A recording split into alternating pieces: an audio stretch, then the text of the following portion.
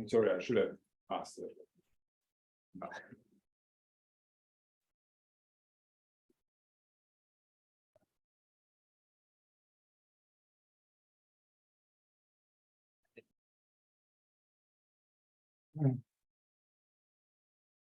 All right, so I think we are a bit late. So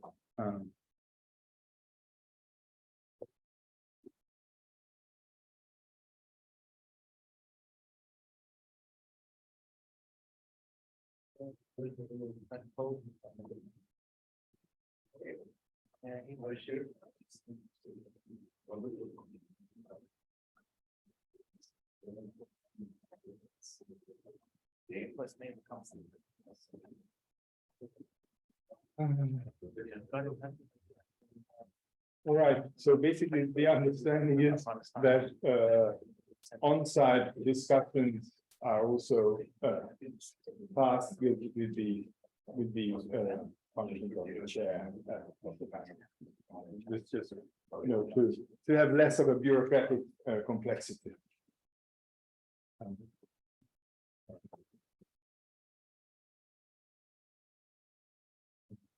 Cool. Okay, we can start. All right. So you ready Yeah, for? All right, that leaves me in charge here. I'll begin the first session entitled "The Politics of Turkic and Turkish." Oh, we're going to fight about that, aren't we? In Iran and the Ottoman realm. No, I'm not fighting. And our first presenter is Ali Aydin Kara Mustafa, now based in Venice, who will speak on Ashik and Turkish as a medium for early modern music. Please. Thank you. Just share my screen. Okay. Well, I'm very happy to be here. Thank you, Fedi, for organizing all of this. I'm so glad to go first because there is no bar for me. So, and actually, this is sort of a continuation of a conversation I had at a workshop with other colleagues at Stanford about a month ago. So I'm glad to see a couple of them here on Zoom. The original title of my talk was Turkish as a medium for early modern music and poetry, but song and performance is actually more suitable to what I'm going to talk about. So I'd like to start off this workshop with some reflections about the Turkish language in the early modern period, and then offer a new angle for understanding its role in society. Here I use the term Turkish in its broadest sense, so Turki, and not with the modern understanding of Turkish from Turkey.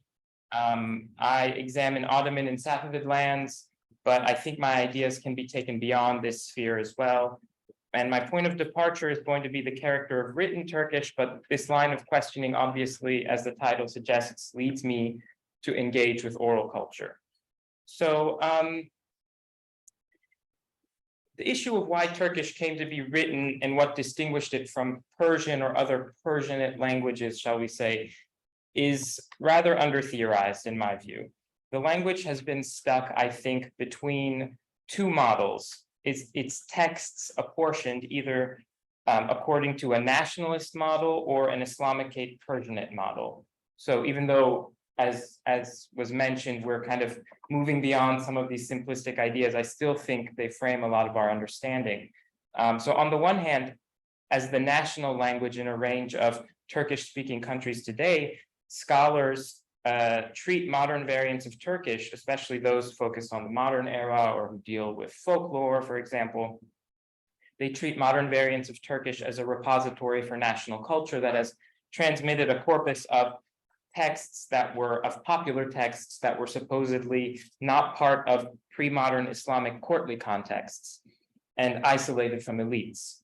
So the value of these texts, according to this model, came to be recognized in the modern era with nationalist movements, along with a need to identify and canonize these texts by nationalist intellectuals. So in the case of Turkey, Fuad Köprülü, Pertev Naili Boratov, for Azerbaijan, Mehmet Hüseyin Tamasib and other scholars.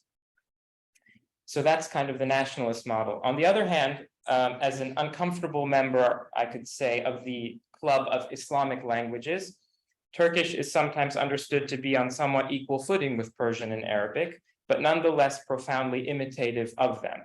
So in this vision, the expansion of the language was tied to the success of the Ottoman and Timurid dynasties, two, shall we say, canonically Islamic dynasties built around courts and their kind of courtly literary production. So these two models are not mutually exclusive. They actually rely on one another. Indeed, scholars tend to be committed to keeping both of these models intact by minimizing the overlap between the texts within them. So this explains the division between Turkish and Ottoman, for instance, based on the idea that Turkish was in fact corrupted in the Ottoman context, that a lot of early Republic scholars in Turkey used to say, and still today that's a kind of accepted idea. And in fact, we still use these terms, Osmanlı and Türkçe, or Ottoman and Turkish. So, and indeed, both models rely on, or certainly at least create the impression of an incompatibility between Turkish culture and Islam. So this slide, this was the image suggested to me by PowerPoint, and I had to keep it, so don't blame me.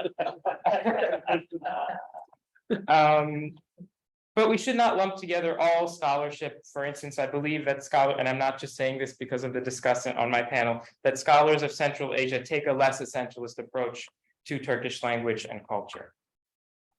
So here I want to address the question of the contribution of Turkish in another way, beyond being a vessel for an ancient national culture or an addition to the Islamicate club, and instead by looking at it as a language of as a common medium of song and performance, especially after 1500. So I will do this by looking at a few examples of the literature of the Ashuks, the often itinerant minstrels of Ottoman, Iranian, and Russian imperial lands. So first, a quick note. Might I suggest here that the slotting of Turkish under the umbrella term of Persianate considerably narrows our view of the situation. If Persianate refers to texts foremost in terms of literary forms, so Masnavi, Tarikh, Insha, things like that, and maybe a series of social practices also associated with those forms, and if, as Professor Green writes in the introduction to the Persianate world, that, quote, the geography of Persian was one of power, privilege, and authority, or at least proximity to them, and thus this points to the hegemonic character of the Persianate, here referring to written Persian, unquote, then the term Persianate not only inadequately describes the story of Turkish, but could contribute to obscuring some aspects of the language's role in society.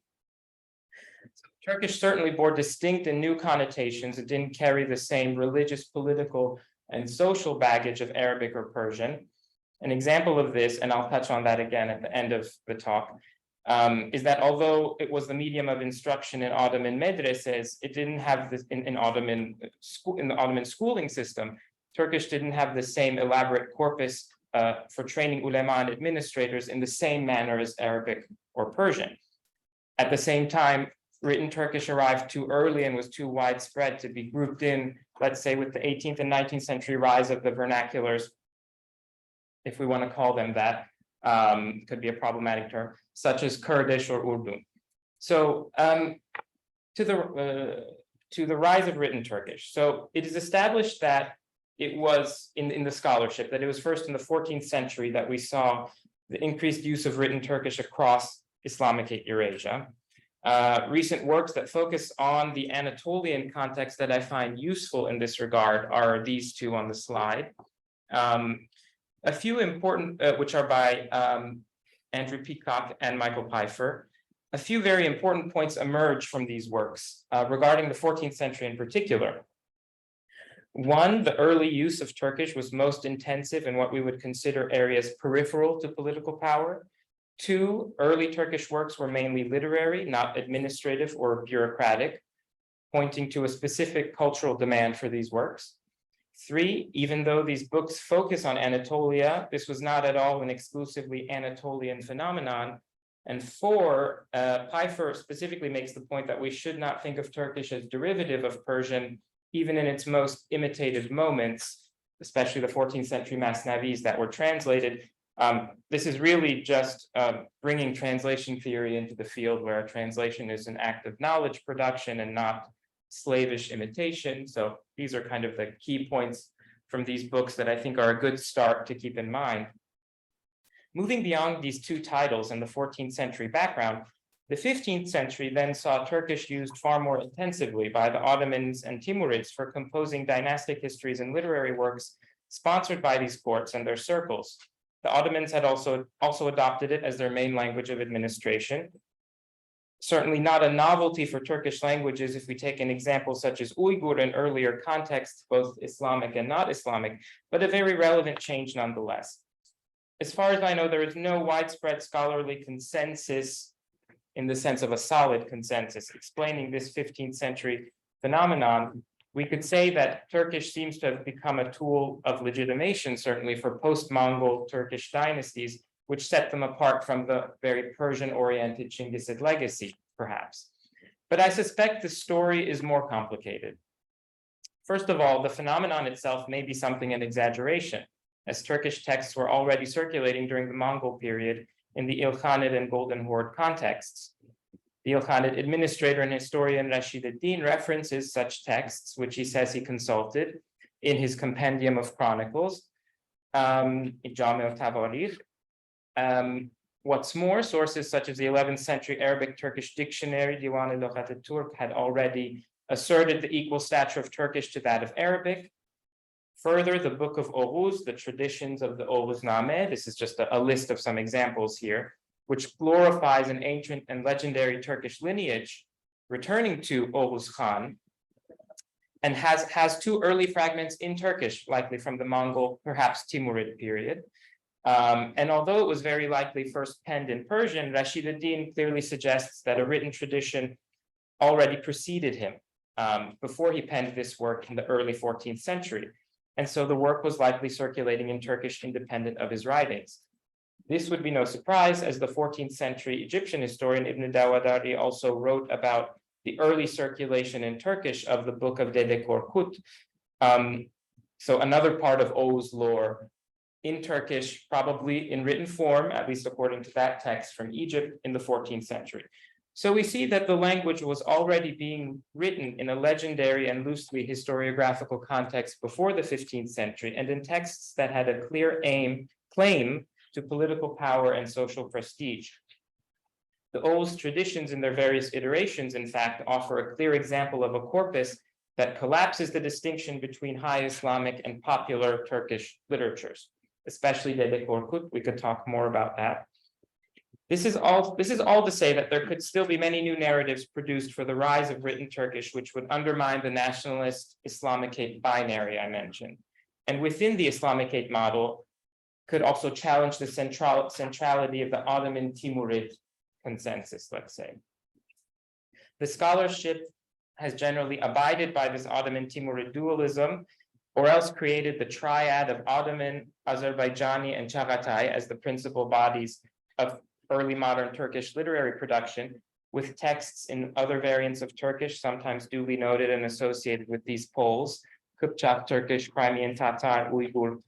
Azerbaijani Turkish is an interesting case, which is important to my presentation. And in my view, scholars don't always know how to deal with it because it cannot be so easily tied to a specific court or dynasty. In contrast to Ottoman and Chagatai, which more neatly fit the Islamicate Persianate mold, which, as we have now established, is certainly one that is tied to centers of political power. And so my understanding of the scholarship, and I don't want to generalize too much, I would love to be corrected or updated here, is that the 15th century is viewed as a watershed moment in which Turkish thus attained the status of a high Islamic language. I'm using that as a term, obviously, not seriously, but as a characterization.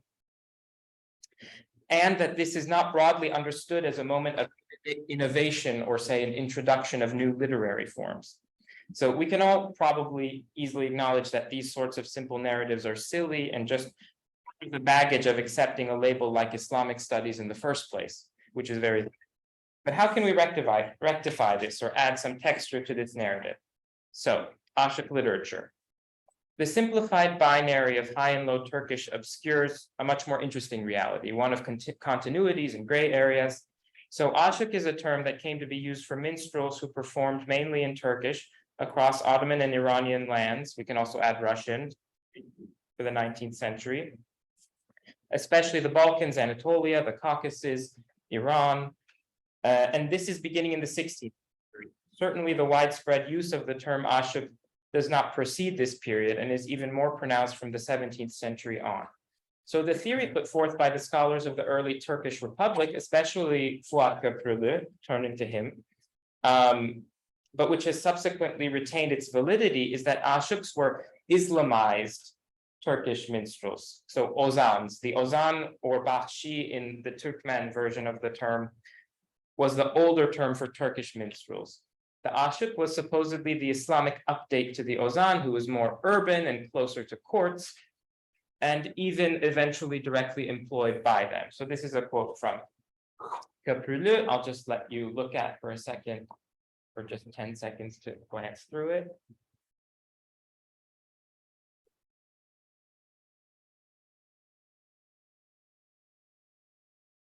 So you see that Köprülü believed that aşıks had lost their Turkishness to an important degree. Again, in this vision, there's a deep incompatibility between Islam and being Turkish. Still, aşıks have been considered an expression of Turkish folk traditions, not only because of their use of the Turkish language, but because of literary forms. They often use syllabic meter, hece. So this is in contrast to aruz, or a meter that distinguishes between long and short vowels, which is very Persian, let's say. So this is a key point. The fact that aşık was nonetheless considered a Turkish phenomenon, in fact, obscures how aşık literature was part of a broader shared tradition, as I will attempt to show here. So I want to talk about the links between Turkish and song in particular. The first important piece of evidence here is the term Türki itself, or türkü in modern Turkish, which can denote Turkish language or a Turkish language song. This is what the Türk title of my talk actually refers to. But let us look at a few concrete examples. What I had the time to put together is more related to material from my dissertation, so I apologize if this is something people are familiar with, but so I'm starting with the Köroğlu epic, which is the story of a bandit, bandit hero rebel in the Ottoman lands, but also Ottoman Iranian lands, and much more broadly throughout the Eurasian world. It's an epic tradition that spread from the 17th century on.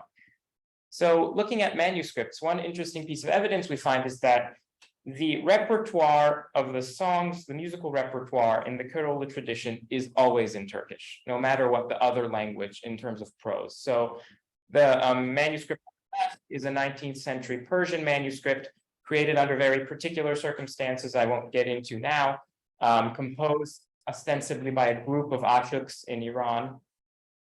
And they wrote it in Persian because they were writing it for someone, the Russian ambassador, who was also an Orientalist, actually a Polish guy, who didn't know Turkish. So they wrote the text in Persian, but they insisted on writing the songs in Turkish. And you can see there's an interlinear translation in Persian because he didn't know Turkish. On the right is an Armeno-Turkish version of a corpus of songs from Köroğlu from the 18th century, written by another ambassador, an Armenian from Erzurum named İlyas or Yevya Mushehyan, who left a notebook in Armenian, but with a lot of Turkish songs in it. Just another example there. This is an Armeno-Turkish text from the Köroğlu corpus from the 19th century in a massive manuscript found in the Matenaderan in Armenia, in Yerevan, which is Armenian and Turkish mixed. And this particular text is Turkish in Armenian letters. So another example. And I think one of the most interesting points of evidence here is actually Armenian aşıks. So aşık is the Armenian term for aşık. And this is two examples of early 20th century aşıks or aşuks. And there you can see their stage names are Aşık Jamali and Aşık Jivani. So interesting that they took Persian or Turkish stage names. And there could be various reasons for that. Maybe if we think about the social context they're performing in, but I think it points to another connection between performance and Turkish, or it could. A very well-known example is Sayat Nova, the 18th century Ashik who performed mainly in Georgian courts. These are scenes from the film The Color of Pomegranates by Sergei Parajanov, the Georgian Soviet director, from I think 1969. He has a broad repertoire, and the plurality of his poems or songs are in Azerbaijani Turkish, but he also composed in Armenian and Georgian and even some Russian. So this whole phenomenon, and we can take the Armenian example in particular here, is so widespread that it has led Turkish and Azeri scholars to attempt to explain it in terms of Turkish influence, of course, over other cultures. Not only Armenian culture. So this is an example of a very well-known Turkish scholar of folklore, Fikret Türkmen, who wrote this book, The Influence of Turkish Popular Culture on Armenian Culture. It's a very similar title to a 1940 essay by Fuat Köprülü, which is The Influences of Turkish Literature on Armenian Culture. And very similar to a book in Azerbaijani Turkish published in the 2000s by Israfil Abbaslı called The Question of the Spread and Influence of the Epics of Azerbaijan. So basically, how do we deal with the fact that this Turkish culture is being so widely spread and used by other groups of people?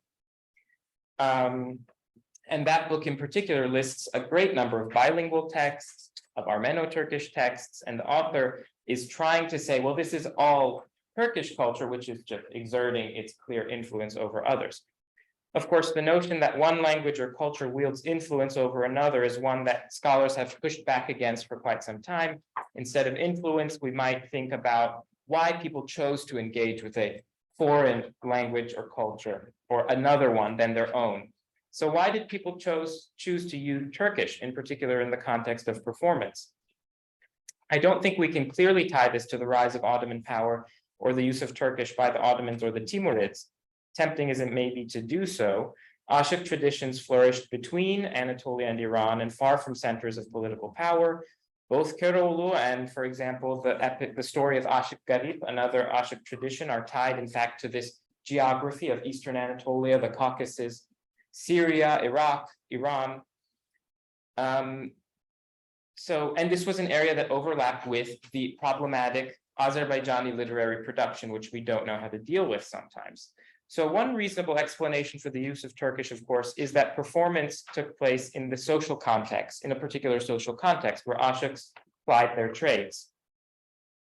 So they could be present in courts, but more often they were found in other contexts such as army camps, tribal settlements, and eventually even coffee houses. So they had a much broader social reach than a typical court poet as we would imagine them, which could be also a simplification of the situation. And the fact that army camps and tribes were some of the main sources of income for Ashiks certainly would have incentivized their use of Turkish. So I'll just conclude now. I think I'm at around 20 minutes, so I'll finish. So to recapitulate, Turkish had a remarkable social and political range. It served as the vessel for the emergence of a new common culture of performance that was used across religious and linguistic communities, in particular demonstrable in the realm of songs and performance. This was a late early modern trend, I would say, that occurred in areas generally distant from courts and centers of political power. This conclusion fits in with certain other trends that scholars have identified about the textures and connotations carried by Turkish.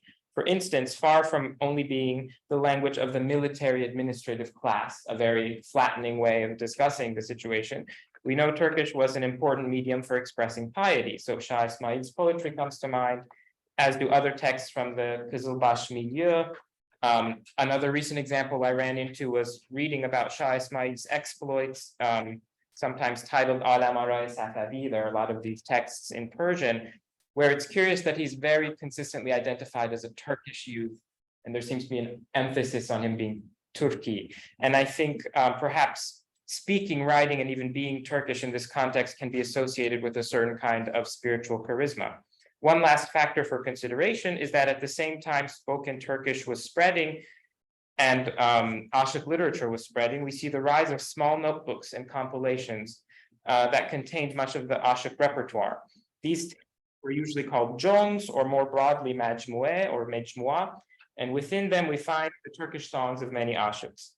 Thus, we find ourselves with a performance and piety-oriented imperial idiom that was both the language of the ruling dynasties as well as that of the uncouth Turkmen hordes or tribes who frustrated these dynasties to no end. A lot of scare quotes there, but you get the idea of the contradictions that I'm trying to point to. And so with that, I conclude and turn back the question to all of you. How might this perspective affect our notions of Turkish, the Islamicate, and the Persianate, and the early modern era? Thank you for your time.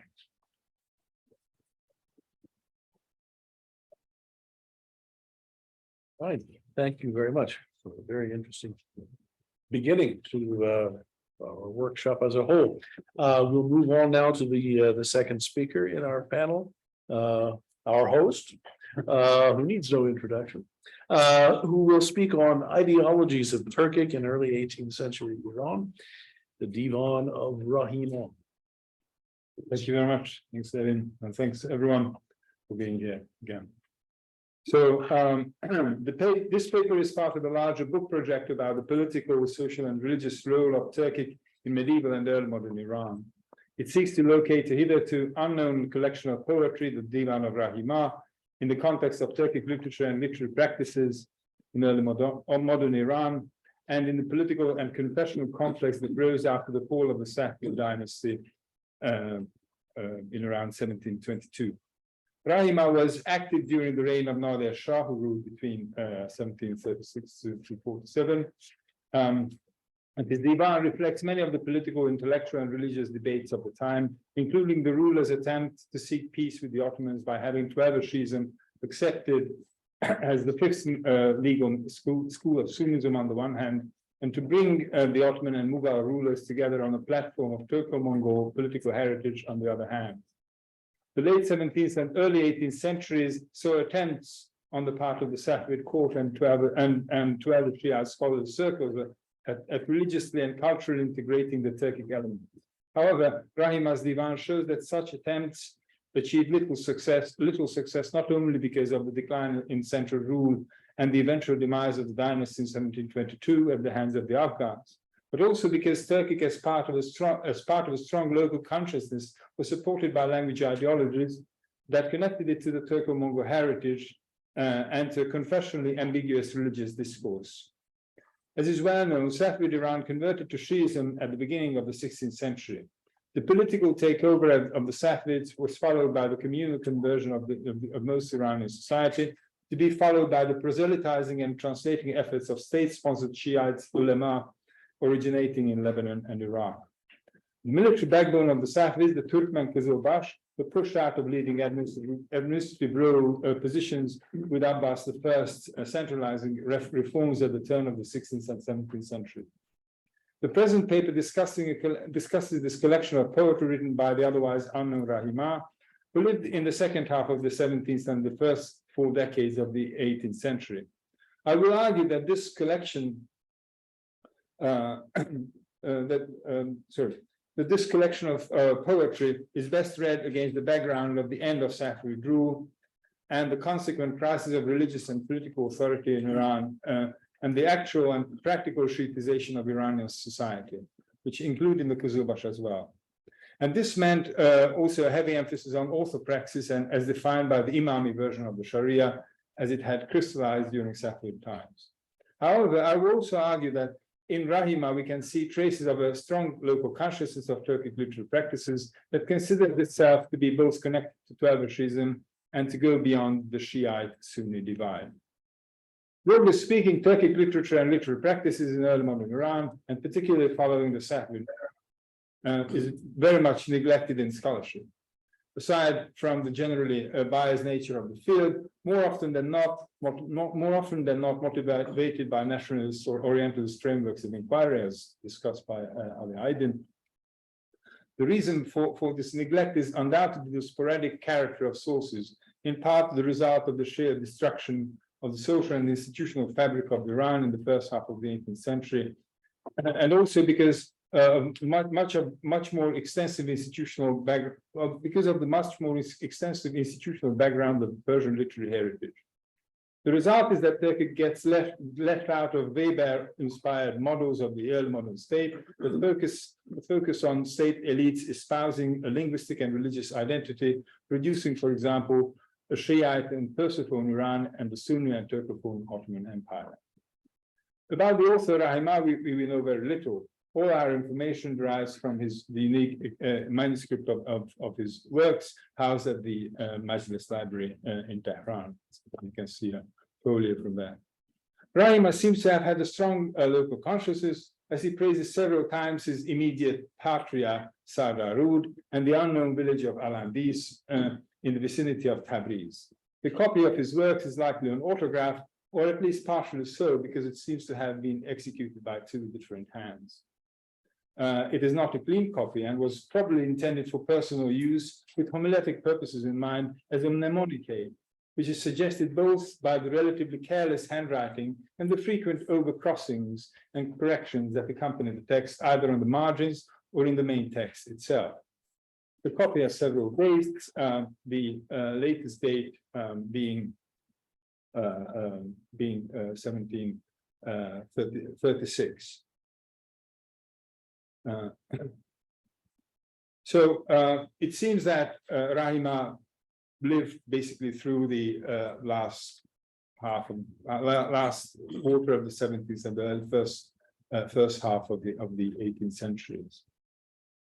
All this together with the fact that at places we come across now, right, and he died during the reign of Nader Shah. Indeed, the text of a poem in the manuscript praises Tahmasp II, the puppet ruler during Nader Shah, but the name is crossed out and replaced by the name Nader. All this together with the fact that at places we come across Nader's name, which he bore before he was crowned, Tahmasp Khan, should tell us that Rahimah must have executed his work between the 1720s through 1738-39. So his education was likely not complete or impeccable. He does know Persian and Arabic, though his occasional translation of Quranic verses or hadith are more often than not rough summaries, which makes it difficult to determine his linguistic skills. The orthography of the text frequently follows Turkic pronunciation, remarkably, even in the case of Arabic words. For example, the active participle of stem 1 verb, fa'il, often has an otherwise incorrect ya in it, so it's fa'il, etc. A number of his poetic pieces more or less follow the meter provided by the Urdu system, but the majority of the poetry, especially the narrative and more explicitly didactic poems, are written in a loose syllabic system. Ali also talked about. Indeed, the author himself asks the reader to forgive him for what he describes as occasional lapses in versification, which in this case probably is not only a topos, but also an acknowledgement of complete education. In addition to his strong local consciousness expressed in his reiterated praise of Sardarud and Tabriz, as well as his enumeration of local martyrs, Rahimah takes a very strong political position, which fundamentally informs his divan. He gives an account of the loss of his son, a daughter, and 20 further members of his household. Indeed, Rahimah's divan strongly reflects the traumatic experience of the anarchy after the fall of the Safavids and the subsequent occupation of the realm by the Ottomans, Russians, and the Afghans. Rahimah has particularly strong anti-Ottoman feelings, which are expressed as follows. As I will also note later, there is no trace of religious animosity towards Sunnis. Sorry.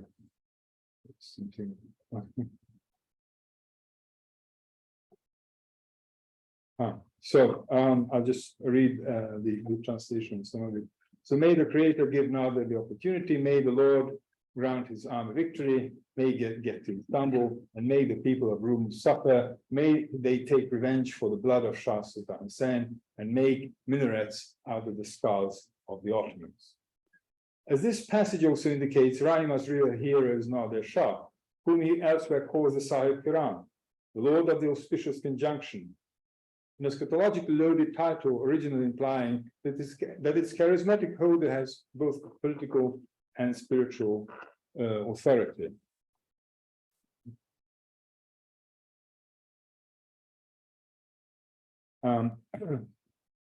So when the enemy ruled in Iran, God appointed Nadir the Lord of the Auspicious Conjunction. God gave Nadir immense power, who asserted his power and conquered the realm. Rahima writes his work in Turkic, which should tell us about both his intended audience and, as I will argue later, the broader context of Afsharid Iran. At the beginning of the manuscript, the author says that he was asked by Turkish friends and sincere students whose knowledge of Arabic and Persian was insufficient to put together hadith in verse and benefit these students in transcribing and procure them with Gnostic knowledge. Later, Rahima gives further specifics about his audience. Rahima versify in Turkic, let the Arabs understand the Persians, because he who doesn't understand the Persian language will not take a liking to it even when he hears it. In the preamble of a Masnad about the Hajj, Rahima makes even more surprising remarks about his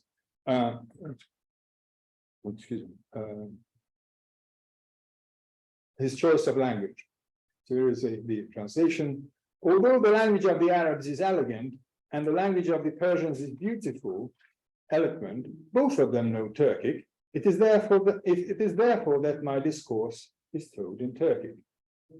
We know that Turkic was to some extent the lingua franca in Safavid Iran, or at least it was spoken in a wide geography, wherever there were Turcophone communities. However, the passage is better contextualized with the aforesaid strong local consciousness of its author and the politics of language more directly Turkic in Afsharid Iran. The passage might also be a reference to the presence of Persian and Arabic vocabulary in Turkic, jocularly suggesting that this vocabulary should enable a Persian or Arabic speaker to understand Turkic. While all this more likely means that simply means that the intended audience for Rahima's Divan are Turcophones, it also suggests an attitude that arguably derived from the experience of a multilingual literature, considering Arabic, Persian, and Turkish both separated but also connected by a shared vocabulary as well as rhetorical and poetic features. The significance of Rahima's work is seen even better against the background of Turkic literature in late Safavid and Afsharid Iran. We find very few examples in Turkic and Safavid Iran that would emphasize aspects of orthopraxis according to the Imami Shia tradition, which is in strong contrast with the veritable translation movement and flowering of Persian theological literature among the Persophone urban populace. This suggests that the conversion of the Turcophone element of the Safavid realm to Imamishism was a long and at least until the 18th century likely very incomplete process. One of the very few other Turkic texts coming out of the Safavid context about the 12th Shiite version of the Sharia is a treatise by one Ahari Tabrizi, written during the reign of Shah Abbas I, with the ostensible purpose of converting the 12th Shiism Shahin Girey, a Crimean refugee at the Safavid court. While treatises about theology and also praxis in Turkic directed at the Turcophone segment of society are relatively few, mystical corporate poetry and hagiography was extremely widespread, and we also find martyrologies detailing the deeds of the Shiite imams and serving as part of Shiite public rituals. Although certain fields, such as historiography or philosophy, are all but missing from Turkic literature in Iran, aside from the aforesaid genres, we do see a continuous tradition of lexicography and epistolary prose. In other words, the Turkic literary production of the Safavid period seems to be dominated by works in fields that started to be cultivated in the late Mongol period, post-Mongol period, however we want to call it, continuing with the Timurids and Turkmen whose heritage the Safavid took over. The number of religious manuals about Shiite religious practices from the 16th through the early 18th centuries is very low, in strong contrast with the proliferation of this genre in Persian in Iran and in Turkish in the Ottoman Empire. After the collapse of the Safavids, Nadir intended to replace them not only in politics but also in political theology, leading him to search for new literary expressions of his Turkic tribal constituency. As analyzed by Ernst Hacker and more recently Ali ad-Din Kara Mustafa. Nader wanted to evoke a Timurid legacy and charisma, such as by naming his sons after those of Timur, while he is most notorious for his attempt of having Turabashism of having Turabashism as the fifth legal school within Sunnism. We can add to this symbology of politics that Nader's court secretary produced the most extensive, comprehensive glossary of the Chagatai Turkic poetry of Nevai, the most paradigmatic and best-known literature of the Timurid tradition.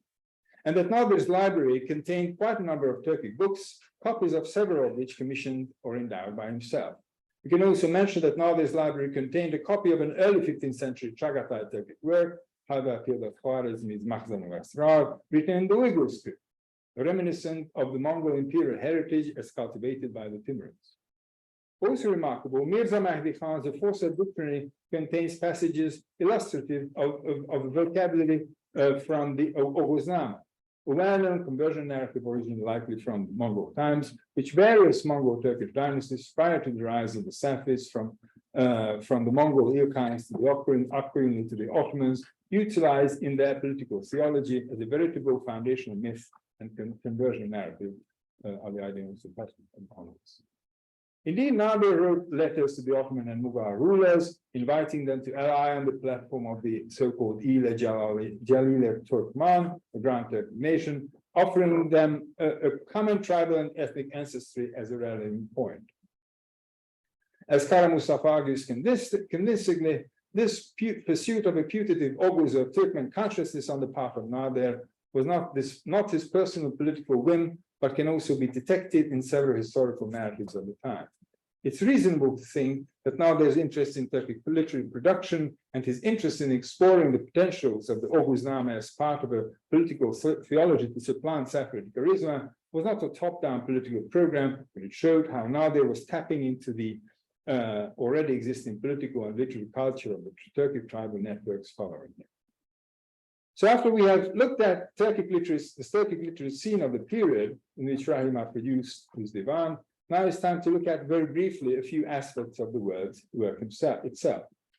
Broadly speaking, the manuscript consists of a collection of verse commentaries on hadiths of various religious practices, such as the 5 daily prayers, alms, regulations regarding eating, ablutions, the Hajj, etc. It's remarkable that virtually all the stories reports that the author cites are related to the Prophet, none to the 12 Imams. In addition, Rahimah describes both the Sunni and the 12 Shiite modes of the ritual prayer without indicating any preference. Although Rahimah enumerates and praises the 12 Imams several times, he never mentions in concrete terms whom they fought against, only mentioning that they were in conflict with the devil or evil. Moreover, he praises Abu Hanifa, the eponymous founder of the Hanafi legal school, adding the following. So, what is a Shia? What is a Sunni? They are both Muslims. Brethren in religion, they are people of the right faith. This ostensibly accommodating attitude to Sunnism doesn't stop there. Here, we find the text of the Tabarra, a signal public ritual introduced to Iran by the Safavid, which is the ritual cursing of the first 3 caliphs and various other enemies of Turabashism. This was one of the focal symbolic points of the Safavid-Ottoman conflict, which Nader banned as part of his attempt at rapprochement with the Ottomans. What is remarkable about this Tabarra litany is that it is concerned with ethical categories, while the usual arch-evils of Shiism, such as the first 3 caliphs, Yazid, Muawiyah, etc., are not mentioned. It's remarkable that the work in Turkey that emphasizes Imami orthopraxis and thereby tries to delineate the boundaries of the community in a religiously highly fraught context seems to be so accommodating to Sunnism in the 1730s. Perhaps this delineation in religious practice and the boundaries of the two religious communities also means that Rahimah does not seek to solve, but to put aside the confessional differences with Sunnism. Of course, the elephant in the room is not their shop. who, as we have mentioned before, in order to facilitate peace with the Ottomans and also undermine Safavid charisma at home, declared at his coronation in 1736 to have 12 Shizm accepted as the fifth Sunni legal school.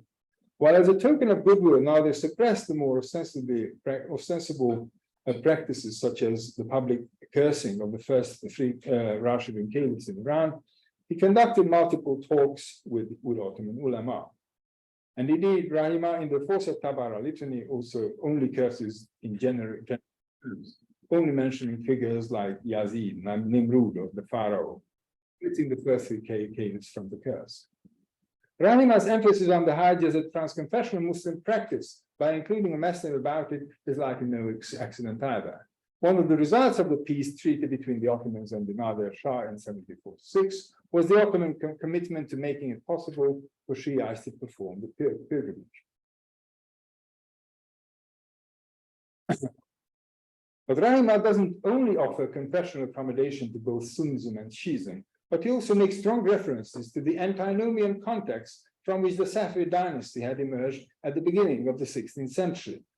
At the end of the Divan, we find a ghazal titled Bahariya.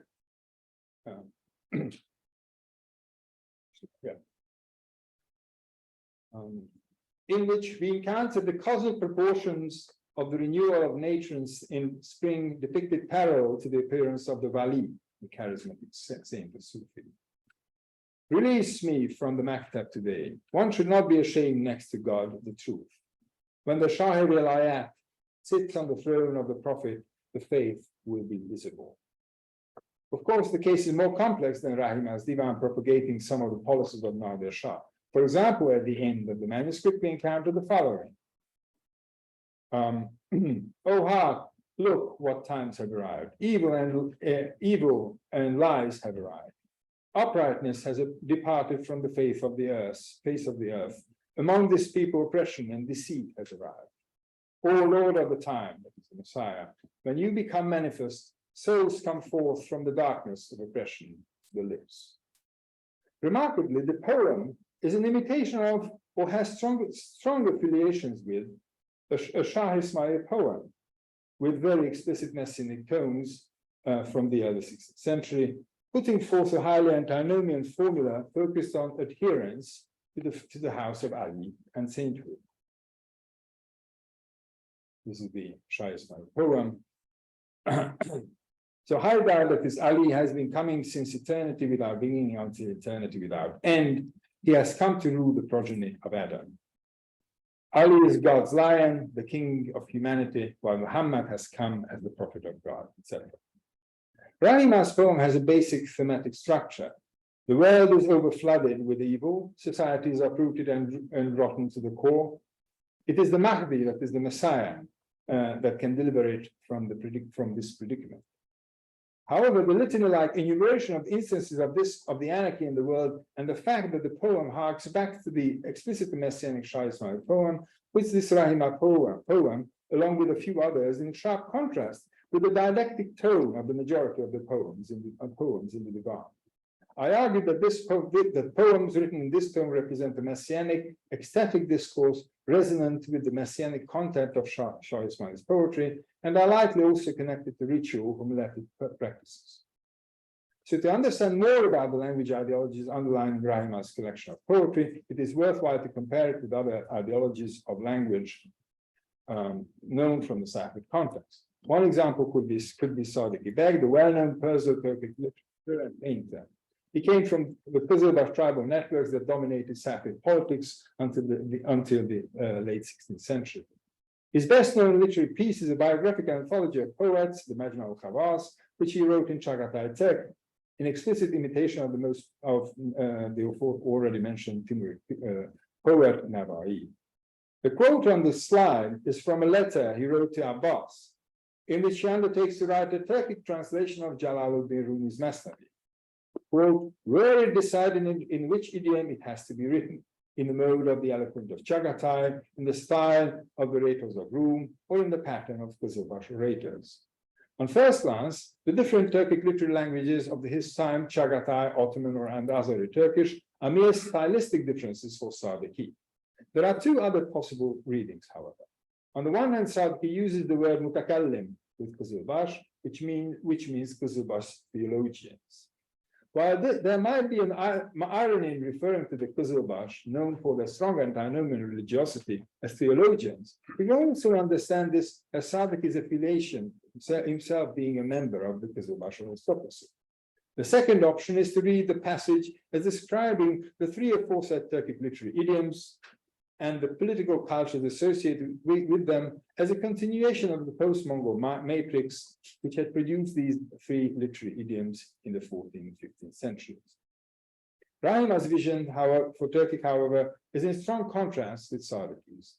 Instead of the aristocratic cosmopolitanism of post-Mongol courts, Rahima comes from a background of homiletic religious and literary practices in Turkophone tribal networks that represented a continuum between the Ottoman Empire and Central Iran. We do see emphasis on orthopraxis, which could distinguish Shiism and Sunnism, but Rahima intensively emphasizes religious polities. At the same time, we have seen Turkic literary practices in a popular local Tabrizi context, informed by strong local consciousness that seem to follow a larger discourse about political theology pursued in Afsharid Iran. This literary discourse also conceived of itself to be in opposition with some of the practices pursued under the Safavids, such as the Tabara, and in this sense, it was also in contrast with the politicization of Shiism under the Safavids. The reason that Rahima's verses resonate with some of the signature policies of Nader might be that the author was affiliated with tribal Sufi networks around Nader, but we simply don't have the sources to verify this. It is more likely that Nader's policies regarding certain tribal ideologies, like the aforesaid Jalil and Turkman, and the rapprochement between Sunnism and Twelver Shiism, meant that Nader tapped into various discourses perpetuated in Kızılbaş circles well into the first half of the 18th century. Such ideologies seem to be strongly related to the Turkophone literary practices of the Kızılbaş Turkophone literary practices the Kızılbaş cultivated as part of local culture. Thank you very much.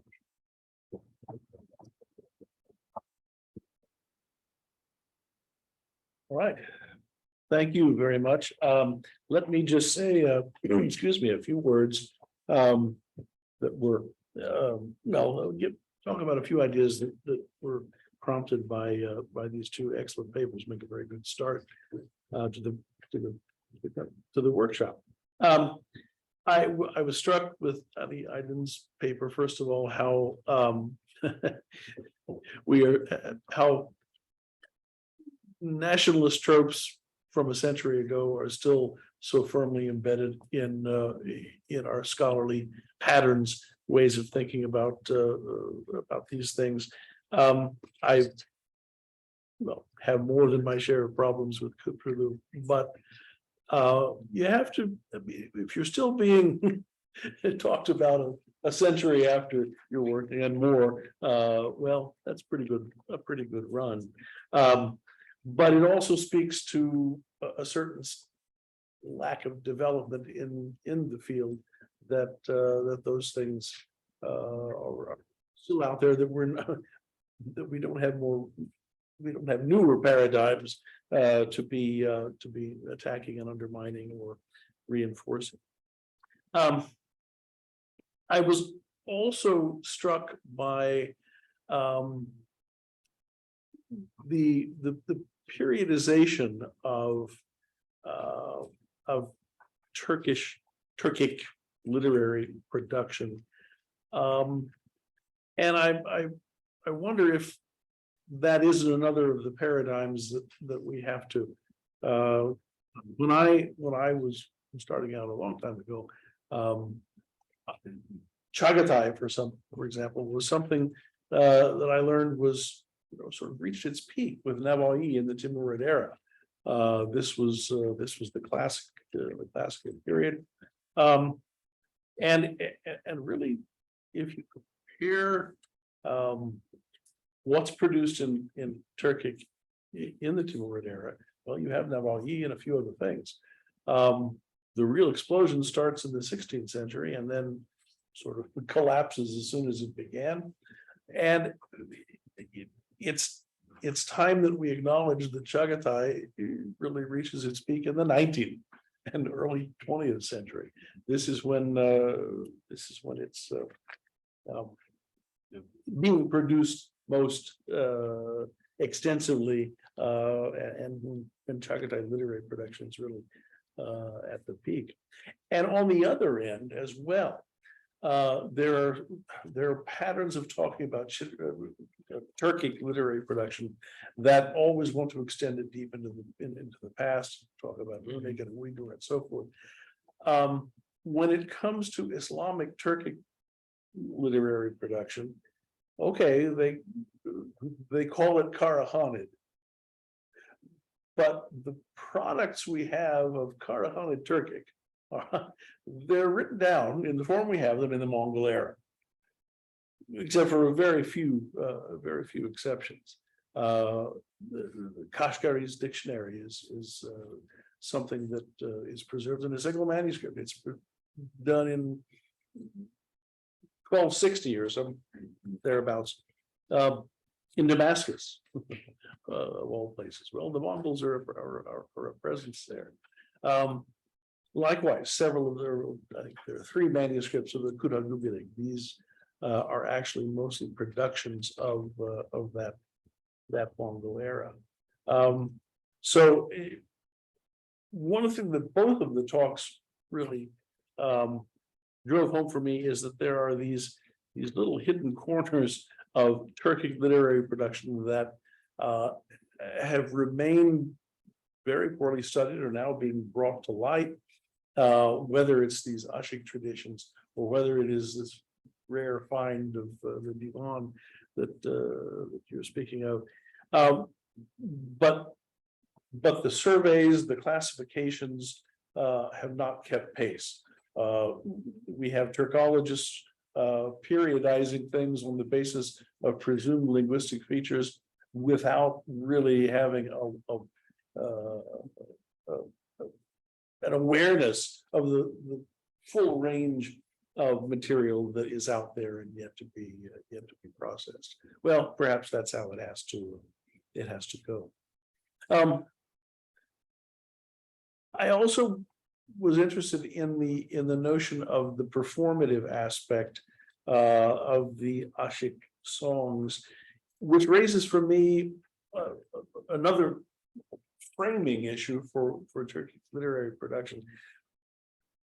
What at different periods should Turkic be used for, or what should be in Turkic? And this question is answered different ways at different times, obviously, but it's something that well also has obscured, I think, some of the contours of Turkic literary production. What I mean is, again, we come back to the Timurid era, a lot of poetry. There's Nevai, a towering figure. It's as if the answer was that, well, Turkish is good for poetry. And in the 15th century, we see the production of manuals of how to do the classic Arabo-Persian poetic forms in Turkey. And then in the 16th century, again, speaking just from the Central Asian context, suddenly everything should be translated into Turkic. Historical works, tafsirs, Ghazali. So there's a wider range, hagiographical works and historical works as well. And then it goes dark, in effect, for a long time. With your paper, which was again a marvelous discovery, I had a number of, just specific questions. This seems like a fascinating artifact of this specific period, which you draw very interesting things out of. Are there others out there that you found and haven't raised yet? I'm curious about that. The other thing that is odd is that I gathered we don't know where he is living and working, or where Rahimah is from.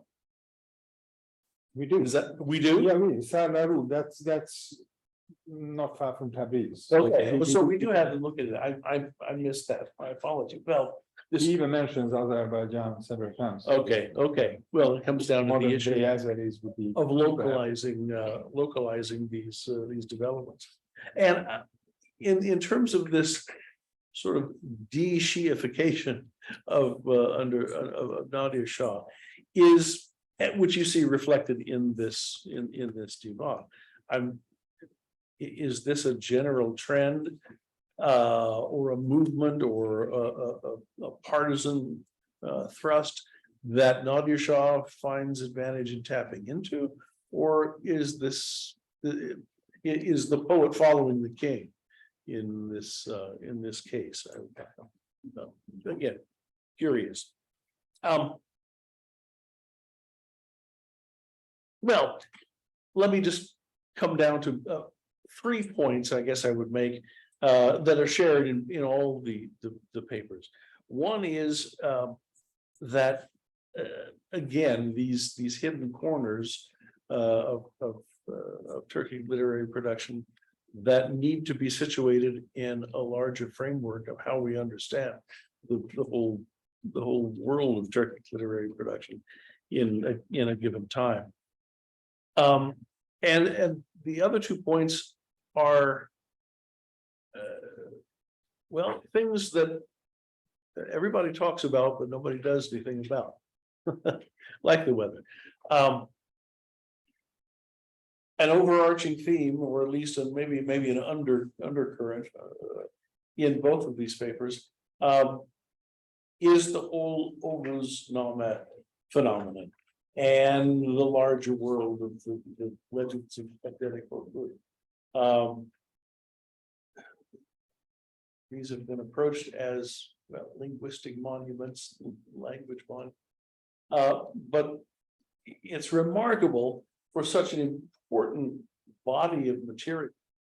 I mean, again, Dedicourt is one thing, but look at the oral tradition, still in Central Asia, and likewise, the Oghuz-Names are a widespread feature throughout the Turkic, to some extent, Persian-speaking world, and we desperately need a kind of comprehensive view of these things, and in-depth studies that really have been broached in. And the other issue is, as I think, well, you both have mentioned, so little is actually known about it, but the whole issue of Kızılbaş and Turkmen religiosity.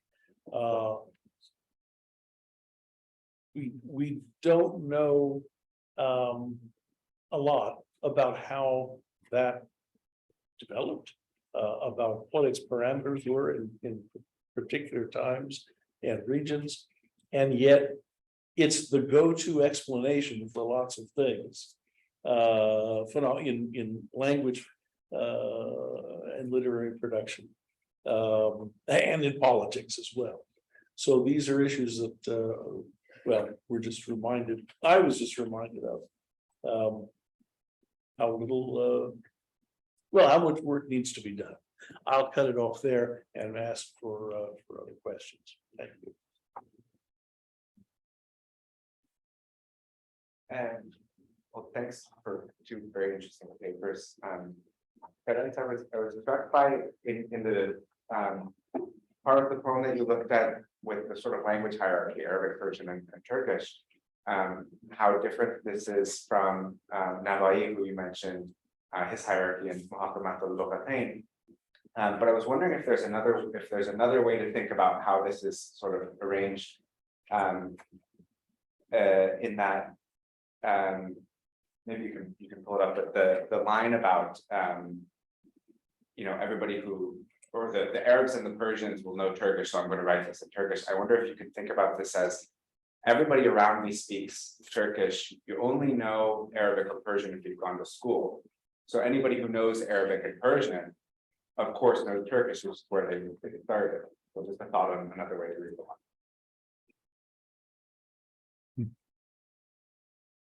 Okay, so first to Devin's questions. Sorry. Just others, there's lots of poetry, definitely. There's lots of poetry. I mean, mostly these are hidden, in various divans or, usually just sort of scattered, but sometimes you have a sort of separate section. For example, Vahid al-Qazvini, who's a really prolific, prolific author. He has a separate Turkish divan preserved in Berlin. So yeah, there's lots of poetry. Like I said, the genres that are missing, that's more telling. So historiography and philosophy, history and philosophy, which is obviously because of the social background. So yeah, I mean, that was the question. So language hierarchy. Sure. I mean, I do see. I mean, what you basically raise here is a kind of another joke, and definitely there is a joke in that.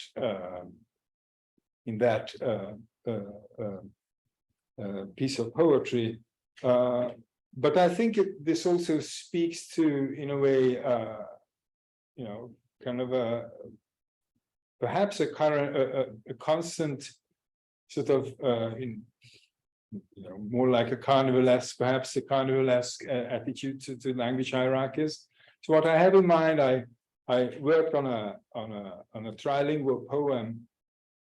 Which was produced actually, I mean, in Tabriz, but it was submitted to the Ottoman governor, and it's a trilingual poem, but it's also an acrostic poem, which means that basically there are texts coded in the individual lines of poetry, and if you read them together, then they produce a different line of poetry. Now the poem, the text that coded in this text are also in 3 languages, right? So each line produces another line in Turkish. A Quranic verse runs through the entire text, and then you have also encoded in it a Persian and Turkish piece of poetry. At the same time, the poem serves also to illustrate various rhetorical features, and it's also, so it's like a qasida-e masnu, right? So it's an artificial qasida, right? But it's produced at the same time, right? So other than that, and that also speaking to the question of are there others and what do we know about this whole thing?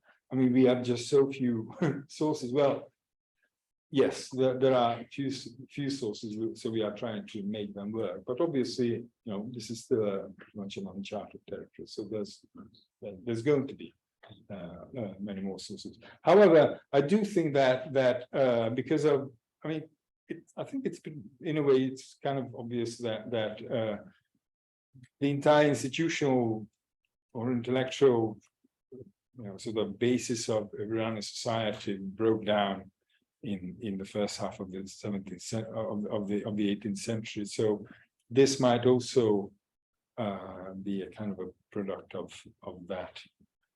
But of course, I don't have a great answer to this.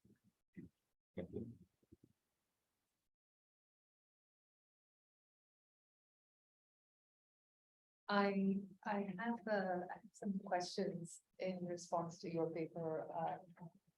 I was really fascinated by these ashiks that you spoke of in terms of the sociology, I guess, of these people who seem to be networked across different spaces, urban and rural and portly, etc. And I was just wondering, since you argue that they're not centered in any sense, they're not part of a power structure in a political sense, what stabilizes them across? Is there something about it that is institutionalized at all? To find, I don't know, other taskiras of ashiks? What lends it a cohesiveness in the absence of these centers of power? doesn't, just being an ashik naturally mean just resisting institutionalization in this form? And then is being an ashik sort of conceptualized as an art form? I understand that it's entertainment, the way you describe it, but is it just art in the sense of needing a patron, an audience? Because you spoke about the performative aspect of it. And that's also a third question, I guess, which has to do with the fact that there are you spoke about the music being one of the anchoring kind of features of this.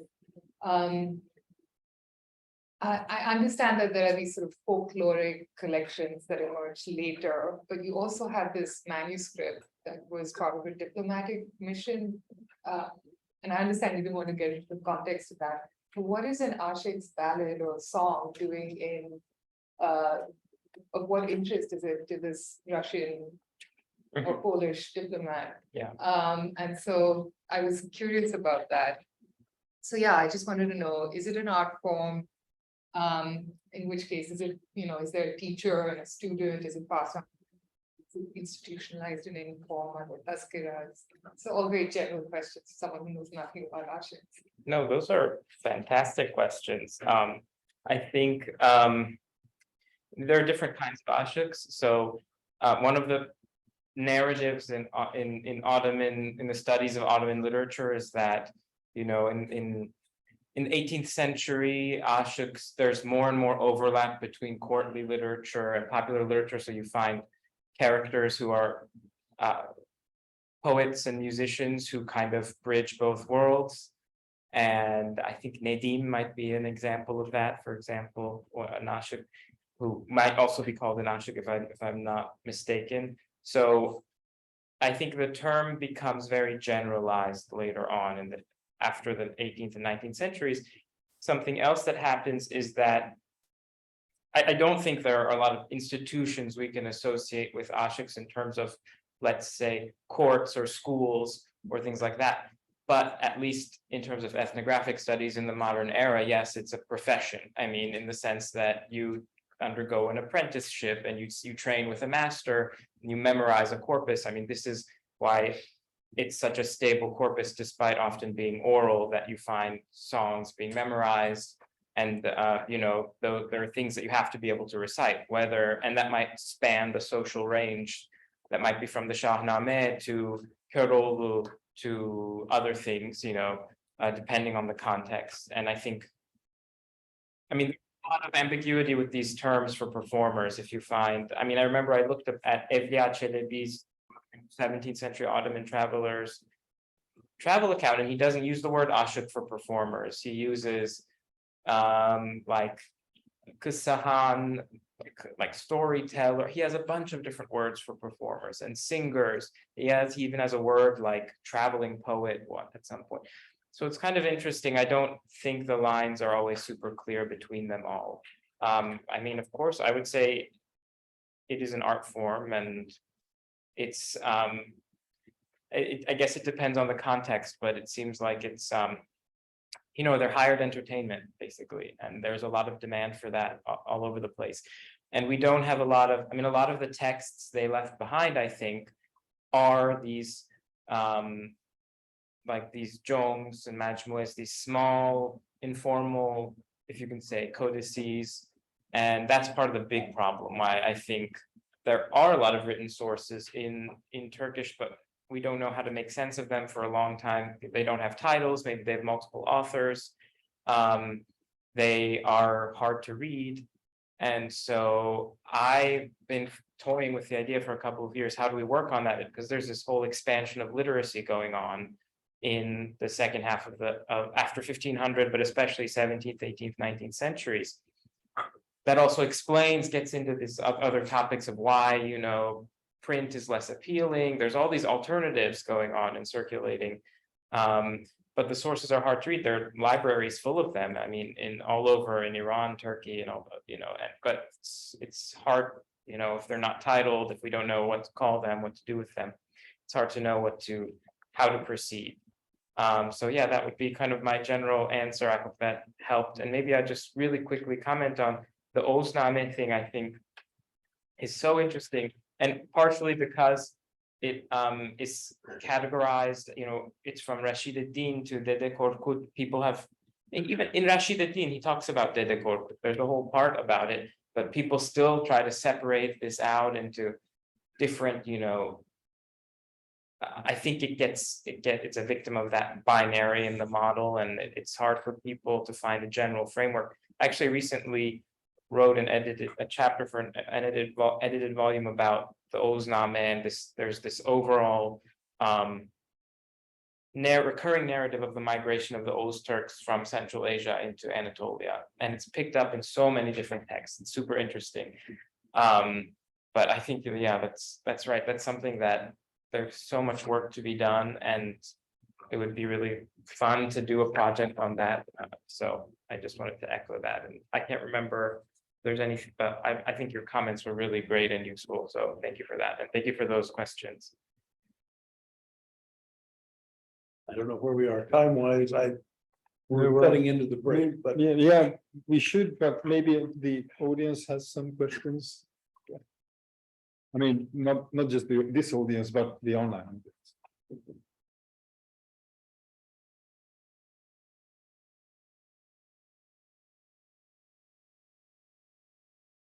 Well.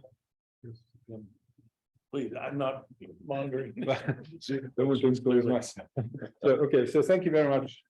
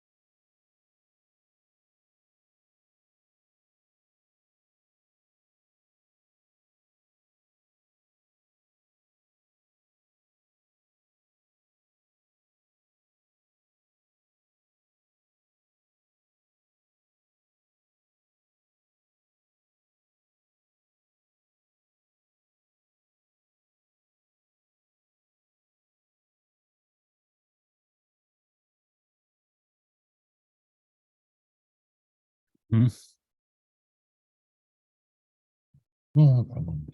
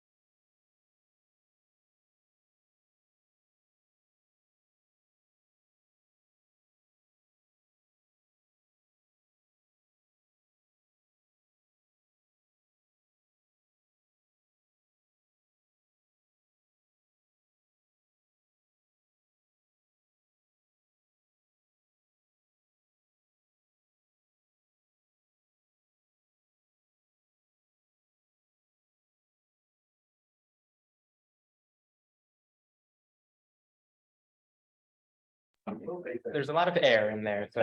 Okay. That's all. That's huge. I already know. You know, the breakfast at the hotel. I don't know if you're in the time. I did, yeah. That's just a phase of just dangerous. Jesus. I just don't think rationally when I'm like, all of this. Yeah.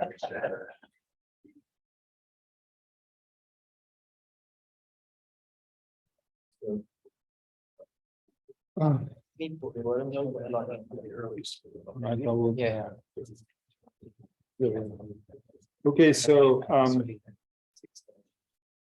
our second panel today. Oh, we're recording this, right? Not recording. Cool. Okay, thank you. So our second panel today, titled Language and Sacrality in Medieval Islam, features two papers. Our first speaker will be Rastin Mehri, who is an instructor at Simon Fraser University with a PhD from SOAS. And before that, he did an MA in Biblical Studies and BA in Religious Studies and the BFA Fine Arts at the University of British Columbia. Currently is at SFU, like I said, in the Department of World Languages and Literature, teaching Persian and Arabic. He works on Zoroastrianism, Arabic and Persian literature, as well as Middle Eastern diasporas in the Canadian context. So Rusty, without further ado.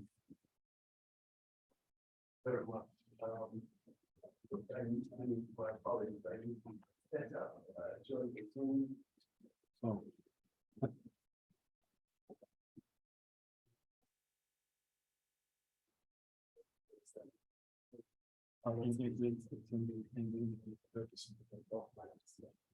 Not there. In the like website, but the yeah.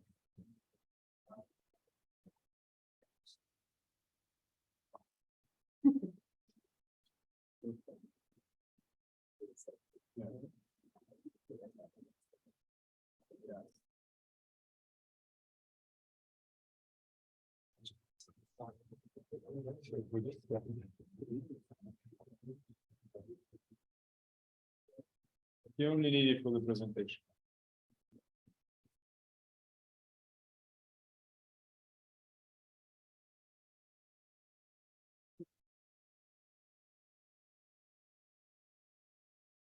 All right, and we also welcome the discussant of the panel, Theo Bass, from Freie Universität Berlin.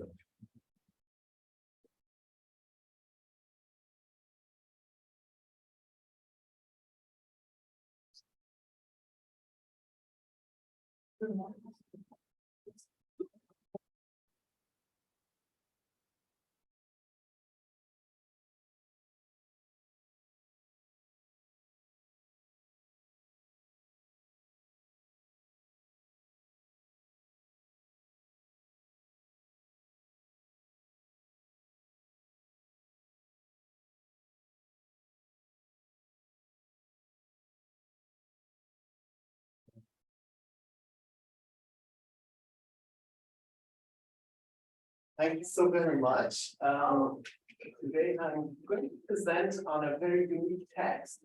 It is a Zoroastrian text that's composed originally in Iran. It's the title of the name of this text, mostly translated in English as Priest Dion and the Messenger with the Tail. More specifically, Rasul Dinyar or Peygamber Mongol. That's the name of the text. A little about the text. This is, of course, the word Dastur. We're very familiar with the term. It's the modern Persian and as well as Arabic word meaning statute or order.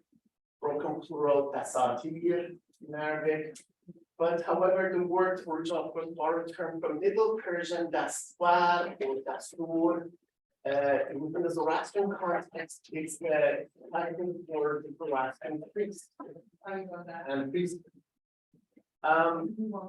Dinyar, being a very common name, Dinyar, again a compound, Din and Yar also, or Yor, in Middle Persian, literally means supporter of the religion.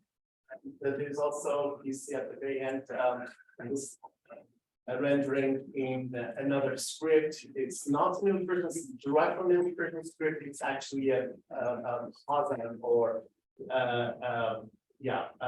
Abbasid script.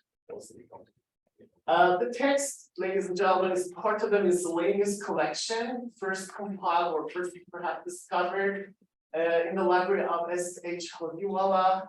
It was published first in 1922. Surprisingly, there are two copies also in the National Archives in Tehran, and as well as the Kama Oriental Institute in Mumbai. Two copies as well there. It's written in modern Farsi, modern language, Persian and script. Beautiful writing, and the oldest version of this text is likely or possibly translation or translation from original Middle Persian. This is suggested by the independent scholar, Mr. Raham Asher. Why is that the reason? Because both the syntax, indeed some conjugations show intentional archaisms all derived from Pahlavi, Middle Persian. The text. Regarding the text, of course, it is a Zoroastrian, clearly written by a Zoroastrian writer, very well versed in classical Persian prose and compositions, Apona, and of course, likely written during the Safavid dynasty. Now, we do not have any colophon, there's no date, as I mentioned, it's a miscellaneous text. It contains 8 folios, beautifully written, double-sided. The text that the manuscript that I have used, I'm using presently is actually a later copy, clearly 18th or 19th century copy, most likely during the Qajar era was copied at one point. It's a copy of the original, and for that I'm very grateful to Dr. Mohad Ahmadi of the Islamicate University, who kind to look at that, and her colleague Dr. Jafarian, who were able to give me a more precise date. The unique feature of the text is, of course, there was a request to put the microphone close to you. Oh. Yeah, I think this one. This is it. Yeah. Right?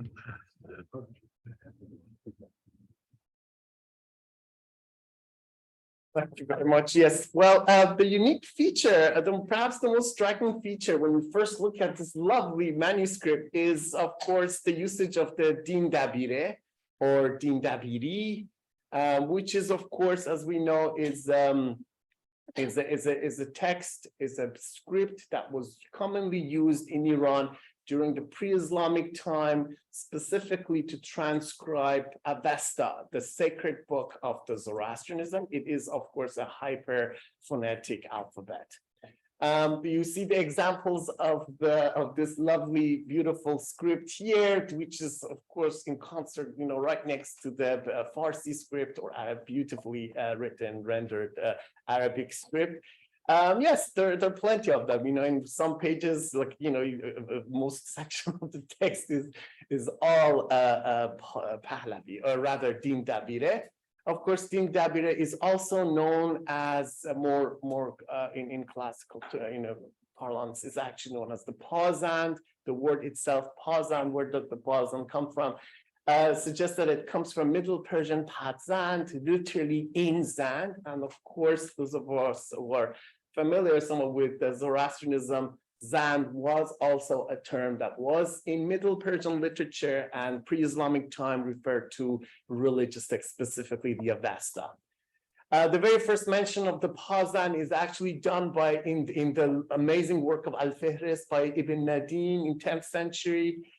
He's also known as Al-Warraq, and of course, he's a bibliographer, and he mentions in the text that he's informant and friend, possibly friend, Ahmad al-Nobid, most clearly Imad or Middle Persian, modern Farsi Omid, the Zoroastrian priest in Baghdad, would inform him about this text, about the usage of the script, as well as, of course, Ibn Muqaffa, who came before him, and he quotes him extensively, those of us who are familiar with this text. And of course, he refers to it as Din Daftariya, which is, of course, one of the 7 scripts that he admits was being used in Iran at that time.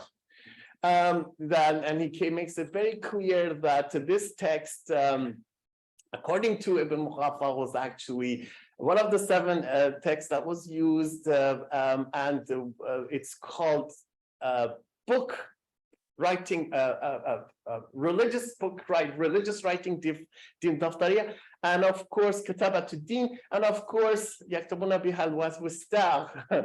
Clearly, he makes it very clear this text is used to write the Avesta, which is, of course, Wastagh being a classical Arabic rendition of Avistagh in Middle Persian. Now, why is there so much Din Dabire written in this amazing, lovely text? Well, because clearly to obfuscate the narrative and indeed to conceal it from non-Zoroastrian reader of this text. Why is that? Well, it is clearly ties in with the genre of this text. The text is a satire. I would suggest it's a polemic. I wouldn't say because so much of polemic in it, because there isn't really much of a theology in there. Or philosophy. It's the grotesque and absurd and perverse things, often sexual nature. And indeed, there is a genre also in Pahlavi literature, Middle Persian literature, known as halagi, which is now in modern Persian semantically drifted to mean alaki, which means perverse. And of course, if we want to contextualize it, would be nice to make a mention of a very important 7th century text, the Education of Jacob, a Byzantine book, Armenian Bishop Sebeus's treatise or histories is also 7th century, and John Damascene, Periare Seon, which is of course on heresy, and that's a very nice image of John Damascene, of course, where there is a mention of the Prophet of Islam, and he's depicted, expressed, and mentioned in a very sort of demeaning way, and a lot of awful things being said, as well as Epistolae Saracenin. We don't know who wrote this, of course, 9th century, and last but not least, St. Thomas Aquinas in Summa Contra Gentiles. He actually makes a very clear attack to sort of, why was that? Well, it was a genre, it happened often, defensive efforts on the part of non-Muslim notables or philosopher writers to keep members within the faith, leading the production of these polemics. Now, Zoroastrianism, of course, Zoroastrians are no exception. Yes, we have an earlier version of it, many versions This was, of course, amongst the Iranians, Iran's Zoroastrians was slightly different because it was indeed coupled with the extant sentiment deploring the Arab invasion of Iran, the loss of autonomy, particularly suppression and denigration of Zoroastrian religion as a state religion at which point was, and of course, we are familiar with the earliest version in Middle Persian is actually a poetry, possibly 9th century poetry, Abar Madan Shoh Bahram Varzovand, which is again lamenting the loss of Zoroastrianism as a state religion in Iran, and indeed to the onslaught of Arabic invasion, etc. And of course, this text that we're going to focus on today, it indeed has possible link to the work, very familiar or very well-known work on Azar Kayvani, the new Zoroastrian movement that started again in the same time, possibly, definitely during the time of the Safavid dynasty, at which point later on had to be ostracized and exiled to India.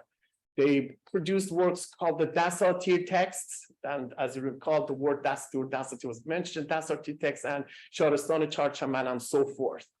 And of course, this sentiment also is seen again during this time of the Safavids, when Jean de Chardin actually mentions that he meets the Zoroastrians in the city of Isfahan, and they all of them maintain this hope that one day the empire will be theirs again, Zoroastrians will be established in the.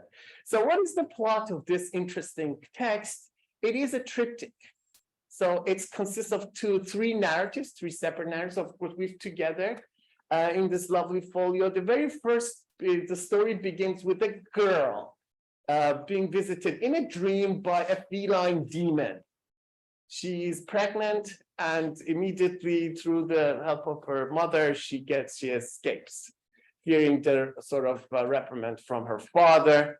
Who's also a priest, is another bastard. So he runs away. She runs away, and of course ends up in Arabia in exile and gives birth to a child, but that child has a tail. And of course, Satan, in Pazan script written Shitan, through a she-wolf suckles and develops a child for 2 years, at which time the child is discovered by 3 individuals in that region. And of course, the second narrative takes it from there, somewhat unrelated, but again, comes back together. A Zoroastrian high priest, Dasturan Dasturi, whilst reciting a Western prayer, but incorrectly, as you are familiar with the classical Zoroastrian dogma, you cannot, it's a grievous sin, Magarzon, if you recite the sacred prayer and mumble it wrongly and purposefully, that's a sin. So whilst he's doing this, he's sort of possessed by Daiva, a Div, and he murders his mother.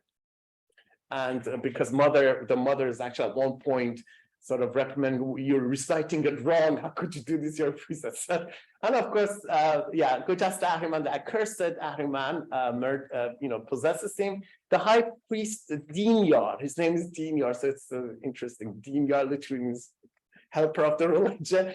And of course, he's excommunicated, and yes, it's exiled to Arabia. And here's an interesting section within the text. Before being exiled, the priest curses, threatens the priests, the whole community of the priests in Iran, numbering at that time 40,000. The text says that 40,000 priests lined up, and he says to them, yes, indeed, when much ruin shall befall you and your religion by me, and you shall suffer much hardship when I come back. And that's indeed what's supposed to happen. Dinyar in the wilderness of Arabia meets Mahmet, the text, of course, written in Pazan, obviously. And by means of miracle, of course, priest Dinyar manages to convince people there that you should worship him as your prophet. And that to exact revenge on his Zoroastrian colleagues back in Iran, he actually does what? He convinces them to invade Iran. So there we go. And of course, the last part of the triptych, you have a third narrative whereby you're basically introduced to Shah Yazgerd, the last king of the Sassanid dynasty. And he's ruling from the city of Yazd. That makes sense. Yazd, of course. And of course, Yazd sends the hero of the Persian army, Shah Mardan, a hero to battle the army of the Arabs. And of course, Dinyar convinces Shah Mardan to make a duel with Muhammad. And of course, they're using spells and charm. He is invincible. Shah Mardan is defeated and is forced to convert to Islam, and so is the rest of the Persian army, Iranian army. Yazd escapes and is chased by lovely word. Of course, it's presented to us in Pazan script, Omar Khattab. Clearly the Omar ibn Khattab, and is murdered by Miller. The two daughters of Yazd flee. They're chased by the enemy. The eldest, her name is Shahr Banu, is captured and is wed to Muhammad. But of course, the result is no child. There's no child. The second daughter, the youngest, her name is Banu Pars, is miraculously saved by being sanctuary inside the mountain. And to this day, there is a sacred pilgrimage site in Yazd. It's called Banu Pars. So, nationalization of their deities. So, what is the relevance? Well, clearly, this text is a unique sort of. Gives us a unique sort of outlook towards about the life of non-Muslims, Zoroastrians in Iran. Their ability to actually produce a text and possibly other texts like this. Within sort of like, it's because traditionally is at least in the field of Zoroastrian studies, usually the production and work of Zoroastrians and by Zoroastrians usually presented in a very demeaning display. There's not much, nothing is happening, but clearly it's not the case, at least not at that time. And of course, yes, within the background of Zoroastrian history, there was a very fresh insight to the discourse relating religion identity, especially in medieval Iran. And of course, it allows a critical reassessment on this notion of hegemony, hegemonity, as well as subordination and heterogeneity, especially in Iran, within the context of minorities in medieval times. And thank you so very much. That was my presentation.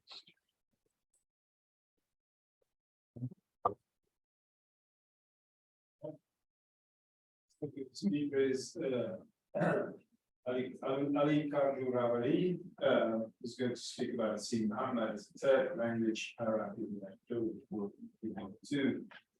Ali is a historian of medieval Islam. His research examines kingship, mysticism, and poetry in Arabic Turkey. He is currently the Richard W. Bullitt Emphasis Professor of Islamic History at Columbia University.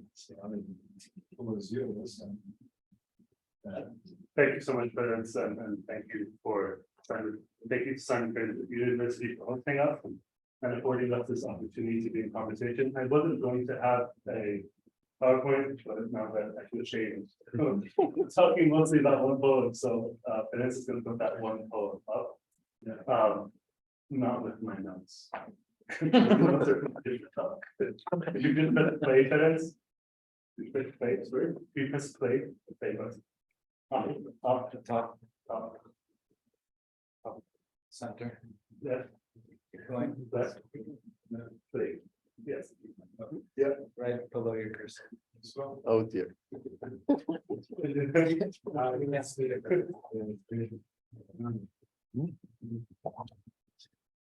Okay. So to move this.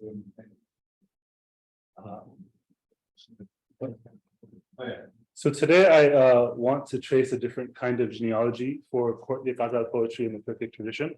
That is Turkic poetry that is composed in an Arabic and Persian form.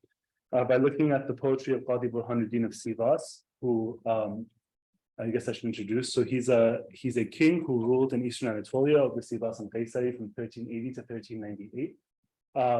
He sometime in the middle of his reign, he decided to turn towards scholarship. He was actually a scholar before he became a king. He sort of co-opted power. And the first work that he himself sort of authored, though he didn't scribe the manuscript is scribed by his royal scribe, who also scribed other texts of his. In 1394 is in Old Anatolian Turkish. It's one of the earliest sort of written divans that we have. he then proceeds to write 2 Arabic works, and he commissions a Persian history of his reign. So he is one amongst a generation that marked the sort of first flowering of this kind of poetry. Obviously, so that he has contemporaries like Ahmadi and Nasimi. I am to show today how Burhanuddin's choice to compose this type of poetry at a time when it didn't have much currency is completely enmeshed not only in his own political project, but also in the Sufi tradition and his understanding of revelation and language, which of course Burhanuddin harnesses for his own political aims. So I want to focus today to make it a bit more interesting on just a single poem that I'm just going to expand on from the Divan, which I'll read some of the lines of. Obviously, I won't be reading entire poems, but on the right. So this is from the manuscript, which is dated to 1393 to 4, right? So it's 794. نگار بیزم لنیچه بیر کلور نازی نیچه اسیر اد کلکیک جهان ده شهبازی gözün خطا ise gözüme oldu عین ثواب به یک کرشمه توانی که کار ما سازی tamam olur benim işim çو bir nazar kılasın veli به çare بیچارگان نپردازی. And then jumping to the end, لبون گراله یقین oldu bana ترکی مثل که هر نسانده نازک durur ozi ve azi. So beauty, how does someone like us catch a flirtatious glance? How does a partridge capture a falcon in this world? The betrayal, the khata of your eyes is the same as propriety. With a single flirtatious glance, you can set my work right. And that's in Persian, right? My work will be complete if you send me a single glance, but you don't care to help the helpless, again in Persian. And then at the end, he says, the vision of your lips has become a matter of certainty for me. It is a Turkish form or idiom, right? Masal, such that its every object is tender, short, and sweet. So this poem, this mixture of Persian and I'm just going to use Turkey from now on because I don't feel like saying Old Anatolian Turkish, right? And it's more correct anyways, is a useful place to start answering questions about Burhanuddin's linguistic choices, not the least because he refers to them by saying that the vision of your lips has appeared to me in this Turki masal.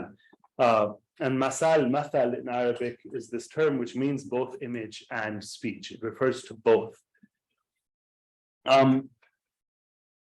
Because I argue in my larger work that this sort of marks a sort of change, marks many of the linguistic changes that are happening in the 14th century and precipitates much of what we see erupting onto the historical scene in the 15th century.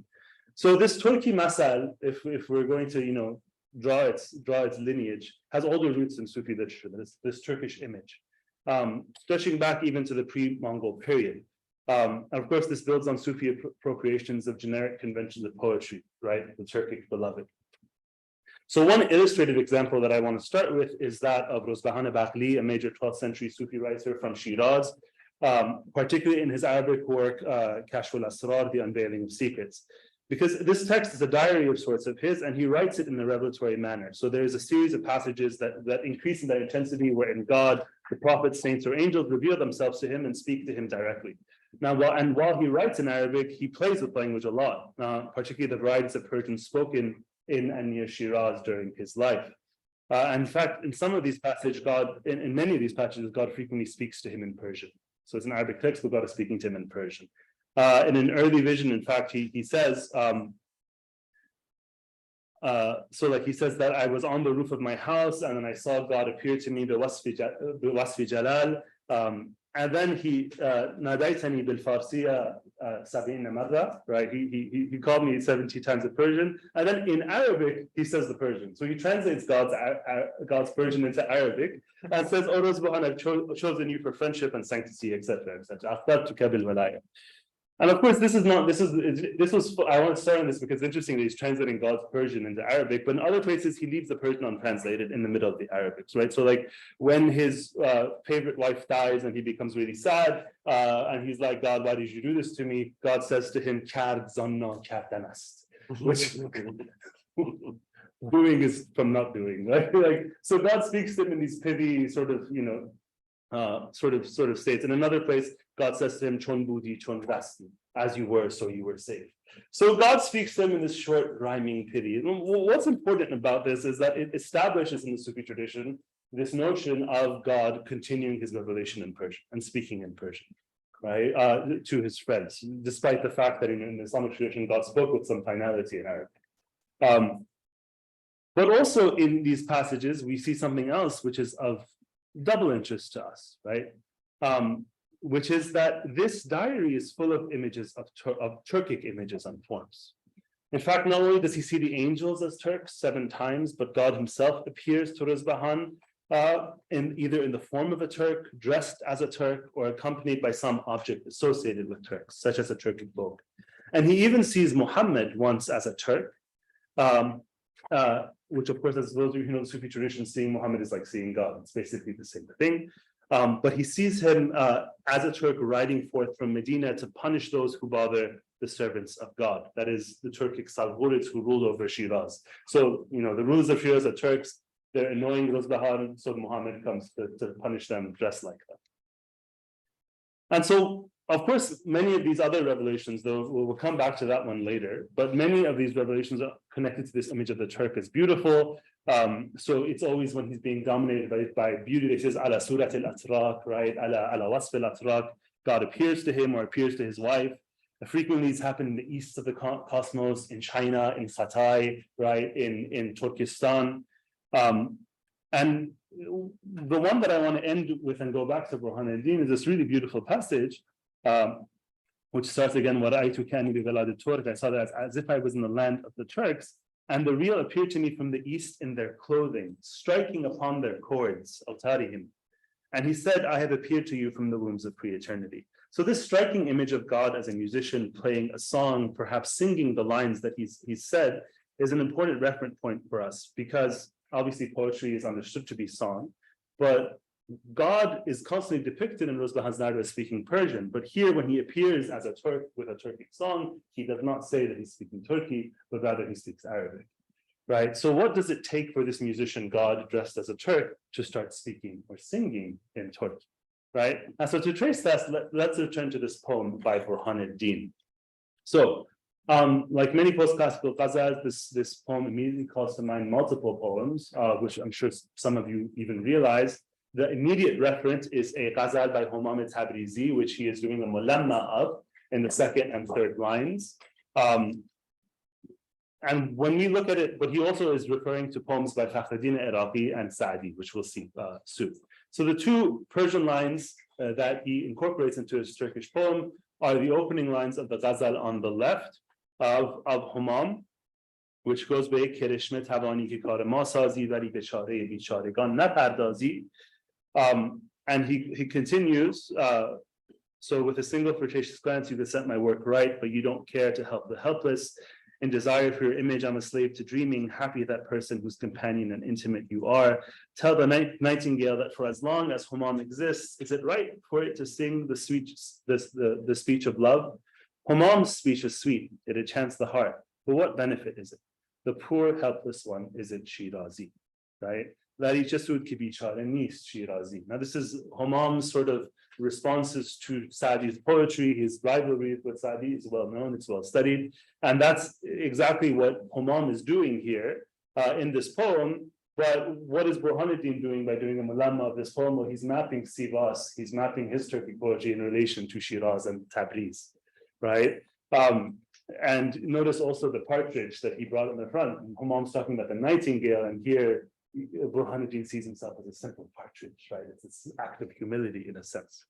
But of course, by doing it, and of course, I should mention also that Burhanuddin actually plays on Sa'di in other places, right? So in another poem, he says that, if you wanted and to take me, you could turn Sivas into Khuttay Shiraz, right? Sivas would even become it, right? And he says, if you give me your felicity, Sa'd.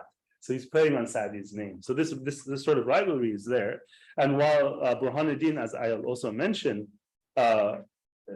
later, he constantly places himself in this act of humility by composing in the same meter a poem that connects him to the likes of Humam and Sa'di. He is arguing for his own mastery of Badi'a and of poetry and ghazal poetry.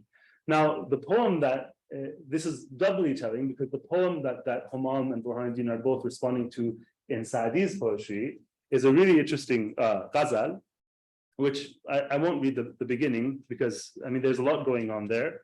with multiple images of Turks, both as a Ghazi who gets jizya from the infidels, and also the Ghulam Shirazi, the famous sort of Turkic beloved that Sadi talks about. But the last line in that ghazal is Chu'ab mi ravad in Parsi, be quvvat tab, namar kabis ki az vey sabaq barat tazi.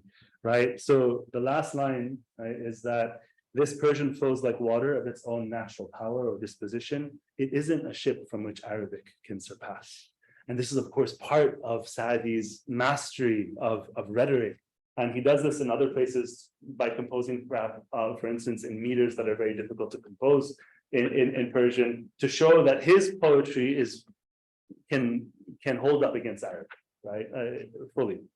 And so Burhanuddin, of course, by placing himself in this lineage, then also argues that his Turkey can be equivalent in terms of its technical mastery to Arabic and Persian. Now, that is, of course, half of the picture, and the other half is from this experiential dimension that Sufis speak of. And that's clear when we look at the other poem that this poem is responding to, which is from Fakhreddin Iraqi, a contemporary of Saadi, which starts with Shuburqa az rukh zibay khud barandazi begu nazaragiyan ra seray janbazi. And so this poem goes, when you want to drop the veil from your face, tell those who gaze at you to prefer to lose their lives. With the arrow of a coy glance, why do you wound the heart? Because you don't care to help the helpless. Make it work with helpless me, because I'm the instrument of your feast, your baz, a word with many permutations.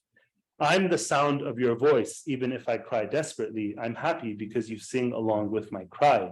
My cry is sweet to the ear of the world, like the reed, because I don't let out a breath until you play me. While the Homa, that's the mythical bird of Iraqi's love, spreads its wing, when the Homa of Iraqi's love spreads its wing, no one can reach him because of how high he flies. So while Humam and Saadi boasted about their poetic ability, Iraqi, similar to his contemporary Rumi, and notice also the imagery of the ney. These guys are both living in Konya, so Iraqi is probably influenced by Rumi in this. Centers the agency of the beloved, remarking that he himself is nothing but an empty reed. But of course, note that he likens himself to the Homa, right, the most powerful and majestic of the birds here. And this, of course, then goes back to this notion of the garden of the ghazal, where all these languages and poets are different types of bird. Now, Iraqi in his own right is a really important reference point for Burhanuddin's poetic enterprise, because he marks the meeting place between Rumi Sufism and that of Ibn Arabi, the two main influences on Burhanuddin's overall project, which I don't have the time to get into, but basically Burhanuddin studied Ibn Arabi directly. We have his notes. He wrote an Arabic text in that aspect. And of course, Rumi, Burhanuddin's entire, as I'll mention later, Burhanuddin's entire poetry is a response to Rumi.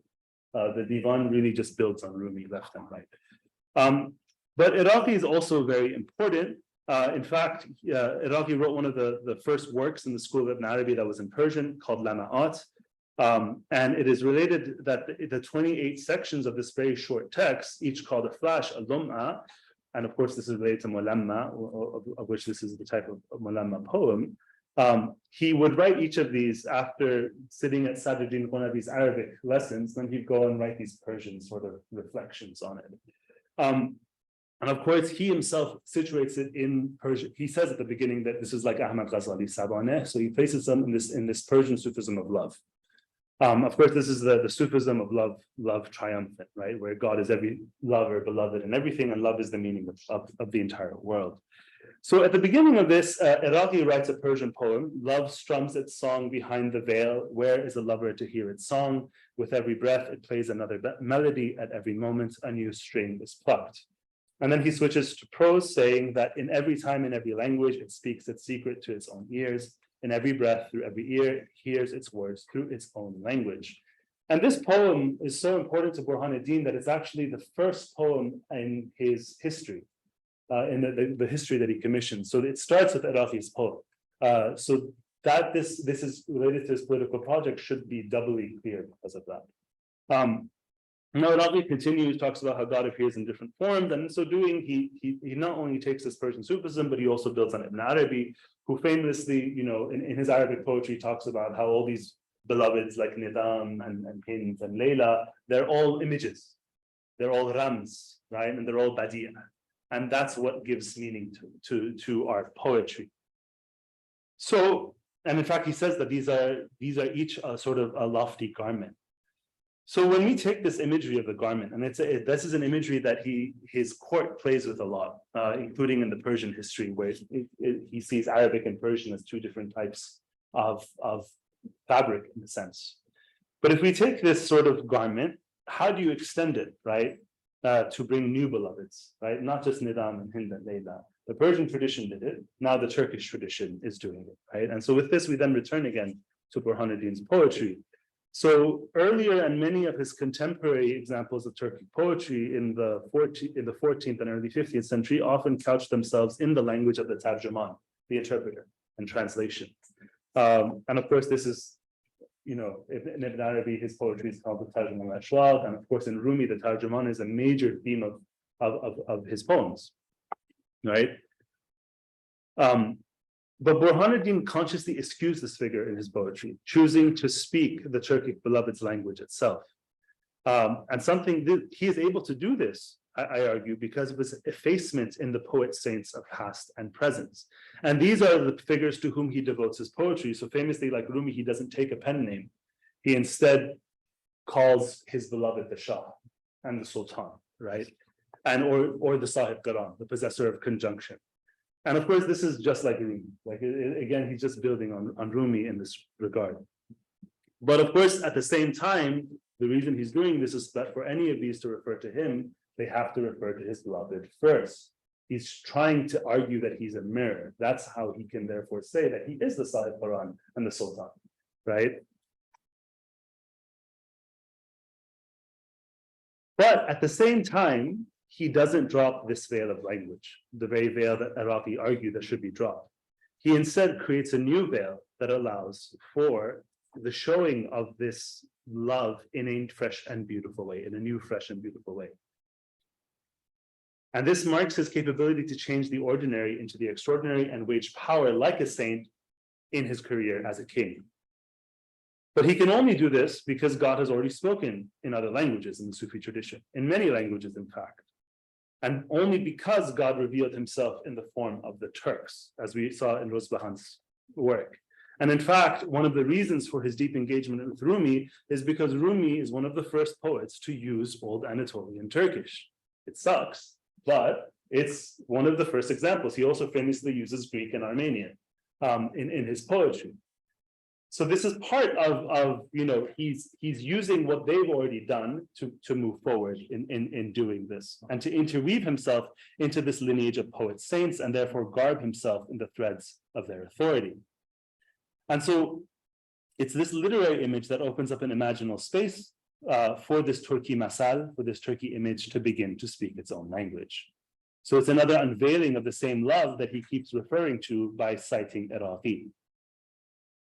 And Burhanuddin's poetry constantly emphasizes that his language choice is for the sake of his beloved. So for instance, in one poem, he says, "Man Turkam san Tatar yolila sorishalim." I'm a Turk and you're a Tatar, so we should talk straight, should talk on the way, on the path. I need that place where when you see me, you're dense. Or elsewhere, he says, "I saw you and I love you, my intimate sweetheart. I can't say my words with an interpreter anymore." Or in another place, from the heart, I give him my words directly. I won't beg from any interpreter anymore. And in this, he is clear that he has transcended, by showing that he's transcended the interpreter and the middleman, he's moved to a place where his Turki words can encompass this vision of this beloved, right? In another place, he says very clearly, "Ben sani sabaram sebesaram bu sozi Türkçe koyuh diyelim, vasfını gah kaside gah gazal gah rubai gah tuyuh diyelim." So I love you, my beloved. Let me say these words to you thickly in Turkish or sweetly in Turkish. Let me describe you at times through a qasida, at times through a ghazal, at times through a rubai, and at times through a tuyuh. And a tuyuh, of course, is a uniquely Turkish form of poetry, and his divan is likely one of the first examples that we have of a collection of ghazals and rubais being connected, appended with tuyuh. which is again part of this sort of project of him trying to consciously create a new idiom. Okay, how am I doing on time? I should finish up. Okay, I'm going to finish up. So anyways, he continues with his imagery. He constantly says that this is not badi, which of course is his way of showing that he's badi. He does this through mulama poems. He does this through meter, through composing in the same meter as many of the masters of the past. All of this to show again this beloved's beauty. But of course, it's not really about the beloved, it's rather about showing the poet as the medium through which this beloved's beauty can come to be. And in his Arabic poetry, he connects this, he has Arabic poetry too, he connects this directly to Muhammad and Muhammad's role as the master of love and the locus of God's beauty, which in the Qasida where he calls this is, he says at the end that God will continue to send praise to you for as long as time remains, and for as long as ears remain in the languages there remain to hear them. So again, I mean, who is this beloved? It is for him, Muhammad. And why is it Muhammad for him? Was because Muhammad is the sign of political authority. And whereas in Ruzbahan, we saw this image of Muhammad as a Turk in the manifestation of wrath and punishment, what is Burhanuddin doing? He is bringing that sort of political authority of Islam that is embodied in Muhammad, this beloved who carries this authority with him, into a Turkic song, into this manifestation of beauty, into this manifestation of court and the songs of court. And the poem that I wanted to end on, he makes this very clear. It's actually a very remarkable poem because we don't really see this image even in a lot of Persian poetry. He says, "Zay majma matbu wa zahi suhbat mawzun layli bunubu ke je gorursa ola majnun bakhshaish haq dur bu ke sarda ola lehamd Muhammad ola mutribi sati si fereidun." So what a beautiful gathering this is, and what a well-balanced company. If Layla could see this, she'd become Majnun. It is the bestowal of God that the cup is full of praise. Muhammad is the minstrel here, right? The musician, and his Sati is Fereidun. I mean, Muhammad as the mutrib is not a normal image in poetry. And this is why this particular poem actually really shows what he's trying to do. That is, he is not just any sovereign, he's an alchemical sovereign who can change language, who can change the very images of poetry. So God, the Turkic musician, which in Ruzbahan's writing was part of a very different sort of political context, now has manifested in this post-Mongol period, where people are experimenting with new forms of political authority through his beloved Muhammad, who sings in Turkish, right? Who is now a Turkic singer. So in summary, the performance of aesthetic refinement is not tangential to the religious or political nature of Burhanuddin's work, but rather is a pillar of Islamic kingship in the post-Mongol period. A king who doesn't embellish and adorn his kingdom is not a real king. And in this post-Mongol period, it becomes the question of the king's own agency and capability to do this, right? Even as he sort of sees himself as a simple partridge, what he's doing here is clearly being noticed by his rivals. So this manuscript is completed in 1394. By 1402, his main rival, Ahmad Jalayir, sort of disseminates his own divan, though it's in Persian. And of course, the generation immediately following him, almost every king in the region has their own divan, some of which has residence of this. And in my larger work, I actually draw a larger sort of trajectory for this to connect him to Shah Ismail. Because when you read Shah Ismail's poetry next to Burhanuddin's, the two are constantly in communication, not in friendly communication, but in communication. That is, in a sense, it seems to me that Shah Ismail eventually co-opts what Burhanuddin was doing. And this has to do with larger questions of who exactly this divan was for, particularly the nomadic elites of his army. But that's something that we can talk about in discussions. Thank you.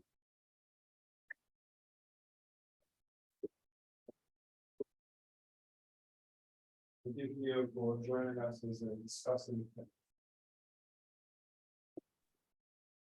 Yeah, are you guys gonna be able to hear me? Does it seem like is that hopeful on your side that my voice is carrying through? Yeah. Okay, cool. Yeah, so I don't, it's particularly because I'm not in the room with those of you who are attending the event in person. I wouldn't want to, monopolize the Q&A or the discussion or anything, but I do have many questions that I could ask each of the presenters, and I'd like to thank both of them for these fascinating presentations. I guess I would. I don't know, Ferenc, what format would you like? Should I pose, let's say, a couple of questions to each of them in turn, or should I pose a couple of questions to each of them together and then let things take their course? What do you think would be best?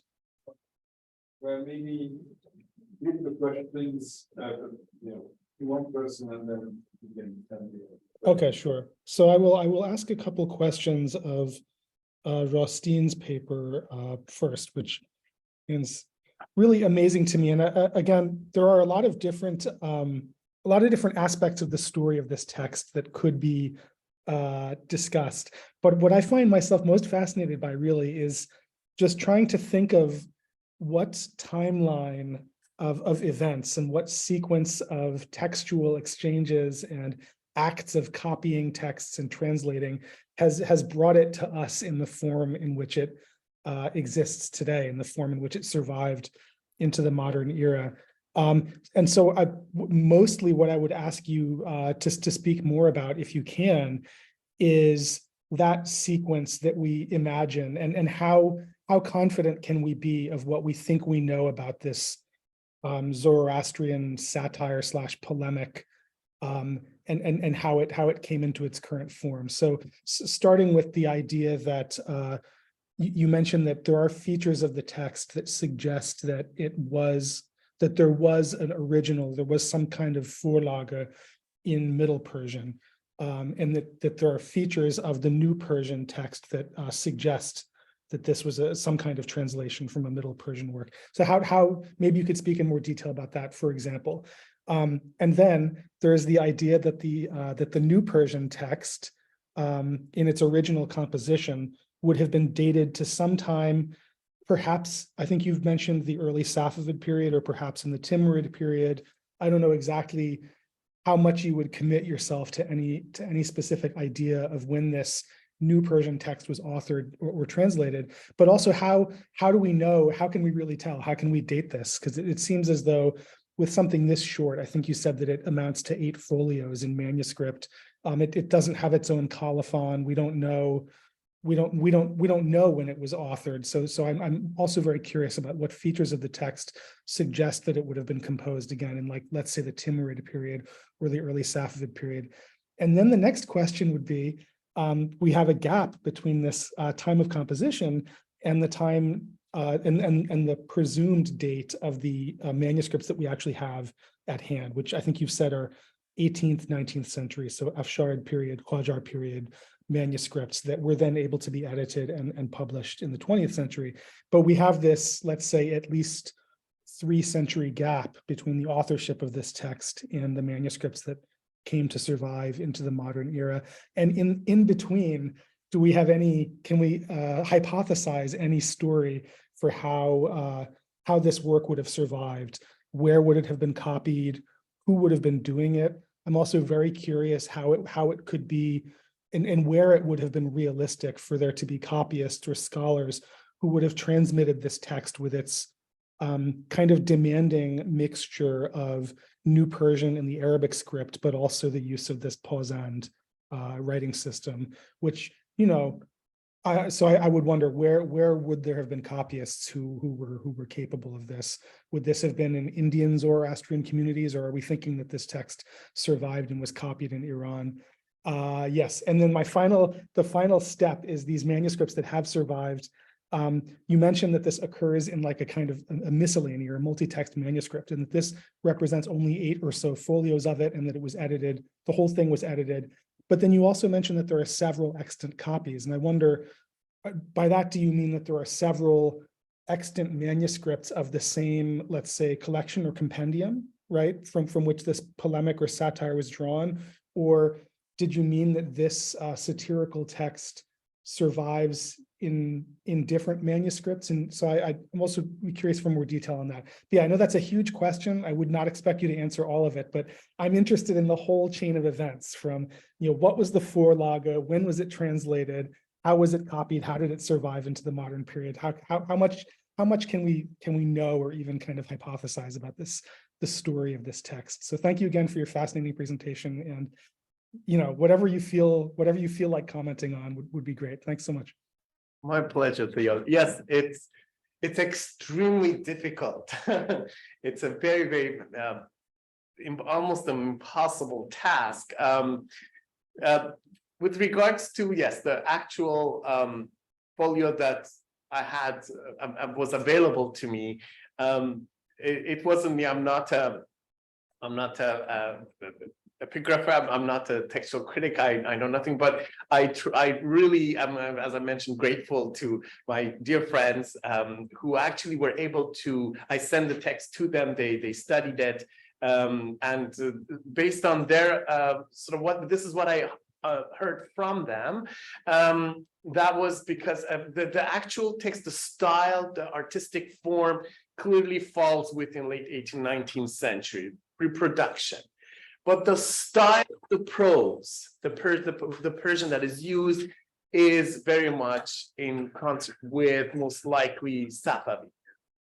And the fact that there's like, we see during the Safavid era also this sort of like unique production of Zoroastrian, texts. As you recall, I mentioned Azar-Kayvani movement. They were at one point exiled to India. There was definitely, and of course, there was this sort of, if you read the Azar-Kayvani, there's this regenerative movement trying to sort of recreate mythologies, Persian, of course, Judeo-Christian mythologies, essentially, but with this specific Iran-centered theme to sort of like recreate, reestablish. So I think this might fall within that. Now, with regards to the gaps, that is extremely difficult, especially within the context of Zoroastrian studies, because as you know, Zoroastrianism and Zoroastrians, they had a really hard time. If you know the very basic history of Zoroastrianism in Iran, they were sort of like, victims of, periodic harassment. The fire temples were essentially repeatedly burnt down, and the Mobids really had, we just basically read horror stories and narratives about how they really, really tried hard to preserve these texts. Yes, at one point in the 19th century, when the epicenter of Zoroastrian scholarship moved from Iran to India, before that, of course, the epicenter of Zoroastrian scholarship was in Iran, as is exemplified by these texts that were indeed produced during the time of clearly we could, say with some certainty during the Safavid era. But after that, it's over. So yes, the collection Hodiwala is indeed a whole collection. That's what I have. That's what I use.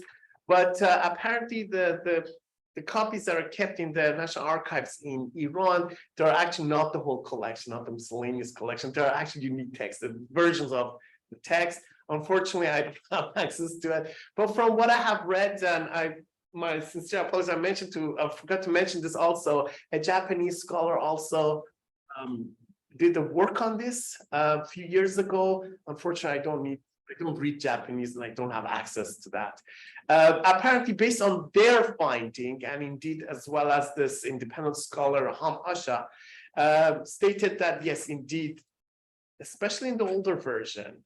Now, unfortunately, I haven't seen the older version. I've just read the snippets, fragments of it. Yes, indeed, it shows some archaisms, but here's again, archaisms, the style of, the reuse of a particular archaism in Farsi, Middle Persian archaism Farsi, was something that was actually preferred. It was something that really was reproduced, particularly by the Zoroastrians. They really, even when we study Pahlavi texts, Middle Persian literature, you see archaisms even there. They're really trying to sort of connect their whatever to the even the time of that comment. They really are aware of it and they try to reproduce that. And of course, that's something I think it's preserved within the later Zoroastrian literature. But I'm so sorry, there's nothing. We cannot really tell what happened during the gap. But what we can tell, well, clearly these were being copied, reproduced, and read, albeit by a concentric group of scholars within the community, Zoroastrian community. And of course, history tells us by the early 20th century, 19th century, there were about only 4,000 Zoroastrians in the world, in Iran. So their numbers had shrunk so much. So in a way, it was fortunate that these texts were preserved and they found their way in Mumbai, India. I hope I was able to answer some questions. Yeah, thanks so much. Definitely. And I know that it's easy to ask a whole series of those questions, but very difficult kind of in the entire field of Zoroastrian studies. I know it's always difficult to answer all of those things. Yes. and easy to ask them. I wonder, Ferenc, should I ask maybe one more question of Rostin, or should I move on to Ali, or do you want to give people in the room a chance to ask questions of Rostin's paper? What do you think? I think we can, if we are kind of running out of time, maybe we could turn to Ali.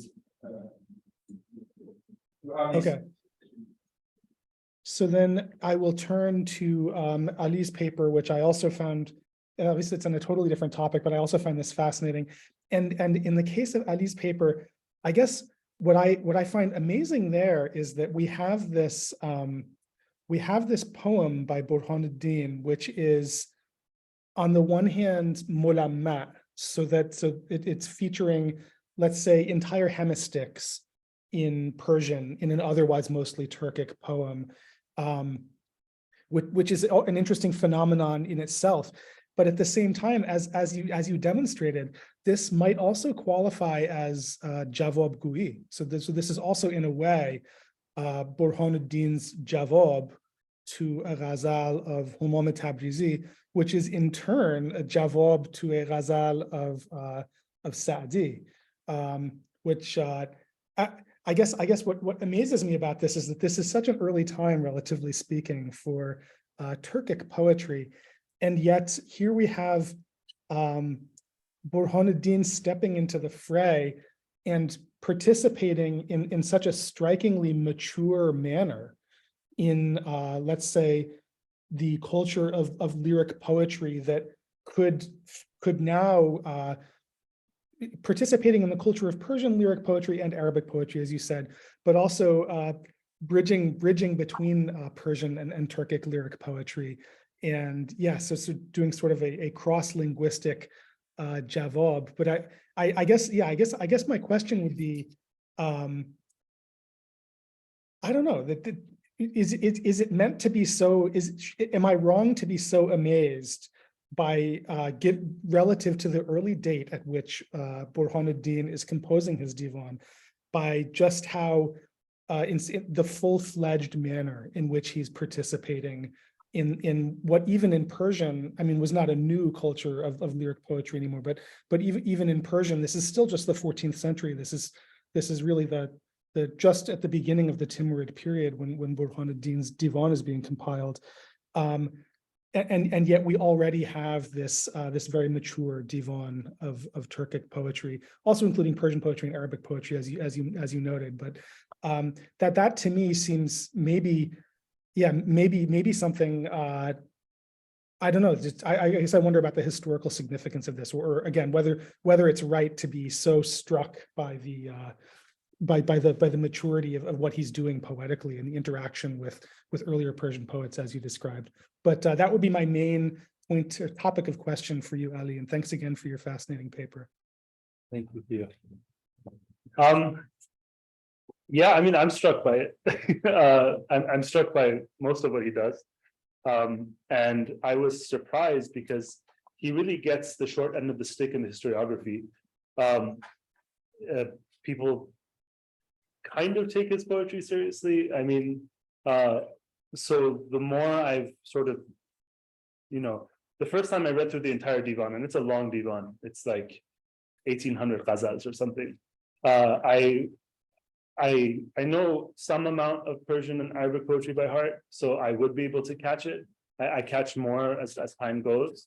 And what was interesting to me is that he is frequently depicted as being, defective in form and meter, but the reason they say that is because Turkic changes, right? Old Anatolian Turkish. So we're very lucky to have this manuscript because it's fully vocalized. And so you can actually figure out whether or not it's actually defective. But most people approach him in sort of either in terms of Azeri literature or Turkic literature, and there the nationalists did a number on the guy. And so you forget how connected he is to these other worlds. And of course, this is part of also what Andrew Peacock argued in his recent work.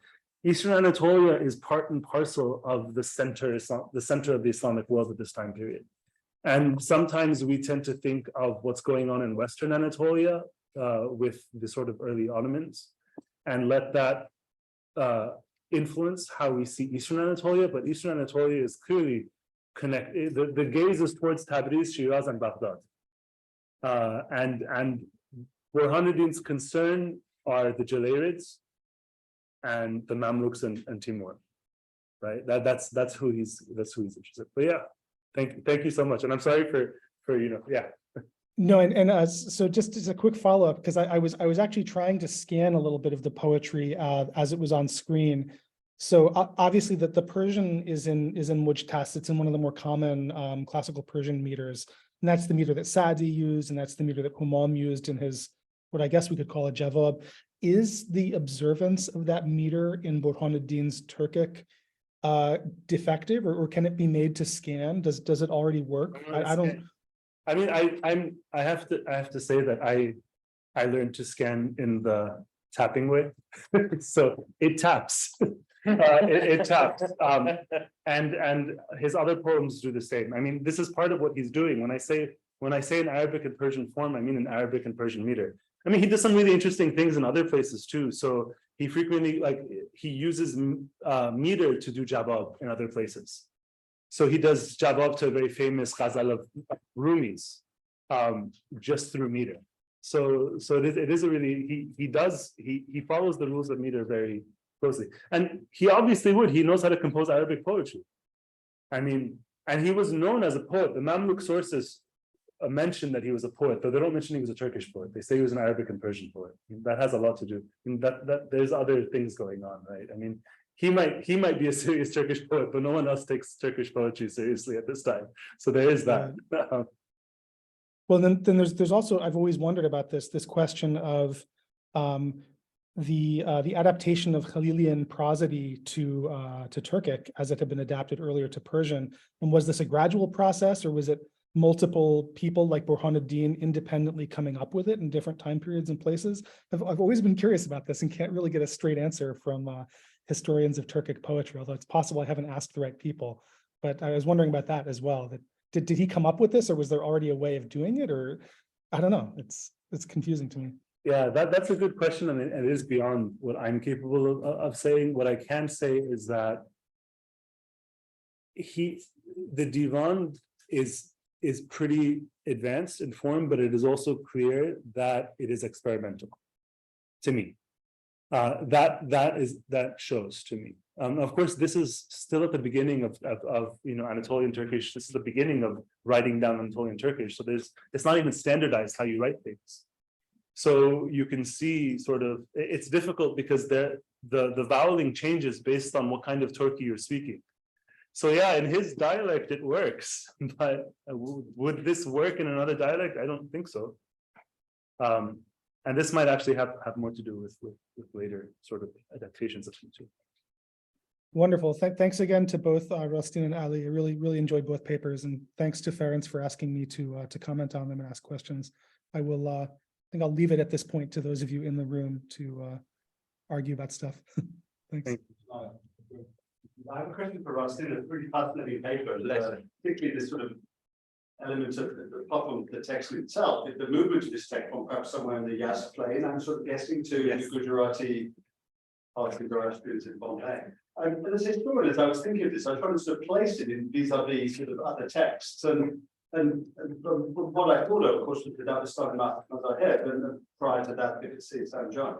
So working back chronologically, so far as we know, let's say, starting with the Dabastani Mazaheb, this seems to be sort of in Akbar's reign, the Zoroastrians were going public. Okay, there's a particular sect, and there's debate over which of the Neo-Zoroastrian sects these are. But clearly, there's an attempt to accommodate Zoroastrianism as part of a set of other religions within this pluralistic realm, and particularly vis-a-vis Islam through the Ishraqi sort of reading of. That's right, yes. But it's there in the public, let's say, it's there in an imperial public literary space that I understand. Going back a generation or two, then we have, let's say, St. John.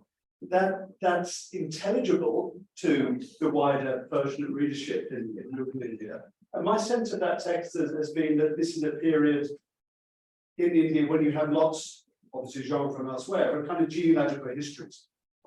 Not least the Tariq al-Rashidi, what's been written, the early kind of Chagatai text of the Mongols translated to Persian, the Mughals into Persian. So this is how you know who we are, because we're telling you where we came from into India. So that's sort of kind of addressing the sort of Zoroastrian text, addressing the wider non-Muslim audience. This text then going back that many generations, presumably not. And this made me think, I'm trying to sort of kind of contextualize this text that we don't have the evidence there. But it put me back to the period at the start of my career when I spent about a month in the Yaz plain, and the villages around Yaz. Yes. They're still pretty remote even 25 years ago. But that's where you had the surviving Atish Cadets, wasn't it? That's right. Where you had the priests and so on. So I'm thinking, given that this is a text that presumably secretive, not just limited circulation. Very secretive. Is that where we should perhaps imagine, imagine it coming out of perhaps, one of these villages with the Atish Cadets and the priests, the literary classes, and the Zoroastrian plain, and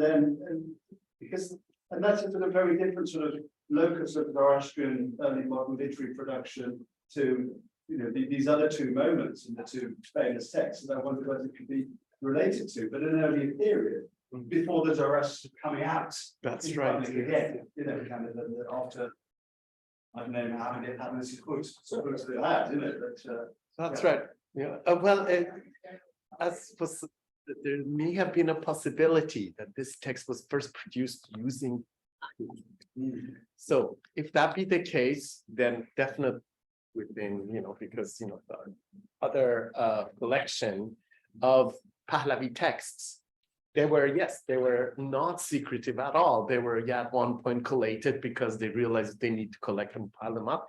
But it could have been part of those canon. But again, yes, at one point definitely became something, and yes, very telling that this was something local in Yaz. Probably, the Yaz is mentioned very clearly by the sort of perhaps the concentric or maybe elite group of literate Mobeds or Zoroastrians who produces them. Yes, absolutely. It's possible that the insertion of the Pazan was something later, much later. May have been. We just don't know. That's the problem. And when it comes, as I pointed out, when it comes to Zoroastrian studies, it becomes extremely difficult because it was a religion and a tradition that was sort of like penalized, literally, there was nothing left really after, especially after the invasion. So it's a miracle that these exist, and yes, fascinating. You're absolutely right. It could be something very, very local. Very tempting to think that it became only sort of focused on that region rather than, let's say, St. John. Yes. Do you believe? I have a question. Do you think St. John is also what time period would you attribute to St. John? I know there's been work done. You've read the St. John. Do you think that's? My sense of that is sort of early Mughal period. Mughal. Sort of depression. The genre and so on, but yeah, I haven't thought about it or looked close enough to think in terms of stylistically. Well, yeah, definitely. So maybe it was, it was also produced early Mughal period. We don't know. Thank you so much. Oh, by the way, my name is Rastin, not Rosti. Okay. I'm also curious about the specific narrative motifs. I mean, have you traced these? Are these common in other literature you're familiar with? I mean, the girl impregnated by the feline demon. I mean, this is a reproduction of the one story of the origin of the Karahan, the Turkish dynasty. So, I mean, have you traced any of these or? Well, not that specific narrative, but within the corpus of Pahlavi literature, there are some fantastical fragments, etc. About not that many. But in Vendidad, when you read especially the Pahlavi translation of Vendidad, you have mention of demons, being interacting with and basically spells on how to get rid of them. And the demon here in this text that comes very clearly is mentioned is the demon of Khashm, which is anger, is a demon that comes and possesses the Mobetan. But as to I mean, I did mention that in other traditions, non-Zoroastrian, it's very, you appear, I think in the text about against, history of Saracens, it was mentioned, medieval text. Yes, the prophet is mentioned as a demon. Yeah, so it's not unusual. Well, calling people a demon, I suppose it's not necessary, but I'm just curious if there's specific elements of the child born with a tail. I mean that there's a Sufi tradition in which that becomes sort of punishment for offending a saint. Wow, yeah. So I'm again these very specific things, not just broad-based denunciations, of course, but the specific impregnation of By feline. I'm really curious. I haven't come across anywhere, but very intriguing. I'll just follow up on that, though. It's interesting, Debbie.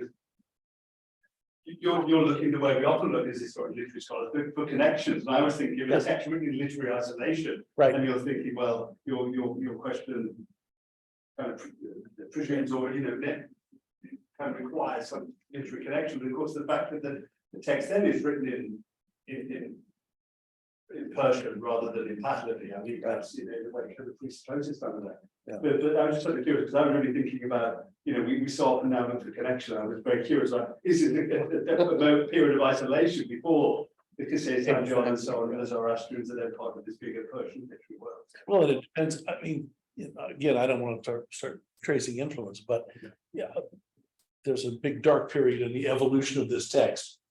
So whether this text gets these ideas from somewhere else or vice versa is hard to say. Fascinating to find out, absolutely.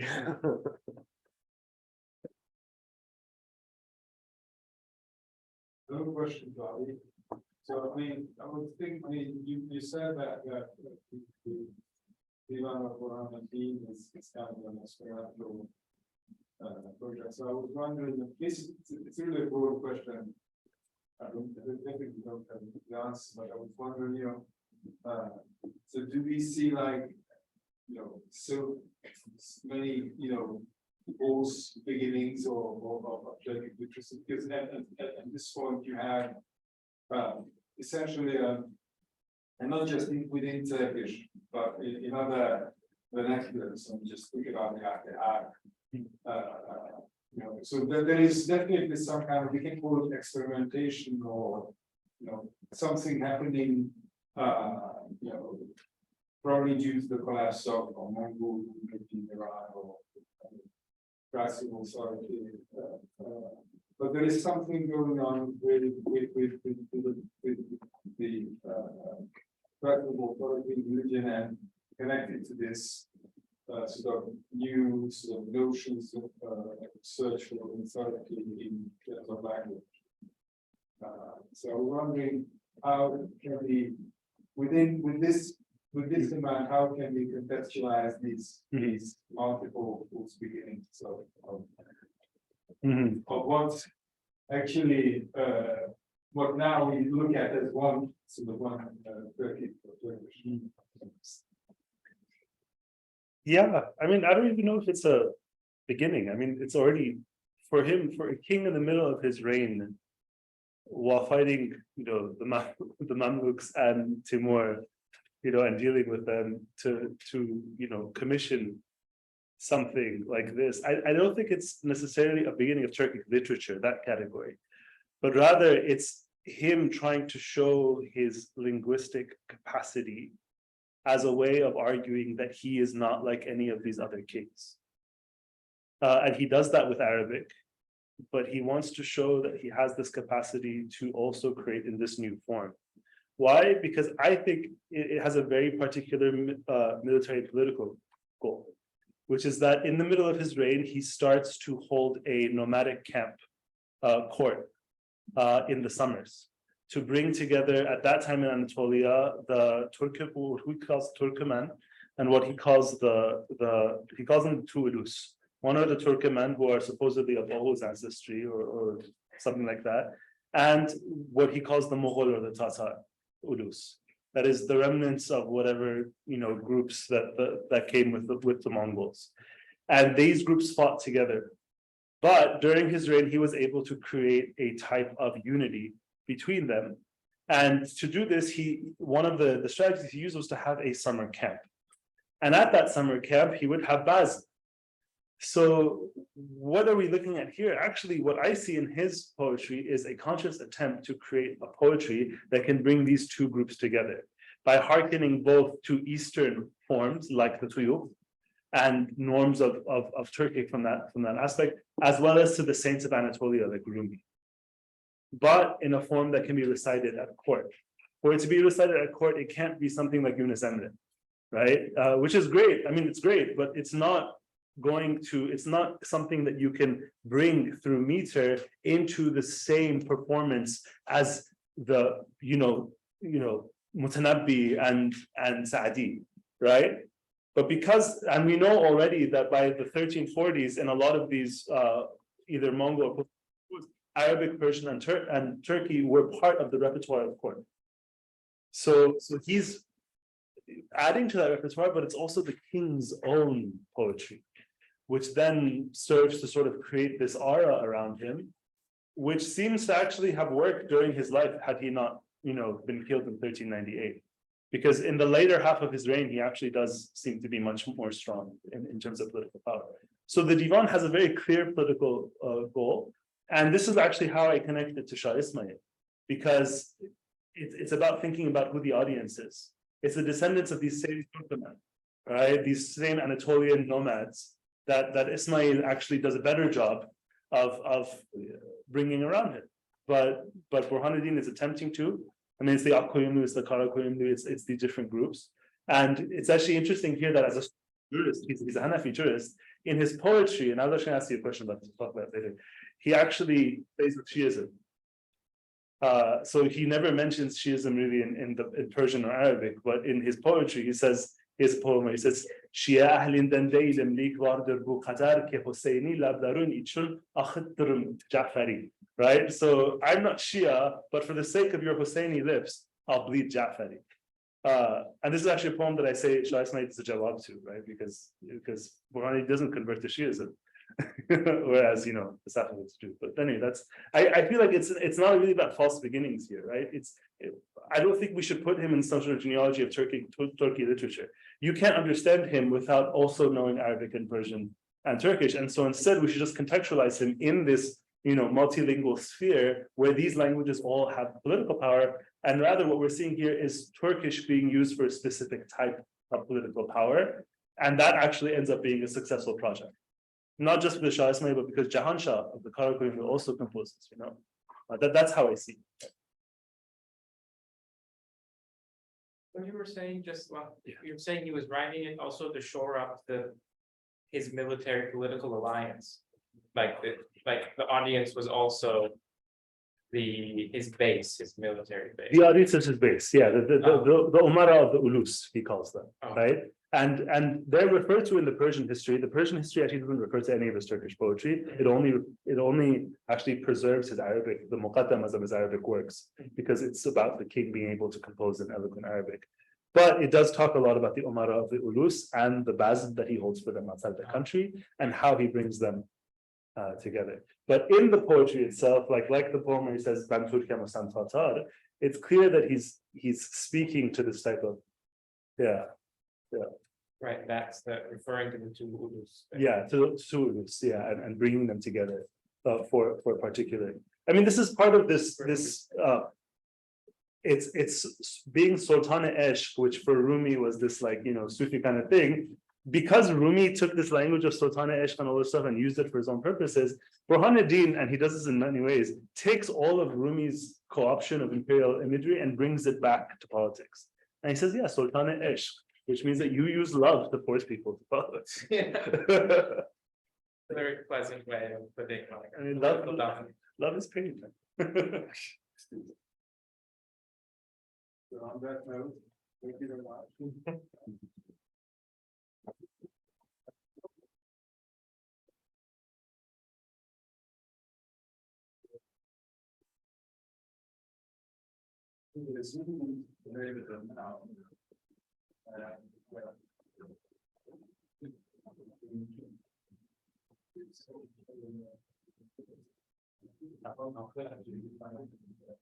Thank you.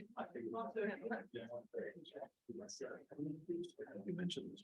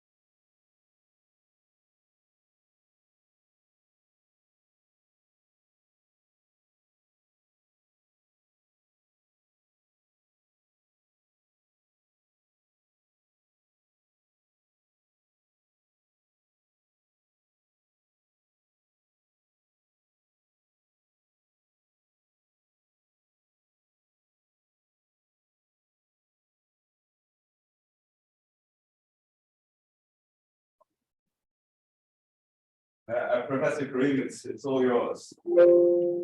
Friends, I don't know if you've been looking at the chat, but the participants online have been having a lot of difficulty listening and seeing the screen.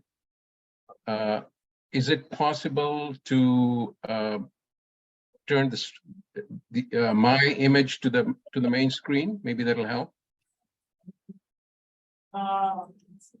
Yeah. Oh, what would? I don't know how you're doing. Oh, yeah.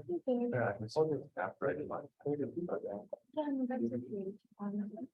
Moving on to the next one.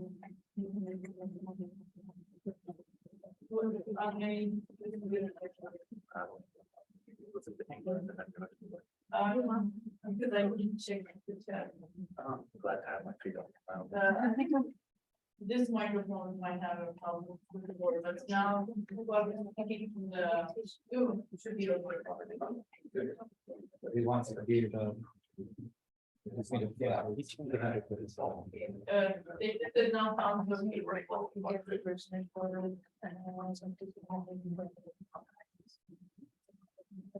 Thank you. I think we're getting positive feedback from the comments. So yeah, Professor Karim, whenever you're ready. Okay, and also I've been getting some requests for people who are waiting to be let in online, so maybe that could be done, and I'll get started. Okay, thanks very much, friends, for organizing this. Is it possible to put up my PowerPoint? Yes, I will link you for those right now. Okay.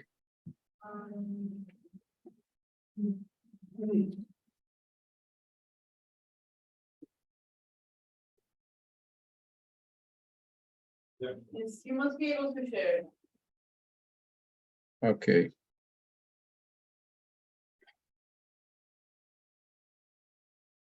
Okay, there we go. Thanks very much.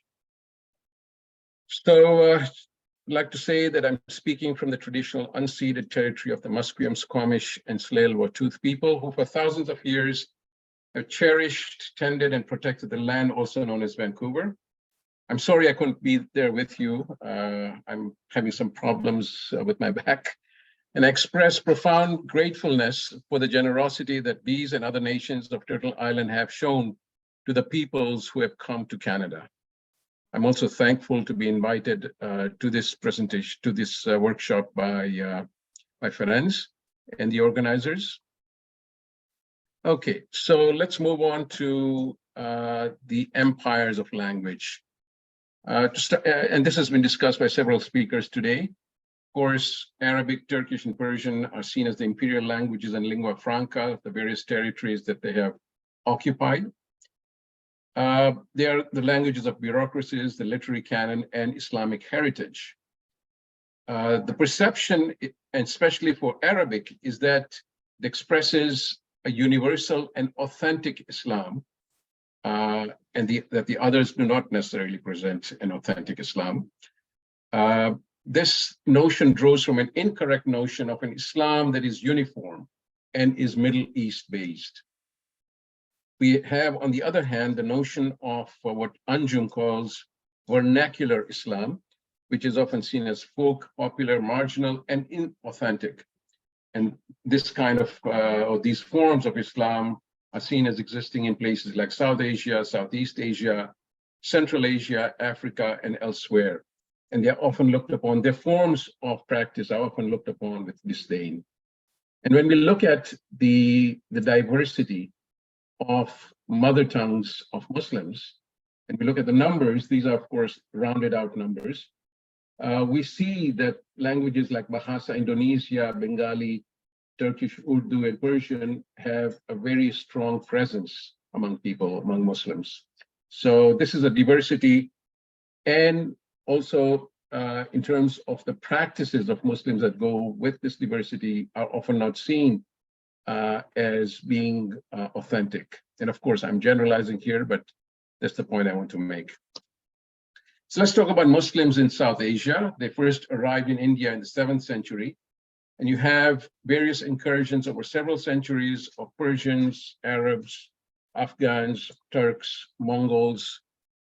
And of course, Persian was the court language of various Muslim domains in India. There are many loan words that basically were absorbed over so many centuries and expressions from the Middle East, as well as other languages of people who are coming into India. And of course, the pronunciations of Arabic and other terms varied in South Asia, in India, and what is now, of course, Pakistan, Bangladesh, etc.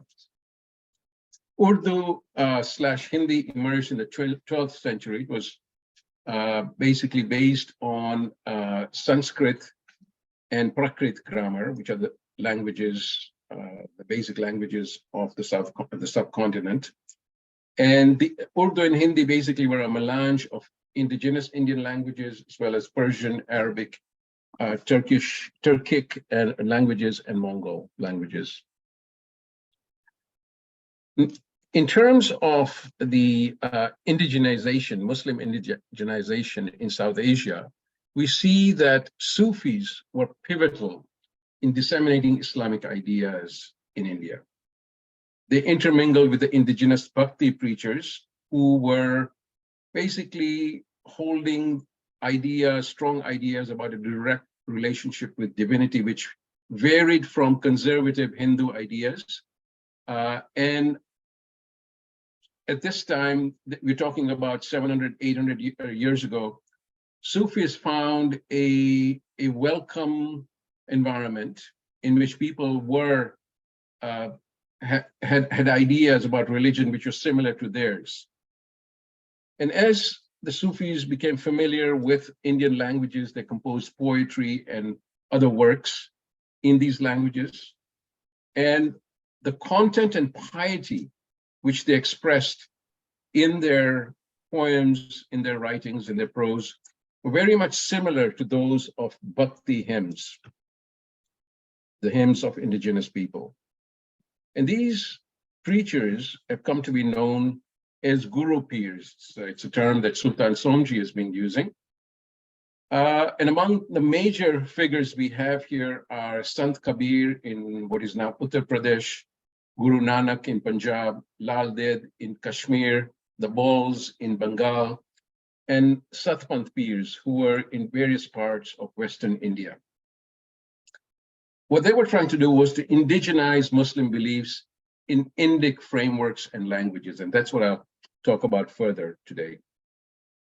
So the Guru Pir's poetic compositions, they have several different genres called dohas, shabads, banis, granths, inans, garbis, etc. And they were, as I said before, in the languages of India, as well as in the mythic frames and in the music of the subcontinent.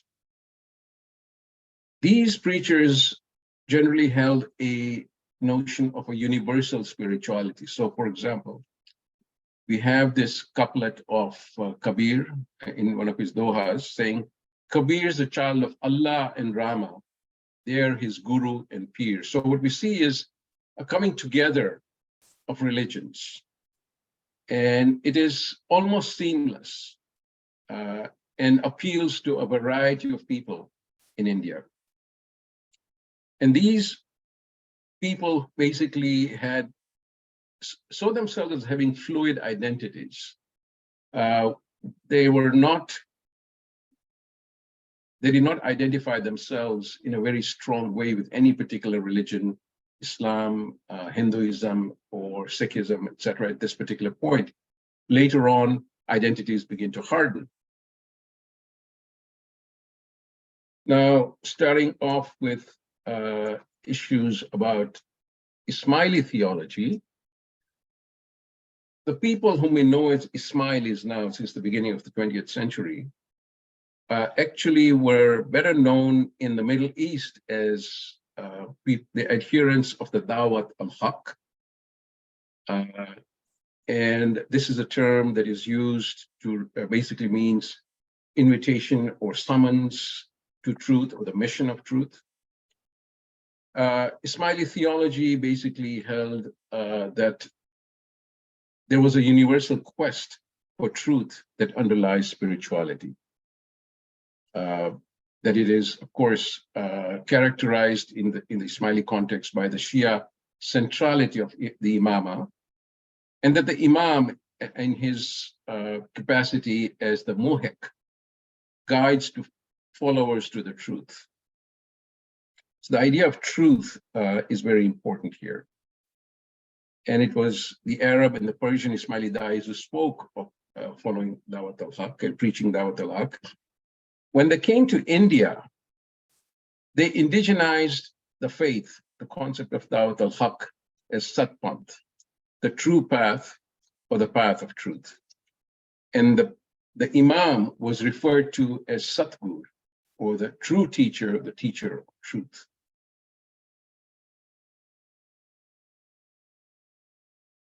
So among the major preachers in the Satpant movement are Pir Shams and Pir Sadruddin from the 12th and 14th centuries respectively. And they were Iranian, they came from Iran, they were steeped in Shia Islam that is expressed mainly in Persian and Arabic.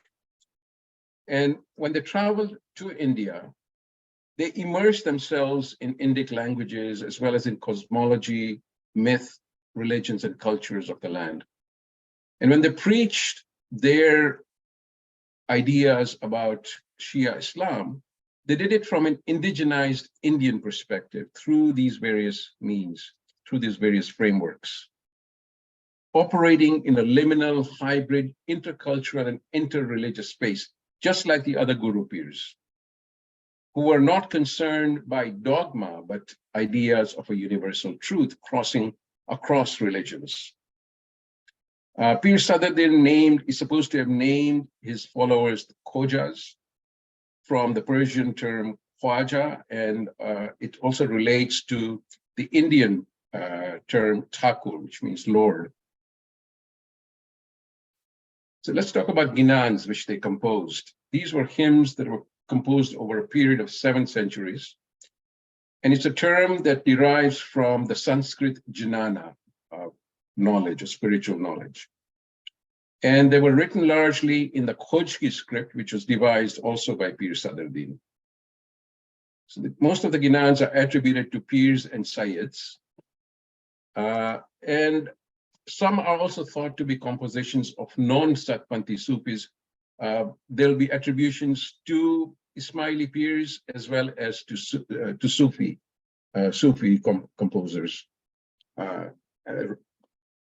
The examination of certain manuscripts has shown that there are a lot of similarities between the compositions of Ismailis and non-Ismailis. There's not a whole lot of them, but there have been certain discoveries of certain major ginans, which are quite similar to what certain Sufis have composed. So, as I've said before, they operated largely in a hybrid environment. There were, when we look at these ginans, they express ideas which are clearly Shia and Ismaili, although this is contested as well. But we have also the use of Indic mythology, Indic ideas, Indic figures to express these ideas. There are around 800 to 1,000 ginans of varying lengths, and they're still sung in religious devotions by Shia, Sunni, and Hindu groups. They are composed in Gujarati, Punjabi, Sindhi, Khariboli, and certain other South Asian languages. Their content and vocabulary are polyvalent. They transmit Shia Islamic concepts in Sufi and Bhakti devotional modes, and are framed within Islamic and Vaishnava cosmology and myth. And as I've said before, they're sung to North Indian or Hindustani raga musical tradition. So you can see that this kind of polyvalence draws in many, draws in forms of speech, music, ideas, concepts, etc., in a very varying way, in a polyvalent way. So I'm going to move now from indigenization to auto-colonization, which I see as a reversal of what the peers did. My definition, which I'd like to present here today, of auto-colonization is that it involves the erasure of aspects of one's heritage and replacing them with elements of dominant cultures. And this has been occurring among the Khoja Ismailis for over a century. We see a shift in the grammar of symbols that were used in Satpanth over many centuries, and an erasure of South Asian elements in identity, religious heritage, language, and sartorial and architectural design. And the forces that have induced this auto-colonization are those of colonialism, globalization, transnationalization, and Islamism. Transnationalization has occurred among Ismailis as the Soviet Union collapsed, and there was greater access to Ismailis who lived in former Soviet states, as well as greater access to the community in Syria, as well as in Iran and Afghanistan. And of course, this is not always, it's basically asymmetrical. It doesn't occur all the time, but there has been greater access than there was in previous centuries. And this has created a sense of being pluralistic and trying to accommodate the various traditions among the Ismailis. In Pakistan, basically the fundamentalists have exerted strong pressure on the Khojas, saying that their tradition is very Hindu, that the Ginans, because they have allusions to Indic myth and cosmology and other figures, that basically they are reciting Hindu hymns.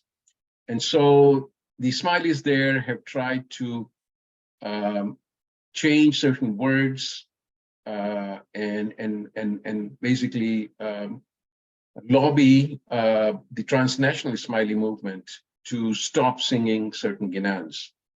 So this has basically caused a certain, what I'm calling an auto-colonization that is largely of an Arabized form because of the pressures from the Wahhabis and other movements, which cannot basically do not seem to be able to understand the kinds of indigenization that occurred in South Asia, as well as in other places like Southeast Asia, Africa, and so on. And so you have a sense among the Khojas of trying to eliminate and erase aspects of their South Asian, Indian, or Indic identities. So first of all, I'll talk about the impact of British colonialism. The Khojas were under British colonialism in South Asia and in the East African diaspora. There was a strong movement of people, of Khojas and other Indians from across the Indian Ocean to Africa. The Imam himself, Aga Khan I, moved from Iran to India in the 1840s. And kept in touch with the community in East Africa and in other parts of Africa as well. He and his succeeding Aga Khans have had a strong relationship with the British government, which had welcomed him to India. Of course, I'm glossing over lots of details here, so bear with me. British East Africa became a pivotal territory in the transnational Ismaili administration. And this was going to have long-term consequences to this day. So when we look at architecture of Jamaat Khanas in the late 1800s, early 1900s, we see a distinct Victorian style. And you can see how colonialism seems to be affecting this community. Even the naming of the group from Satpanthi Khoja to Ismaili Muslim basically occurs during this period, late 18th century, early 19th century. The communities of Satpanthis were called Khojas by the Pir Sadruddin many centuries ago, and this is how they identified themselves for a very long period. Now, the Bombay High Court, which was basically the site where certain cases took place against the Aga Khans, this became the way in which the identities of the Khoja Ismailis were debated in the court became instrumental in reshaping their identity. So the Aga Khan case, which occurred in 1866, its central question was, who and what are the Shia Imami Ismailis? Now, this was a question formulated by the lawyer of Aga Khan I. Now, the term Ismaili was rarely used by the group itself. There are certain texts over many centuries where, I would say a handful of texts, where the community itself refers to itself as Ismaili, but it refers to itself by many other names. And one which persisted for a long time is the one I've mentioned before, Dawat al-Haq, and in India, Satpanth. The term Ismaili was coined in the 10th century by 12 Shia heresiologists. And later on, when Western Orientalists began to study Muslim texts, they basically picked up this term to refer to the group in the Middle East and elsewhere. However, the impact of the Aga Khan case was such that the community's official institutions adopted the term Ismaili and also coined the term Ismailism to refer to itself.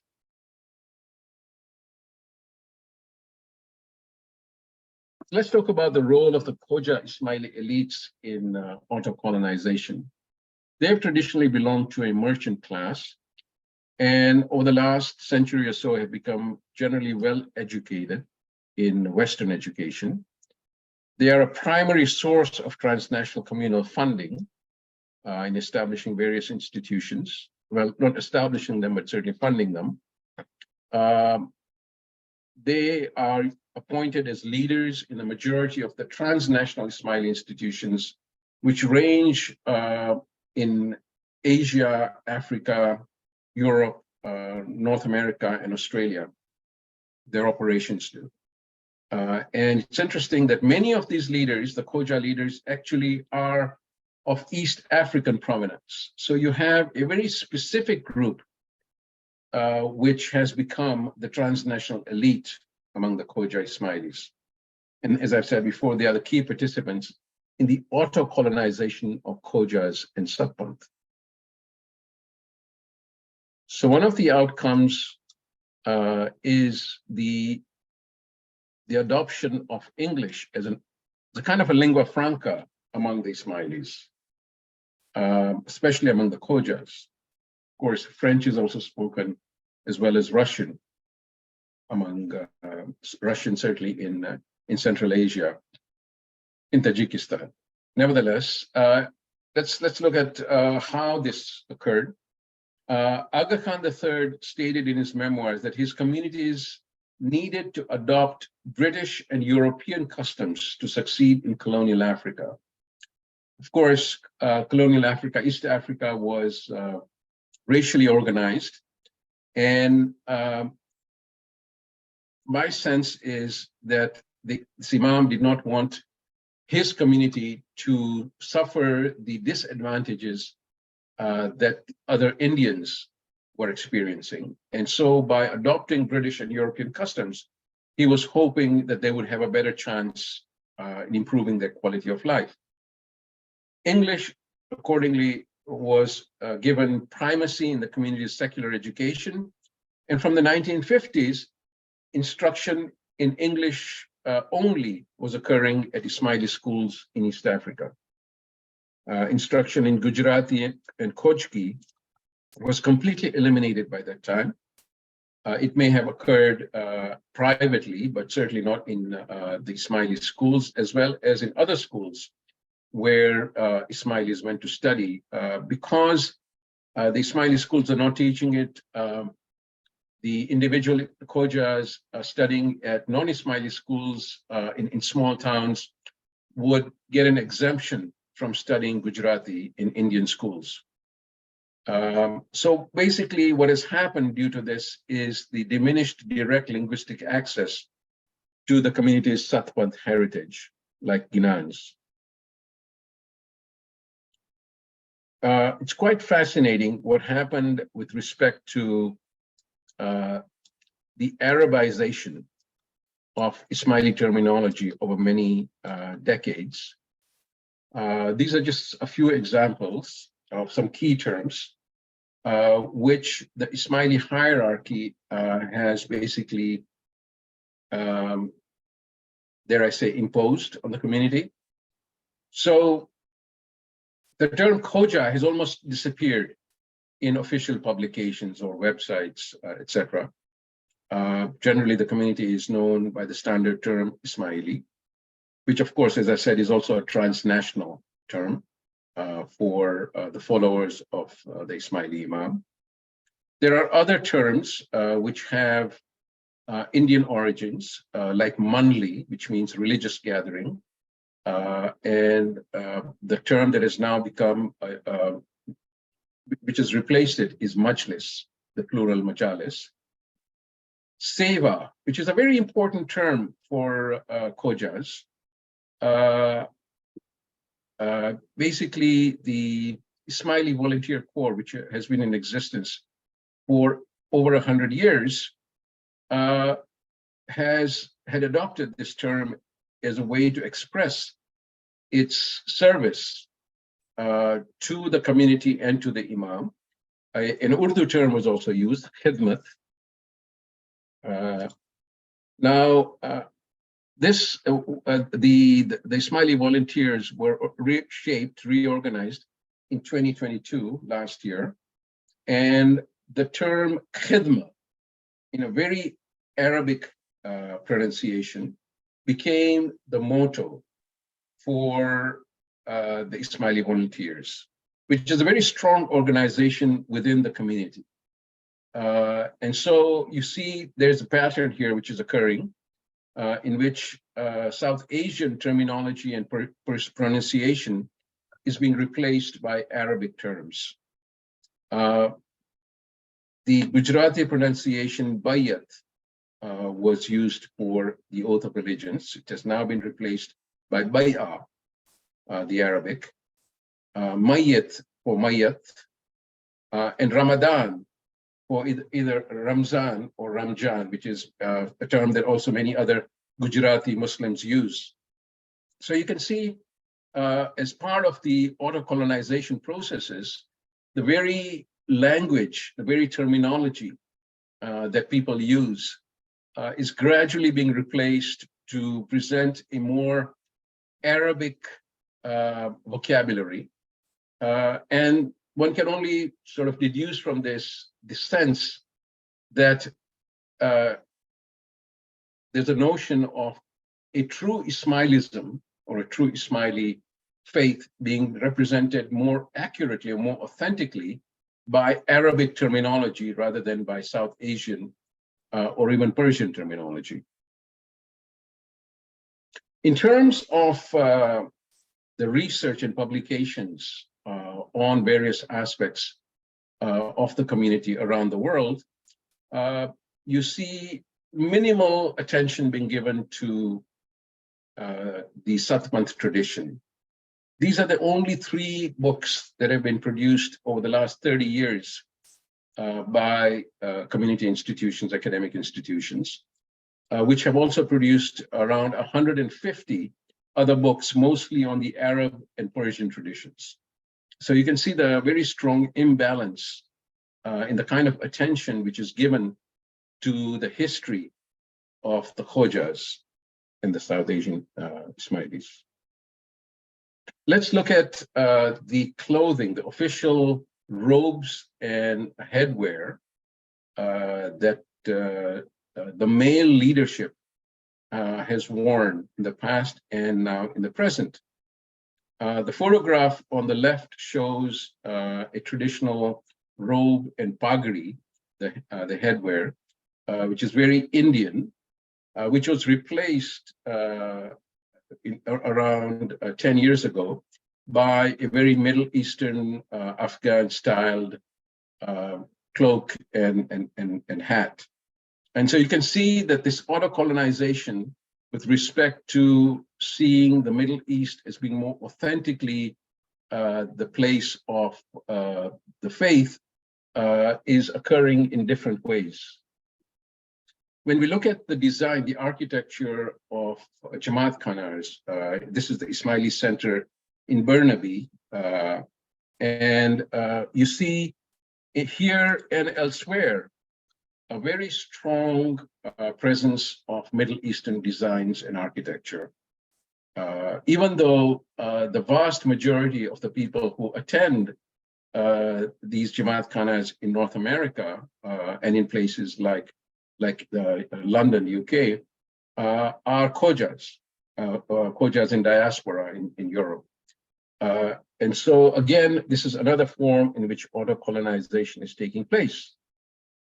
It is interesting by comparison, when we look at the design of on the left, it's a detail of a kind of a stylized skylight of the Ismaili Center in Dushanbe, Tajikistan, where the architect, who actually happens to hail from Vancouver and is a Khoja, took pains to recognize the indigenous styles, which actually are drawn from ancient Iran, from Zoroastrian styles, Zoroastrian symbolism, and how this particular motif, as well as others in the Jamaat Khana, respect the local culture. Whereas we don't see that happening necessarily, even in India, in the current buildings which are being constructed. On the right, we have the design. This is the architect's impression. The architect is of Iranian origin, and she has designed this particular building that draws from various cultural influences, Muslim and non-Muslim, as well as from ancient Persepolis. So on the one hand, you have transnationally the diminishing of the Khoja heritage and culture and design, as well as language. And on the other, the increasing emphasis even on pre-Islamic styles from the Middle East. So I seem to be going in the wrong direction. Okay, so okay, there we are. So to sum up, Khoja elites are facilitating the dual colonization of Satpant culture and heritage. Middle Eastern languages and cultures appear to be viewed as being more authentically Ismaili and Islamic.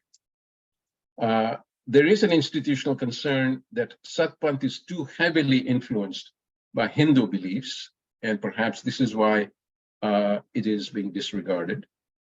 And what is happening is that contemporary auto-colonization is actually reversing centuries of the indigenization of the Dawat al-Haq in South Asia by Satpanti peers and Sayyids. So I'll stop here. Thanks very much.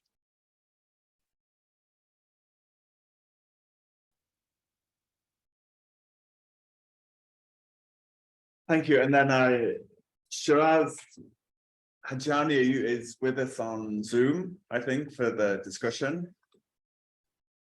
I hope.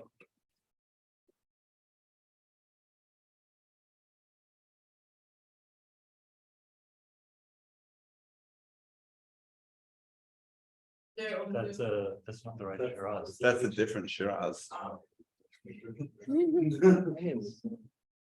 If Dr. Hajani isn't here, maybe we can, yeah. Well, maybe if Dr. Hajani, Shiraz Hajani, the Harvard Center for Study of World Religions is on Zoom, please send us a message in the chat and we will bring you in as a discussion. Absent that, if anybody in the room has any questions for the two presenters, please go ahead.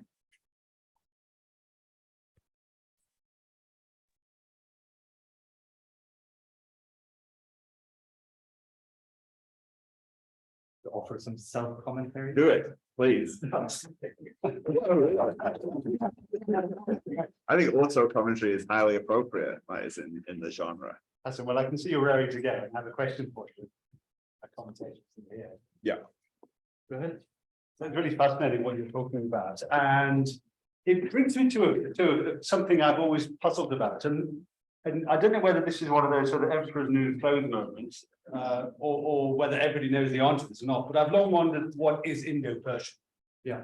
Is it just Persian used in India, or is it a particular type of Persian that is lexically Indianized through drawing on Sanskrit terms, etc., or kind of Prakrit Hindi terms, etc. And I wonder if, on the one hand, if you have any thoughts on that, sort of on the, let's say, how widespread this type of usage of Hindi terms or Karibali terms, whatever you call the Hindi terms in Persian texts, whether therefore specific genres and so on. And indeed, what's the implication of that? Because if there's a Persian cosmopolis that's dependent on, I'm trying to think who came up with the idea of Persian as a koine, which is sort of relatively stable over 1,000 years of wide geography, and therefore that's what makes it a cosmopolitan language. Of course, if one starts to have all sorts of Hindi or elsewhere Turkic terms or whatever else come into texts, that perhaps aren't going to be in any dictionary anyway, even so far that there are dictionaries are available, then those texts aren't suddenly legible in all sorts of different places. So I'm just sort of, kind of thinking through partly just an empirical question, how commonplace or which genres are you finding this kind of lexical borrowing? Yeah. And what its implications are, and if you can just tell me what is in their Persian, that'd be great too. I think the only context in which I would use the term Indo-Persian wouldn't be to refer to features of the language. I think I think in the paper I may have used it once just to refer to the fact that authors like the one who wrote Mehmet Suluk, virtually everybody he cites except for Rumi is somebody from South Asia, going back to the 13th century. So in that sense, I think you can use the term to refer to the kind of subgroup of a readership, right? Yeah, so it's a literary tradition in the sense. Yeah. As for the language itself, I think that goes beyond what I can say. I know that it's a feature of various kinds of Sufi texts going back much earlier than this. And then maybe sporadically you find it in Tariq. Here, I think you see something different where somebody is actually kind of devoting an essay to the Quran. So yeah, I couldn't. So I think Indo-Persian has some kind of is a useful term, but not to refer to the language itself. To refer to textual traditions. Thank you. I also had a question for Hassan. I really enjoyed your paper. Thinking about these like sets of equivalents like Panchayat and Ijma that you have here. And you discuss this as like a universalizing gesture. I'm wondering if at the same time it's also, kind of anticipates much later divisions. In India, if it kind of sets up for the opposite, if you get what I'm saying, of Sanskrit and Persian, Perso-Arabic as belonging to two different oceans, right? If you have thoughts on that. I think on the contrary, right? This person is it's almost kind of like an ethnographic move, right? He doesn't think that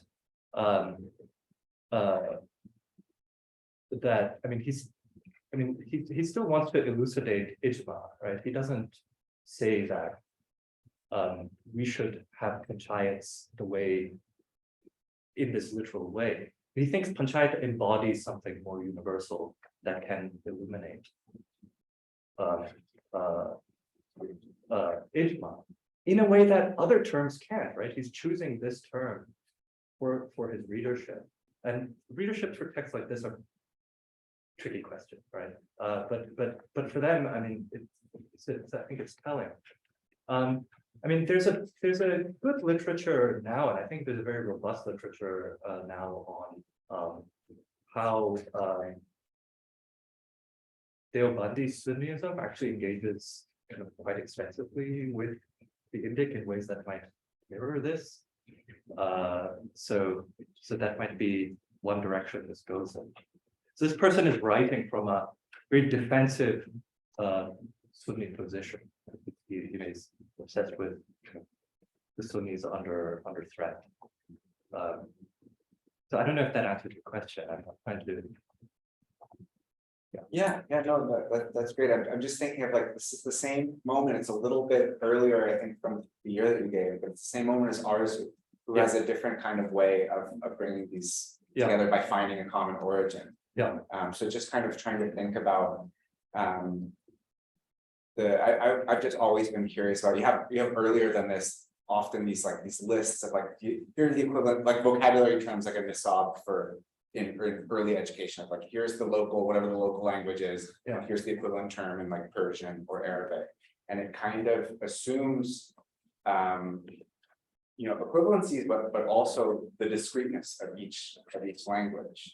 When as you kind of show in this text, they're in practice, it's messier, right? They're words that we can like etymologically identify as belonging to one tradition used in the other one. And Persian and Arabic is the best example of that.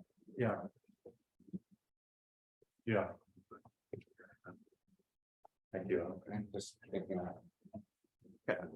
I have a question, if I may. A question for Professor Karim and a separate question for Hassan of kind of different scopes. I was just wondering because you referred to the organization of these works as sort of not organized or lacking like clear, and that which was a link to the historical kind of adab way of structuring works.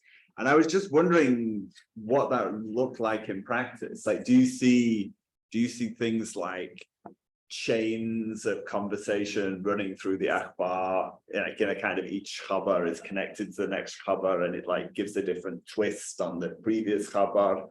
Or are you seeing kind of like big boxes in which the khabar are kind of dropped all on a certain, I don't know, I was wondering what kind of thing they were.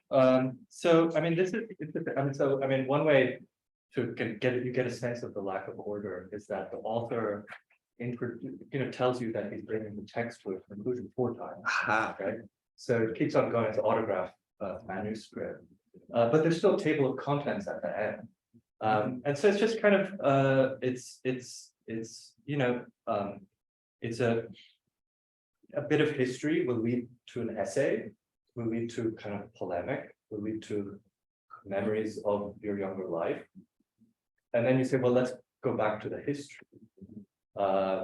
And then you catch up. So there's actually a huge gap, between kind of put into the part of the work that's chronicle.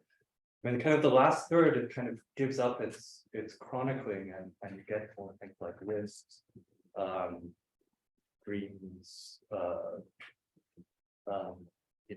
medical formula, things like that. But then you also get a conclusion. So it's not just, it's not a scrapbook. It's encyclopedic memoir was the only thing I could have to say about it to describe it. Yeah, it's really interesting. I mean, I think we lack in English appropriate words to describe a structure that, like you described, it clearly is a structure, but it's an open-ended structure. That was, we don't have a clear word in English that does the same work.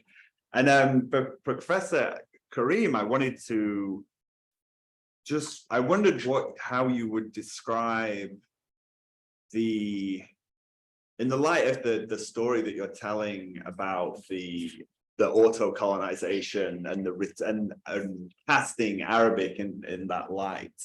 I wondered what you thought about the context in which like we as a group are producing knowledge. I mean, I often think about like where I am as an English person producing knowledge about South Asia in a Californian institution. And then I was thinking when you were talking about the work that the Ismaili Institute, that my colleagues in London have done, editing the Ikhwan al-Safar, for example. And I just wondered kind of how you saw our institutional framework in light of the topics you were discussing, our institutional frameworks, of course. Yeah, thanks. That's quite an intriguing question. And of course, all of us who write in Western languages and publish in Western languages are doing it because of the way that the world is today. There is a dominance of languages like English, European languages, in which knowledge circulates in not only in Western countries, but beyond, formerly colonized, as well as those who are not colonized, even places like Iran. So the way that I see our situation is that we circulate, we are educated in particular languages, we work in particular languages, and then we produce knowledge because we feel that there is an audience that basically will read our works in these particular languages, particularly English, and hence the cycle continues. It would be an interesting challenge to try and write in other languages. The problem, of course, is how ready is academia, at least in the circles that we operate in Western countries, to accept this. One would have to approach publishers in other countries to do this. And of course, there are audiences, academic audiences in other languages, but we seem to be suffering from a disconnect with those countries. And so we have our own, dare I call them enclaves. I mean, these are fairly large enclaves, the academic circles in Western countries and English-speaking countries. That's the situation that exists right now. One would certainly hope to see a more, dare I say, democratic approach to languages that is inclusive, at least of languages that have certain circulation. I remember a few years ago, it may have been about 10, 15 years ago, there was a comparison between the number of books published in Arabic and those published in just the country of Spain, I think it was. And Spain was producing more books than all the Arab countries combined, which was shocking. And so there's obviously is an imbalance, whether it is colonization or globalization. English and other European languages continue to have a dominance and are increasing their dominance. So that's the world we live in today. I certainly hope that it will change. Thank you. Yeah, sorry. Also for Dr. I also debate on this sort of globalization, colonization, self-colonization question. I wanted to ask a question about, this turn towards the Middle East and Arabic in light of sort of the situation in India in the past, decade or so, and the sort of, that it's as if there's no room left for a type of indigenized Islam in places like Gujarat and other places, that the term Hindu, there's no tolerance towards that kind of, reading of a Satpanthi Islam that leads to this sort of global, the Khojas are a diaspora group, and it does it just seem to be more expedient to shift because that part of home is no longer home and language has fallen apart, and there is no room left for a type of Hinduism that's accommodating? Is that possible? Is that part of the process? If I could jump in, because I had a very similar question, that was almost exactly what I wanted to ask. Thank you. Just thinking about politics in India today, I mean, could it be that it's not just a top-down process that you were discussing about the auto-colonization, but maybe also members of the Ismaili community themselves and also other Muslim communities in India feel that they maybe are also pushed to look for other symbols or languages or notions of Islam that they maybe because of the violence and the problems today, specifically in India, that makes it appealing to look in that way and sort of construct this other notion of Islam that they maybe is then sold as more true or more, authentic or something. But I was just wondering, yeah, if that's also something maybe coming out of the community itself as well. Yes, these are very interesting questions and very important ones. There are several stories to tell about what is happening in India today, and of course, the BJP, the right-wing Hindu nationalists are really pushing Muslims and certain other minorities into the corner in a very violent, very abusive, and are threats to their existence. Now, we have, on the other hand, an unsensationalized aspect of Indian culture. So when I look at certain kinds of Indian music that is becoming very popularized, it has been popular for a while. For example, the singing of ghazals, which really emerged from the Muslim peoples like Amir Khusro and others, Ghalib, etc.,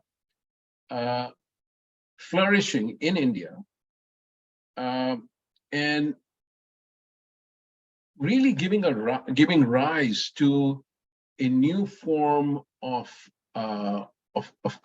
cultural expression, which has now become universalized to a certain extent in North India among Hindus, not all Hindus, but there's a certain class of Hindus, Sikhs, etc. And large numbers of people attend these gatherings, which are sometimes the performers are primarily Hindu.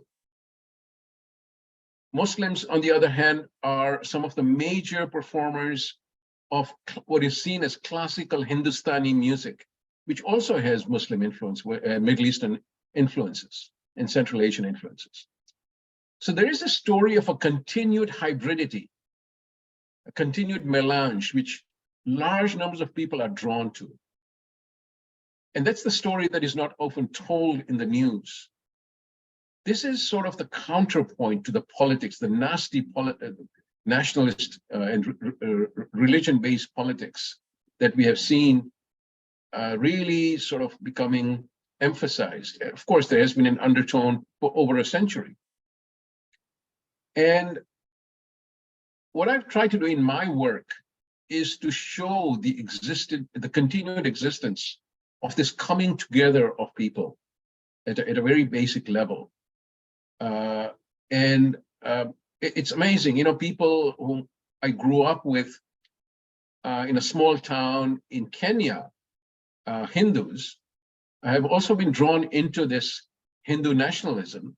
But when you engage with them in a conversation, you can see how they shift, how their thinking shifts.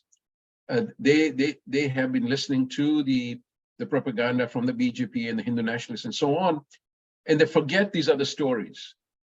And what is important is a continued emphasis on this 700-800, perhaps 1,000-year history in which people have been coming together and have been trying to even deal with issues of spirituality at a very common level. And so there's spirituality, culture, music, language, etc. And dare I say politics too, to a certain extent, where people are trying to work things out in a common way. And it's, of course, very difficult to do that. It's not easy, but it does exist. And so when the Khojas are withdrawing from their own heritage, which has been an amazing expression of this kind of hybridity of two major cultures of the world, or several cultures of the world coming together in their expressions, in their gnans and other devotions. When they let go of that, they are basically kowtowing to not only Hindu nationalists, but also to the Islamists, and you know, those forces basically want to see this kind of polarization. Another fact which I'd like to close with is that previously, when the riots were occurring of Hindus attacking Muslims, the Khojas were largely spared. But over the last couple of decades, when they have more increasingly identified as, you know, with Middle Eastern aspects, they have also become targets now. So what is being thrown away is something very important, very precious, which could actually help in a form of reconciliation, at least with parts of the Indian population, which is attentive to those kinds of discourses. Thanks. Thank you. Okay, that brings the session to a close. And we have a little under 2-minute break. Should we? Again, no, 3:50. Excellent. Thank you.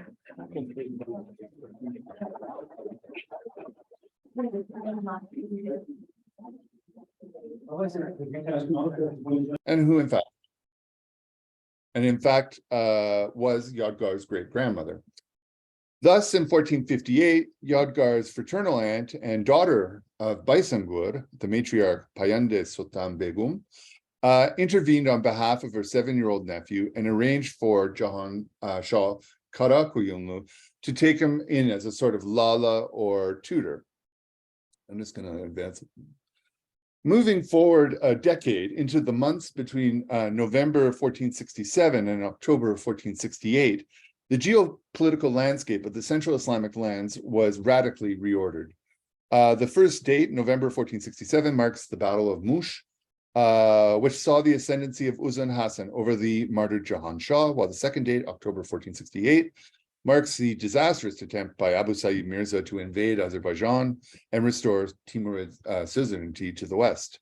When the smoke and confusion of these 11 months passed, Uzun Hasan stepped forward as the surviving claimant to a territory once ruled by now shattered and much diminished empires like the Karakuyunlu and Timurids. Thus, 1467 began a period, and this is something that Woods discusses in detail in his seminal study of the Karakuyunlu, this period wherein Uzun Hasan's tribal principality began its transition towards an imperial polity. Young Yadgar's fortune appeared to be also ascending in these 11 months. After Mush, this refugee prince found new political sponsorship as he was transferred from Kara to Akuyunlu control. The Akuyunlu court chronicle, Kitabe Dia Bakriya, by Abu Bakr Tehrani, describes Uzun Hasan in what I see as almost kind of an avuncular way, and hence the title of my paper. Hasan made, quote, imperial vows to build day by day the base of Yadgar's power. He then decreed that the province of Khorasan and Yadgar should come together like a matrimony between two virgins, Chondo Shize. Soon after, during the early stages of Abu Sa'id's invasion of Azerbaijan, the Timurids had in fact sent an envoy to Uzun Hasan's court. According to Khandamir, Hasan had set up a golden, and this is a quote, had set up a golden throne on which he seated Mirza Yadgar and took his place with all magnificence on the left, i.e. to the left of the throne. At Uzun Hasan's order, the envoy presented himself first to Yadgar, and only then was he allowed to kiss Uzun Hasan's hand. But Abu Sa'id's Azerbaijani adventure ended in disaster at Karabagh. And not long after, Uzun Hasan demonstrated his bona fides to Yadgar by delivering a defeated and fettered Abu Sa'id to his tent. Abu Bakr Tehrani paints a moving tableau in which Uzun Hasan declared how the governing rights of the Shahruki family were now reascendant. From this moment, Uzun Hasan and Yadgar were, quote, like two brothers who had been lost and miserable in the desert, who then discovered 2 jugs of water and could now rejoice. Ostensibly, Yadgar was expected to enact vengeance for Abu Sa'id's crime against Gawhar Shah and the Shahrukis. But in reality, Uzun Hasan was almost certainly puppeteering the young prince to avoid dirtying his own hands with a messy regicide. Seeing Khorasan entering a political vacuum as contenders jockeyed against one another, most notably Sultan Hussein Baykara, Uzun Hasan began organizing a hybrid army of Al-Quyunlu and released Timurid prisoners of war under the nominal leadership of Yadgar. And without getting too bogged down into the details of this campaign, this army marched east from Sultania and ultimately met Sultan Hussein Baykara in September 1469 at the Battle of Cheniran. It's about 60 kilometers northwest of Mashhad. Yadgar was defeated, but managed to retreat and reposition himself at Damgan or Damagan. And in the following year of 1470, Uzun Hasan sent relief Al-Quyunlu forces. Baykara's popularity at this point, he had already made 2 unsuccessful attempts to ascend the Timurid throne and failed, was clearly waning. And according to the historian Isfazari, Yadgar's reputation and power, quote, grew day by day, while a number of high-ranking defections began to plague Baykara's camp. Fearful of the collapse of support in the capital Herat, Baykara withdrew with a small army to the Murghab River, which is about 250 kilometers directly north of Herat. Yadgar subsequently declared the restoration of Shahruki authority to Western Khorasan, principally in cities and towns like Tus, Mashhad, Tubat-e-Jam, Bakhirs, and Khaf. Yadgar marched into Herat unopposed and made his way to the Bagh-e-Zagan and was coronated on the throne of his great-grandfather, Shahrukh. Although administrators and bureaucrats in Herat were shuffled around to bolster this new regime, Yadgar did little to inspire loyalty as the new custodian of the Garden of Ravens. Surrounded by boon companions in his garden pavilion and enjoying the bon vivant lifestyle, he ignored the deteriorating conditions in Herat as Al-Quyunlu soldiers pillaged and sacked the city and surrounding countryside. Only 6 weeks later, Baykara and a small army snuck into Herat on a night raid, a Sheb Tazi, and overwhelmed Yadgar, his retinue, and a number of Al-Quyunlu officers. The Timurid prince was summarily executed along with some Turkmen emirs, and Uzun Hasan withdrew his forces back to the Iranian plateau. This was obviously a significant failure for Uzun Hasan's plans to establish a friendly vassal state in Khorasan, but more significantly, Yadgar's brief reign marked the terminus for his family's aspirations. There would be no more Shahrukhi dispensations in the Timurid Dawlat. Turning to the issue of the chancellery evidence around the Yadgar episode, I only intend, as I said, to look at 2 specific texts, but there are in fact a greater number. I would say there are probably between 12 to 13 letters, maktubs, nishans, all about and during the Yadgar episode. And what I'm going to focus on here today is one, a specific maktub sent to Yadgar from Uzun Hasan following his defeat at Cheniran in the fall of 1469. And B, or 2, a rescript, a nishan, announcing Yadgar's suzerainty in Khorasan from Uzun Hasan's chancellery, dated Zul al-Qadda 874 or June 1470. And to be clear, in the short time that I have, I can only look at specific sections of these letters, but I'm hoping that this could get made into an article and I could be more expansive then. So the period of the mid to late 1460s is fascinating for a number of reasons. Geopolitically, we see profound shifts. We have the rise of the Ottomans, the decline of the Mamluks, the collapse of the Karakoyunlus, the internal chaos of the Timurids. Excuse me. In many ways, Uzun Hasan was the beneficiary of all this. And we begin to see new articulations of Al-Quyunlu authority and sovereignty, and in the religio-political kind of milieu of thinkers and writers. And which culminates with political philosophers like Jalal al-Din Davani, envisioning a divinely sanctioned monarch whose attributes and qualities are described in illuminationist and millenarian tropes and metaphors. Acknowledging the work of Melvin Kushki, Bimbash, and Moyin, such dynastic rhetoric was reflective of profound shifts in the intellectual and religious thought, which was shaping the Persianate sphere. The sciences of astrology, occultism, divination, and lettrism, long consigned to the epistemological margin by 19th and 20th century Orientalists and Muslim conservative reform movements, are now being cemented by historical scholarship as central to the operation of medieval Islamic politics. In the context of the Akuyunlu, the Chancery, or the Divan-i-Insha, presents itself as a central locus when we have these developments in mind.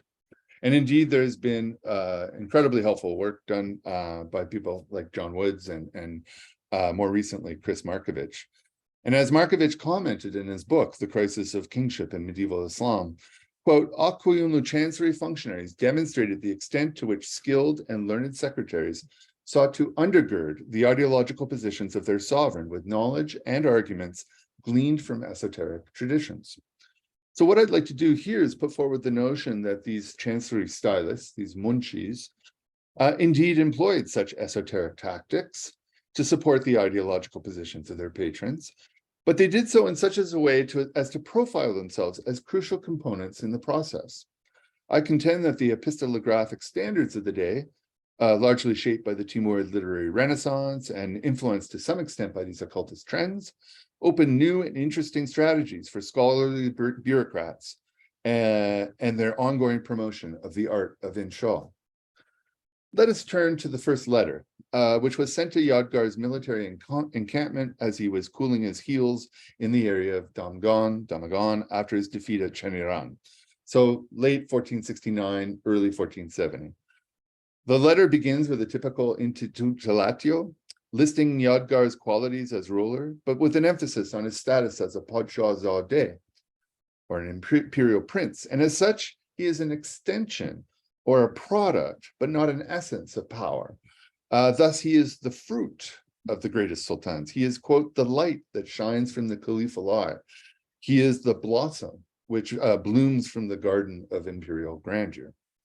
The letter goes on to narrate Yadgar's recent request to Uzan for assistance, and specifically mentions how apparently Maulana Kamal al-Din Hussein, a well-known bureaucrat and muttasib under Abu Sa'id, had challenged Yadgar's claim to authority in Khorasan and demanded some form of authentication. The tone here in the Maktub turns incredulous, and the text insists that the decree of authority, the Manshur-e-Sultanat, of that ancient caliphal family was issued from, quote, the Divan of the Kaf and the Nun, as Divan-e-Kaf Nun, as in the Quranic injunction, Nun, and by the pen, and what everyone writes, 68.1. The letter states that this particular Manshur had been ornamented with the Tugra of never-ending Dawlat and the Tawqi of perpetual fortune. This pairing of isolated or disconnected Quranic letters, Kaf and Nun, obviously has a rich history in the esoteric letters tradition, part of which being that they are the core component of the Quranic expression kun fayakuna, be and it is.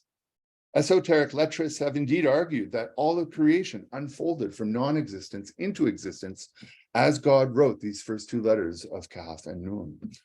I'm tempted here to interpret its implication here on two levels. First, it corroborates observations by so many people that ideological claims in this period were increasingly mystical and cosmological in orientation, and that such claims were connected with quotes underscoring Quranic divine predestination. Second, read a certain way, the genesis of this mandate to rule from within the Divan-e-Kaf Nun was implicitly arguing for the centrality of the bureaucracy and not only articulating authority, but conferring it as well. A Manshur is issued from a divan. It is indeed activated, so to speak, with the affixing of the Tugra. And in fact, Uzun Hasan's letter describes how a physical Manshur came into existence by scribal pen. And with this divan-generated document, Uzun Hasan was granting sovereignty for the young prince in Khorasan. Here, the text shifts into the present tense, which implying that the contents of the Manshur are being quoted or summarized. And it says, for all territory which will fall into Yadgar's grasp, declares Uzun, I have granted and confirmed dispensation to that excellency. As a result, stability, justice, and proper Sharia. Here also quoting the famous maxim, kingship and religion are twins. All this has been introduced while concurrently we see the prevention of oppression and enmity.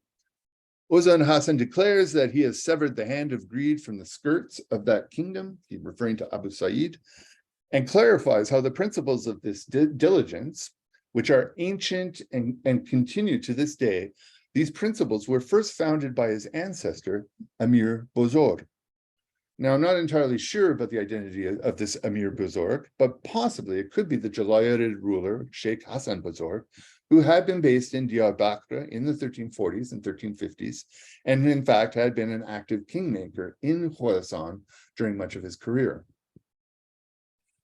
Abu Sa'id had clearly forgotten these historical principles of the Akuyunlu and had suffered the appropriate fate.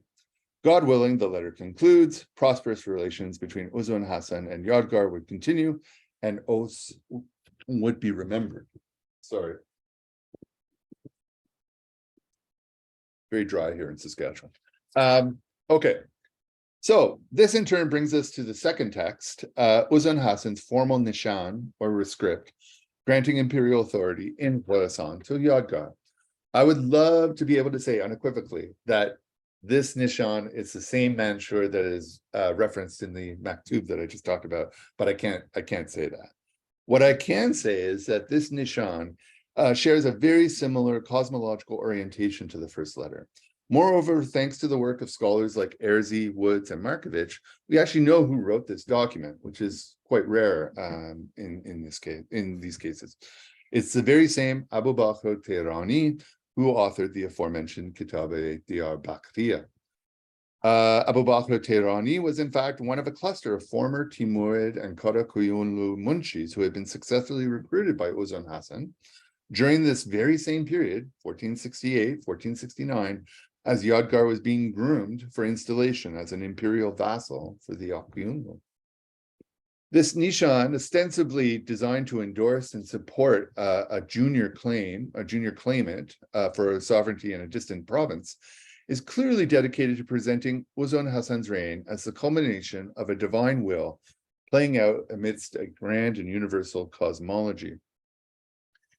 And here, I'm going to just move my slide here. Here, we encounter an adroit use of chancery motifs and chancery terminology to explain the provenance of Uzun Hasan as a divinely predicted and divinely sponsored ruler. Oh, and I'm going to apologize. I don't have Tarmabuttas on my Persian setting, so I just put a final ha. So apologies for that. What I'm struck by is the deliberate forefronting and intricate arrangement of a series of metaphors which associate the generation and granting of authority with the technical and operative vocabulary of a scribal chancery. In this way, the rakam, the decree of we chose him for in this life to 130, has been inscribed on the forehead and countenance of Uzun's Dawlat. The page, Sahifa, and order, Manshur, of his authority has been validated with the Tugra of 687. We chose them and guided them to the straight path. And the divine Munshi of Quran 2:247, and God gives his sovereignty to whom he wishes, writes his signature, his amza, on the hukma, or the command of Quran 2:30, I am going to place a human authority on earth. So we actually have a munshi writing, the amza on the hukma, and all of them are framed as Quranic quotes. And the Parvan Che of Quran 3:26, you honor whom you please, is made official on our misal of authority with the royal signature or tawqi of Quran 38:26. O David, so judge the truth between the people. And our Farman from the Divan of Quran 3:13, Allah supports whomever he wills with his victory, resulted in the tiraz of Quran 48:1, a clear victory. The text moves from determination and selection to enactment as the vocabulary shifts from the Divane and Shah to the Dargah. And here we continue to see the same genre of Quranic verses, i.e. verses about divine selection and predetermination, but they assume a spatial dynamic as they are connected with invocations of courtly space and coronation accoutrement. So we have references to things like the Khawat Khane, the Taj, the various banners that would have been adorning a court during a coronation.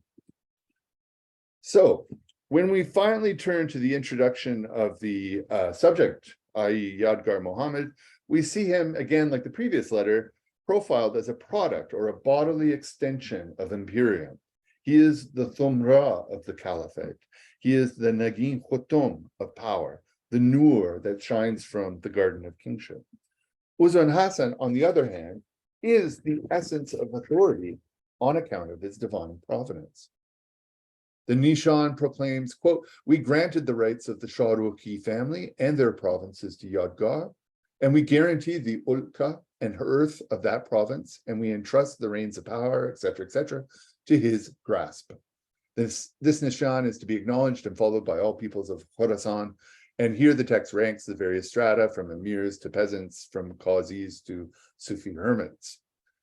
Returning to the theme of chancery-centric motifs in this particular phase of Uzun Hasan's ideological transformation, i.e. 1469-1470, I was excited to find some continuity between this rescript written by Tehrani and the debauche of his Kitab-e-Diyarbakriya, his chronicle, which he did begin in the year 1470. It took him a number of years to finish. After the dedications to God and the Prophet Muhammad, Tehrani introduces himself and his motivation to write this text with language and expressions that are clearly esoteric in nature, and reflect the fact that it was kind of an emerging vernacular in political courts in the 15th century. Introducing Uzun Hasan as the principal subject and dedicatee of this work, Tehrani writes how, quote, "Suddenly the stars of purpose flashed from the horizons of divine grace, and from the pages of the Chronicle of Fortune, Safahat e Karname Daulat, shone forth the face of Hazrat Khaqani, i.e. Uzun Hasan." The ensuing section, where Tehrani describes the proclamation and heralding of this kind of emergence, this zuhur, so the heralding of this event, which happens both in the hidden world and in the physical world, we see in the text a series of spaces. So we see actually very similar terms and references to kind of administrative offices, documents, and so on, and then followed by a blank space. And it's my inkling that in the same way that Tehrani did in the previous letter, he, or maybe a scribe later on down the line, was expected to insert some Quranic verses here. So, as you can see, the terms are clearly kind of reflecting that privileging of kind of administrative vocabulary. So, in conclusion, Uzun Hasan's plan to install his own protege on the Timurid throne was indeed ambitious, if not audacious.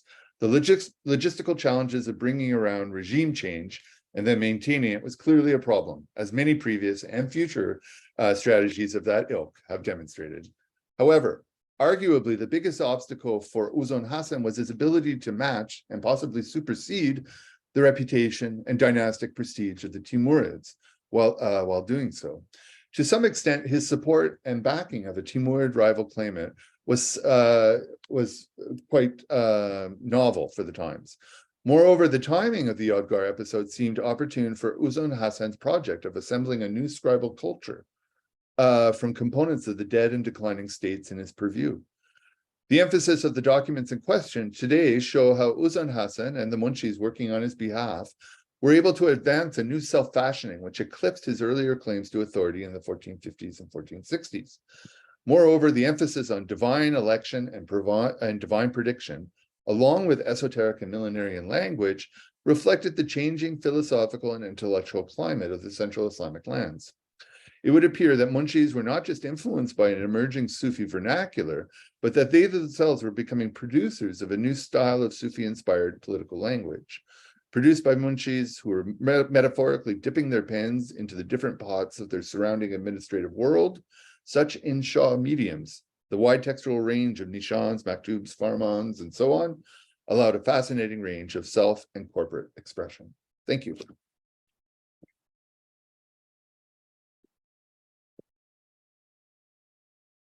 Thank you, Colin. And now we turn to Devin Dewee's paper. Devin is a professor emeritus at Indiana University in Bloomington and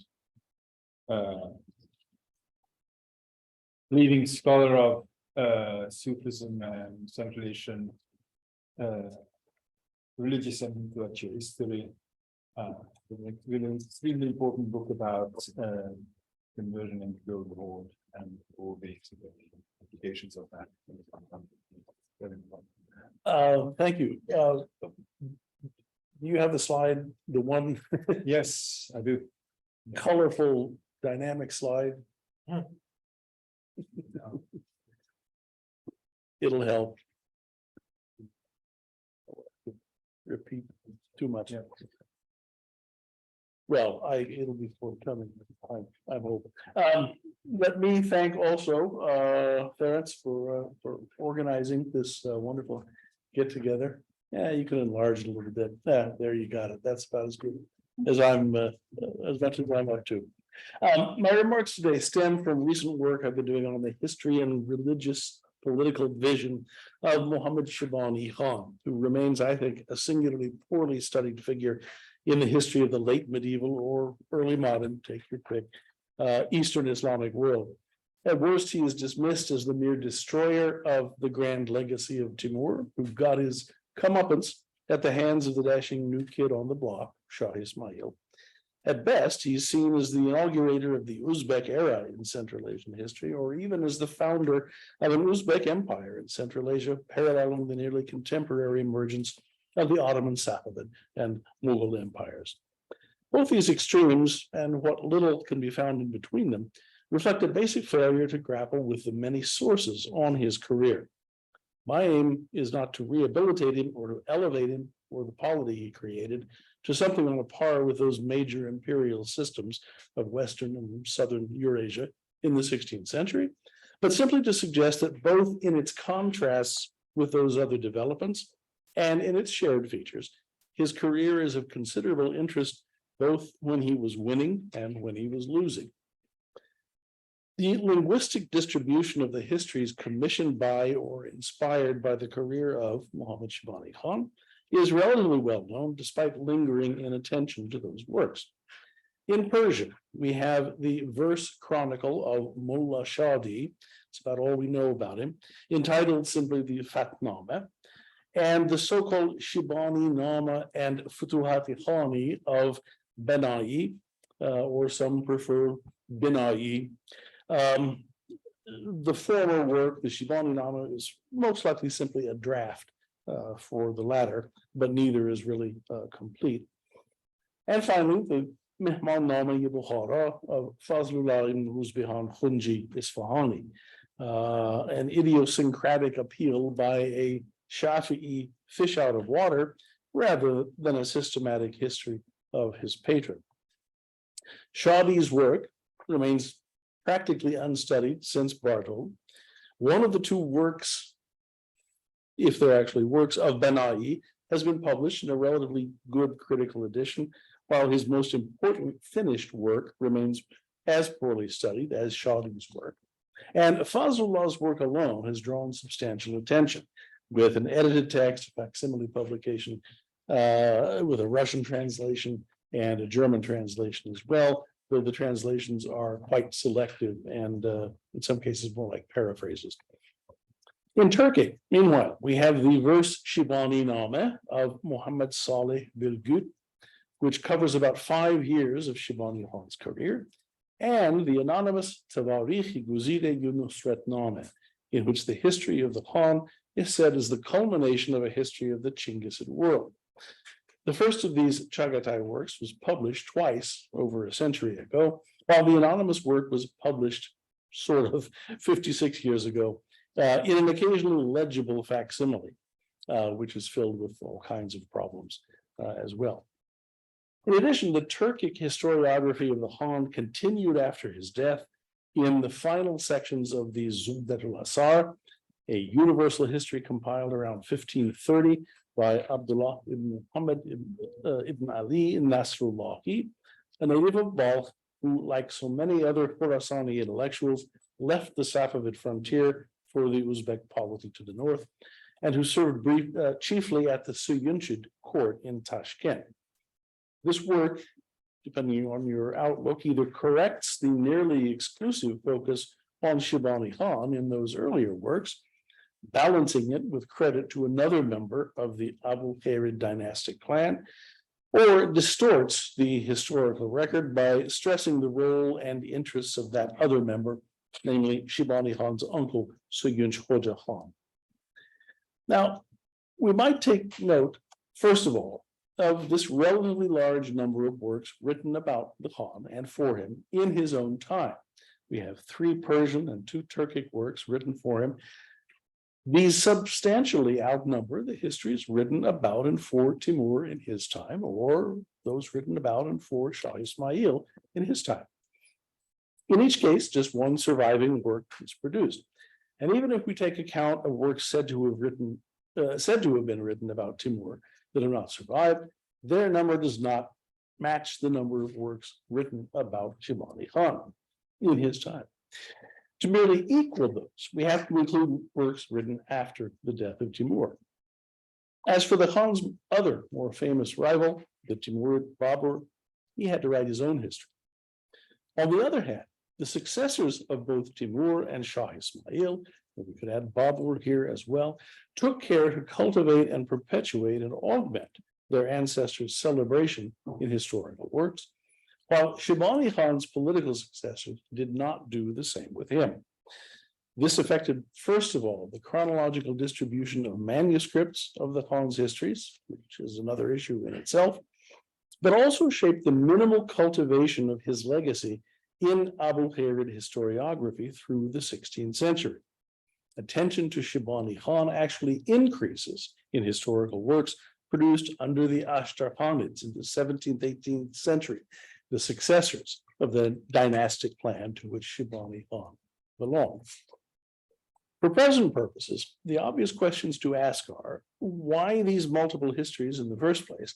And is there any evident pattern in the use of Persian or Turkic in each particular work? The short answers are, first, that the multiple histories seem to signal that we're dealing with a particularly ideological figure, a ruler especially keen on selling his record and his distinctive religio-political vision. And second, that the 2 languages reflect the complementary constituencies essential to his rule.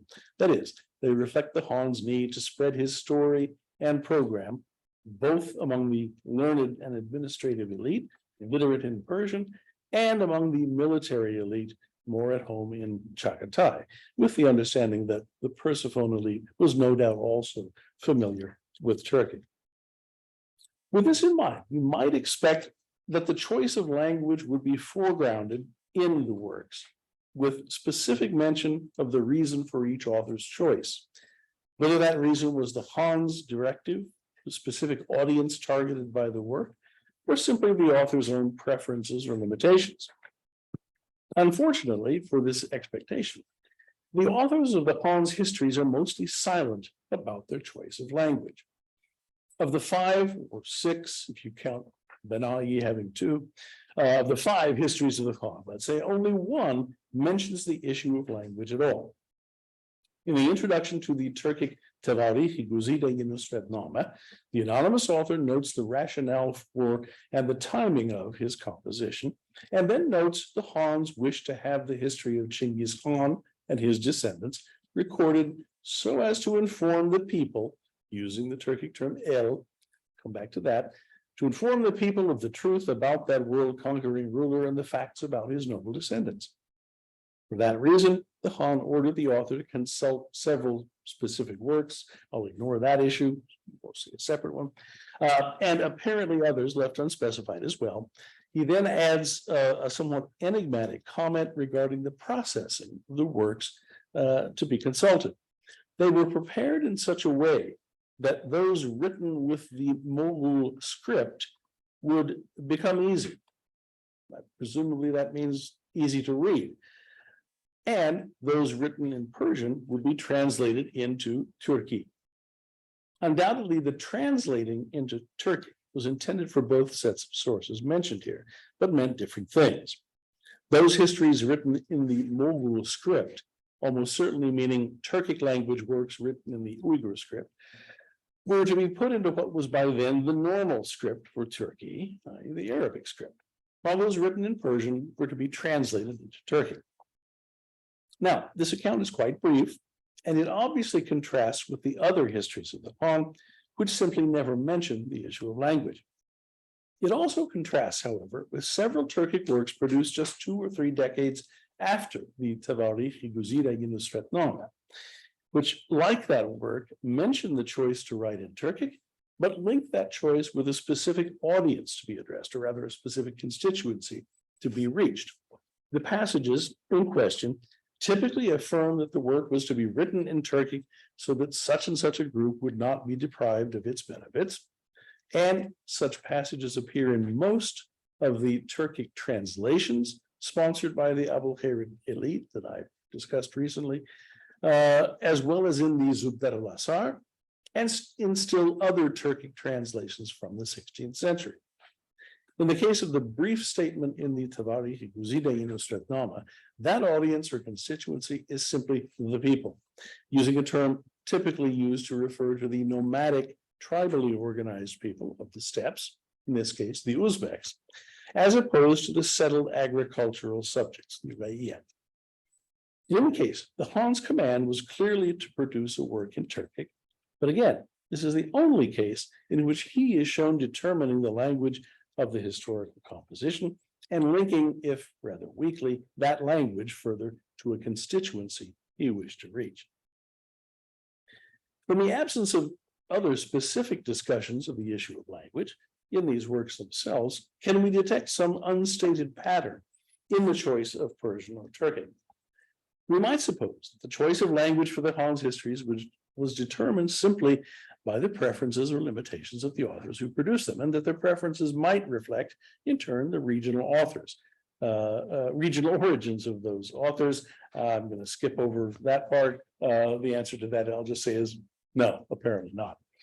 Alternatively, we might suppose that the Han's need to pitch his program and his feats to 2 basic constituencies entailed a greater focusing on writing histories in Persian in order to reach an increasingly Persian audience or constituency, as his conquest took him from Turkestan to Mauranahar and on to Khorasan. This might suggest that a Turkic work would have been expected early in his career, and that the shift to Persian came only after his conquest of Bukhara and Samarkand. Now, this scenario has in fact been assumed, at least implicitly, in most of the scholarship on Shibani Han's historiography. Barthold already suggested that the Turkic Tavarikh-i Guzira Yunusretname was in effect the earliest of the Han's histories and was in existence at the time when Shadi wrote, and Barthold assumed that Shadi wrote fairly early. And that was probably correct. Barthold believed, indeed, that Shadi made direct use of material from the Tavarikh-i Guzira Yunusretname based upon Shadi's reference to asking the Han for and receiving from him another Fatnama. Now, the identity of such a work remains unclear, though it has been presumed that it referred to the draft of another history of the Han. Barthold suggested, and later scholars have insisted, that this referred to a version or portion of the Turkic Tavarikh-i Guzira Yunusretname, which would thus have existed in some form already before Shadi was asked to write his work, even though the Turkic work mentions events dated much later than those covered by Shadi. A similar assumption, incidentally, underlies the claim that Banai misunderstood a passage in Turkic in this anonymous Turkic work, which again must have existed in some form before Banai began his work. Now, my argument here, which I'm just going to state and not really justify, is that these assumptions are not borne out. And abandoning the notion that Shadi's work was based on the Tavarikh-i Guzira Yunusretname means also abandoning the notion of the Han's historiography shifting from an original Turkic to Persian, whether because of his shifting political landscape or for some other reason. If we examine what we can know of the sequence in which our 5 authors wrote their histories of Shibani Han, there's good reason to conclude that Shadi's work was likely the earliest among the surviving histories of the Han to be written. And that the anonymous Turkic work undoubtedly belongs later in the sequence that has been assumed so far. These considerations don't really help us with figuring out what that other fatnama was that was provided to Shadi. It may have been a collection of raw materials or something else, simply to be used as a model, not an actual source. Shadi, in fact, goes to great lengths to insist that what he produced was entirely original, which is something that Barthold wrote off as simply boasting. But he's pretty insistent that I shaped this work by myself. Well, believe him or not. Reconstructing the order in which the histories of Shibani Khan were written is, of course, complicated by the absence of dates, most of the work, and by the fact that the works don't mention one another. Well, except for that fatnama.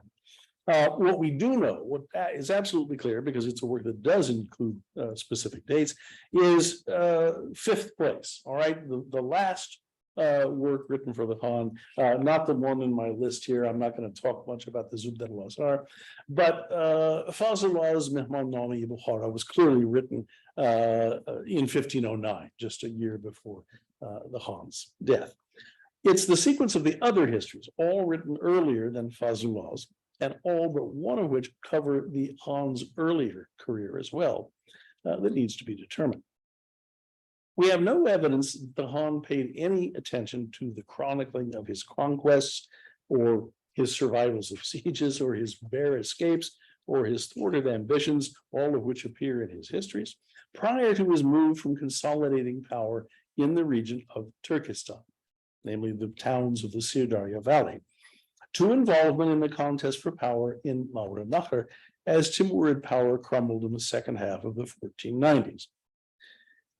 It would appear that his historiographical interests emerged only after his initial conquest of the Timurid capital, Samarkand, in the summer of 1500.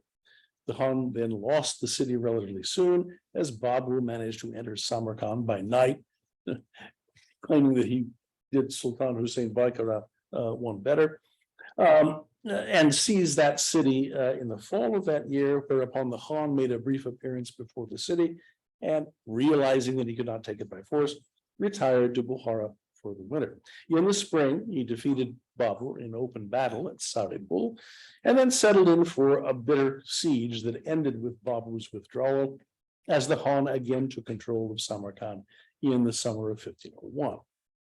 That event is the last one mentioned in the Persian Fatnama of Shadi.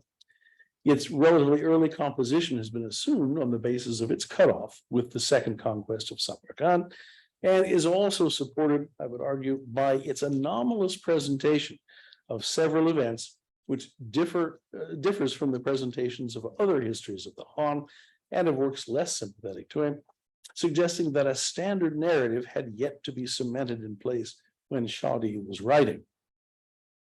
Now, I don't have the time to outline what I plan to outline in terms of what Shadi and the other authors tell us about when and how they commenced their works. Suffice it to say that the sequence of their commission by the Khan has Shadi in first place, Muhammad Salih second, and Benai third. That's why I listed them in this order there. Though earlier assumptions would place the Turkic Tarihi Guzide Fatnama prior to Shadi and Benai, it seems clear that it belongs not first, but fourth in this sequence. From the introduction to the work, it is clear that the anonymous author received the Khan's order to write only after the Khan had taken the throne in Samarkand.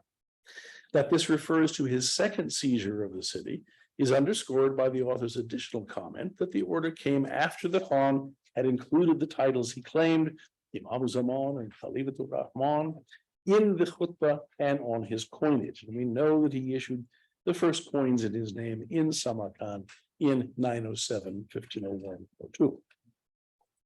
This means that the Tarikh Guzide Nusratnama was commissioned either at nearly the same time as Benai's history or nearly a year later. In the case of Benai, he tells us that he was commissioned in Samarkand, but he fudges which conquest of Samarkand, because in the meantime, he went over into the service of Babur, which was perhaps embarrassing to him when he re-entered Shibani Khan's service. In any case, this places this anonymous Turkic work not first among the Han's early histories, but last, aside from Fazlullah's work. Now, placing the Tarihi Guzide Yunusretnama toward the tail end of the Han's historiography, followed only by the special case of Fazlullah's Persian work, offers a different perspective on the Han's own patronage, suggesting the opposite of what Barthold and others have assumed, namely that his interest in promoting Turkic was growing stronger as his conquests expanded, not diminishing as he moved into more heavily Persian regions. This growing interest is also borne out by Turkic translations commissioned by the Khan and by his own brief compositions in Turkic, all of which were produced quite late in his career. Moving the Turkic history from first to nearly last also suggests that it might be considered as the inception of the extensive patronage of Turkic translations that grew during the 3 decades after Shibani Khan's death. Excuse me. However, shifting the order does not really address our question about any rationale underlying the choice of language in the Khan's historiography. The likely sequence of the Khan's commissioning of the historical work celebrating him, or in the case of Muhammad Saleh's work, perhaps merely the Khan's consent to his project, involved a simple alternation of language, yielding the works of Shadi in Persian, Muhammad Saleh in Turkic, Ben-Ai in Persian, and the anonymous Turkic work in Turkic. The pattern continues with Fazlullah's work. Now, it's a simple pattern, but again, it seems distinctly unsatisfying in terms of divining a rationale behind the choice of languages. And this may be the point. In the absence of an explicit order by the Khan, except in the case of the Turkic, anonymous Turkic work, regarding the language he expected in the histories he commissioned, and in the absence of a clear linguistic pattern or rationale in the timing of those works, it may behoove us to look somewhere in the overarching religio-political vision of the Khan as refracted in his several histories, at least to frame the more specific constituencies he sought to reach.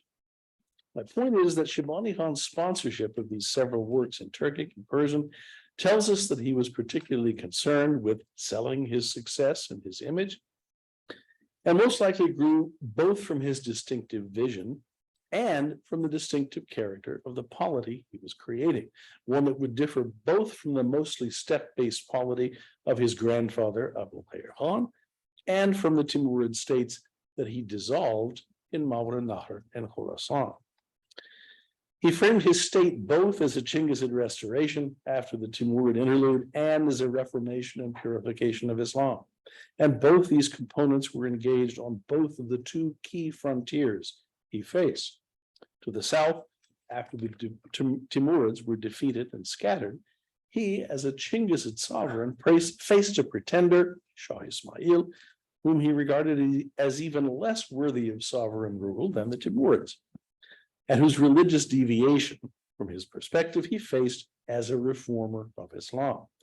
Out of the north, he faced, in the form of the Kazakh Chinggisids, he faced Chinggisids who failed at or simply neglected the sovereign duty to teach and enforce religious purity among the nomads, a duty elaborated both in the Tarihi Guzide Yunusretnama and in the Mehmalname Bukhara. Persian and Turkic were the essential tools not to reach these enemies themselves, but to reach the elites, both settled and nomadic, who might waver and succumb to the temptations presented by his enemies. And it is thus not surprising that each of his histories makes those religio-political arguments, often at great length and in different languages. Now, I'm going to skip over the specifics of how they do this. It too is an interesting distribution.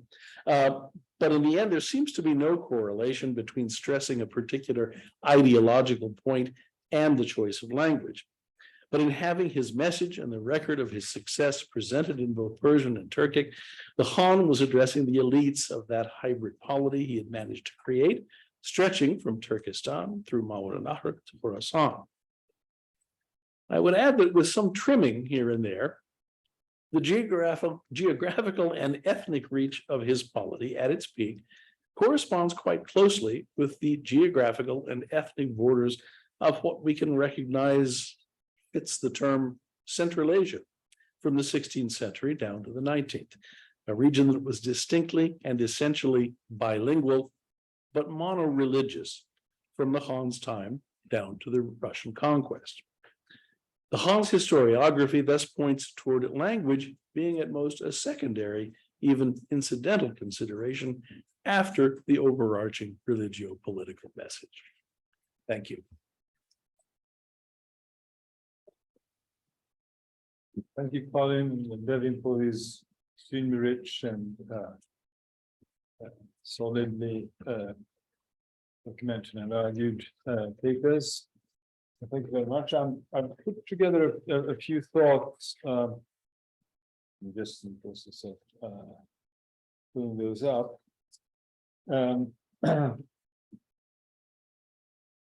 Just 1 second. Right. So these two papers discuss the relationship between political theology and language, broadly speaking. Colin Mitchell in 15th century, Akuyunlu, and Devin in the 16th century Shabanid context. Colin focuses on the language of sovereignty employed by the Akuyunlu and Timurids during a period now recognized for its profound shift towards heterogeneity. Most notably, the increasing symbiotic relationship between political courts and Sufi networks. So he's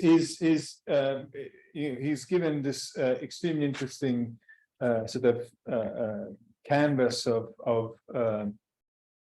how sort of a messianic or astral discourse was informing and in turn it was also informed by politics and how essentially the language of, I mean, we can see how politics, the language of politics and mysticism, Sufism, sort of merge in these documents and of course also in the social imagination of the time. So I was wondering, I mean, I had a number of thoughts about that. One is that this also seems, so you don't only see the political language informed by Sufism, but also these are, you also see the language of poetry. So how do you factor that into this, into these sort of nascent language ideologies? I mean, one can think about, the role poetry played in education. And sort of social interaction.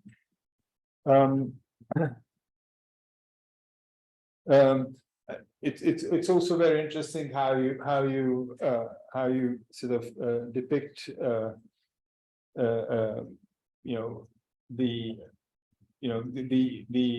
the emergence of this kind of messianic or astral discourse, and how that is connected with the centrality or the centrality in the making of the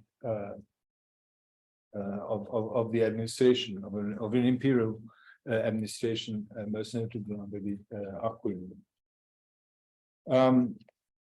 So in that sense, it also sort of corresponds to also what Woods is talking about, how he periodizes Akuyunlu history, turning from an emirate into an empire of thoughts.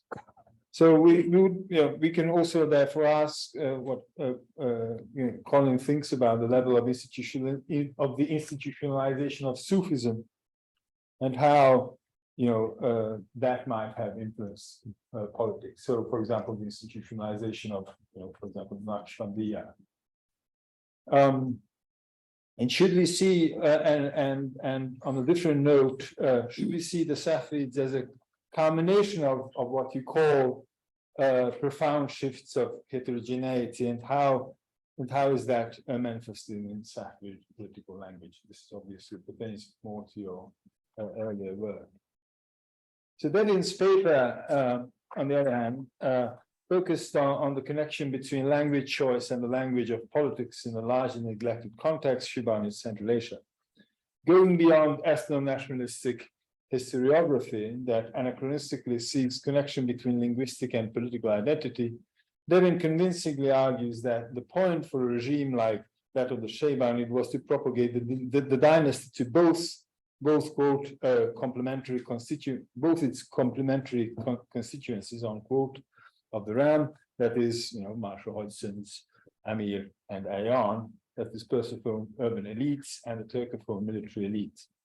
This also corresponded to the Shibanids' ideology of Chinggis's restoration after the Timurid interlude, or what they perceived to be so, and the purification of Islam, most importantly of antinomian elements, could be potential followers perhaps of the Safavids. So can we still see, a question emerges, and can we still see differences in the intended audience of Persian and Turkic? Persian addressed the cosmopolitan elite, while Turkish to the military following and the Shibanids. So Devin sees a literary program of sorts behind the production of Shibanid historiography, albeit not necessarily a coherent one. How can we, if at all, also read such chronicles from the aspect of the broader political culture of the time, instead of a top-down patron literature approach? Can we also see similar patterns of language choice in other genres and fields, say hagiography or poetry? What do terms with a heavy eschatological baggage like Imam Zaman? It was more like in the written version of the paper. So what do terms with a heavy eschatological baggage like Imam Zaman and Khalifat Rahman mean in the Shibanid context? And on yet another level, I was really, what you're talking about, essentially there being no difference in terms of, no real significant difference in terms of the discourse, whether it's produced in Turkic or whether it's produced in Persian. It really, in a way, speaks to the idea that perhaps we should be speaking about a common literary discourse expressed in multiple languages. Thank you very much. So, the floor is yours, guys. I don't know, sorry, I'm just getting my settings here. Should I go first or I'm not sure what, I haven't attended the previous session, so I don't know if you have a protocol for how the discussion happens. Yeah, go ahead, Colin, go ahead. Okay, so yes, poetry, obviously, very, very important. And it's interesting because you get these fairly strictly defined protocols on certainly the opening parts of a letter, which I would say, in my experience, you might not see that much poetry being written or quoted. And I would say that as the text moves into the matin or the main kind of subject matter, you will see a lot more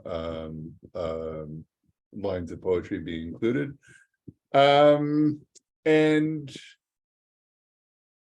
I mean, I was looking at the poetry in these particular letters, hoping that there would be kind of language that reflected the kind of millenarian tone that the prose or the prosometric part of the letters were kind of indicating, but I didn't see it. The poetry tended me to be kind of fairly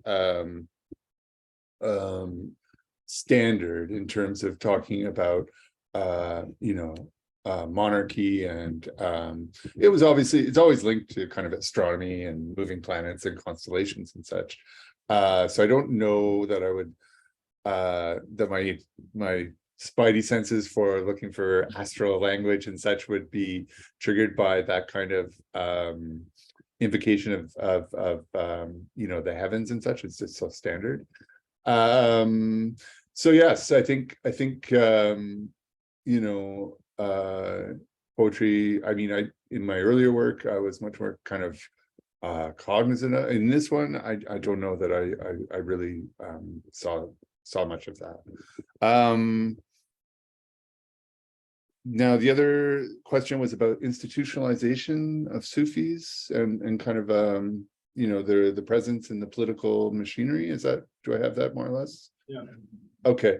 Yeah, that's a good question. I really, you know, I was thinking about that just now, and maybe others have strong opinions about this in the room, but I'm a little bit leery to say that to work in such kind of structural terms like institutionalization of Sufis, and in terms of like Sufis are you know, active participants in a political space or a courtly space. I mean, obviously they are to some degree, that we can't get around that.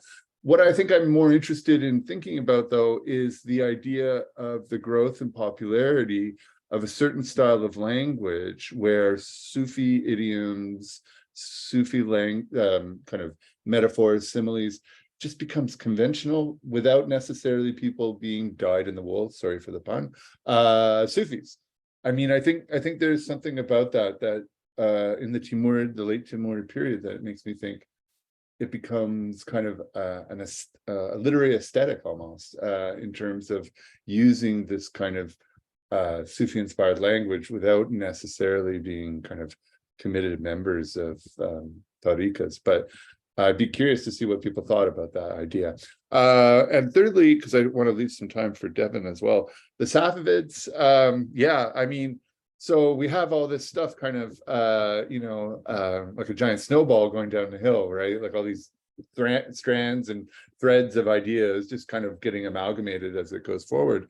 And then, of course, it just Twelver Shi'ism and the fairly extensive kind of textual imprint of Messianic Shi'ism gets kind of rolled into the Safavid chancellery, and so the Safavid chancellery, much like Uzun Hasan, they pick up, you know, from the broken pieces of the Al-Quyunlu and the Timurid empires, many if not most of those munshis. So you know, I think there's a fair amount of kind of slogans and kind of bites, so to speak, in terms of you know, Shiite kind of messianism that's happening in early Safavid correspondence, but I don't know that it necessarily reflects like a deep and extended kind of interaction with, you know, formal Shiite jurisprudence and doctrine. I think it kind of tends towards the more kind of slogan style, but nonetheless it's there, definitely it's there. And I don't know in terms of the composition of the Divani and Shah under the Safavids. It's difficult to kind of, as you know, in this kind of confessional ambiguity that we have in the 15th and 16th century, we get a little bit nervous about you know, a strict typology of who's Shiite, who's Sunni, and who's Sufi. So I think I'll leave it there, just because I don't want to, you know, monopolize all the time.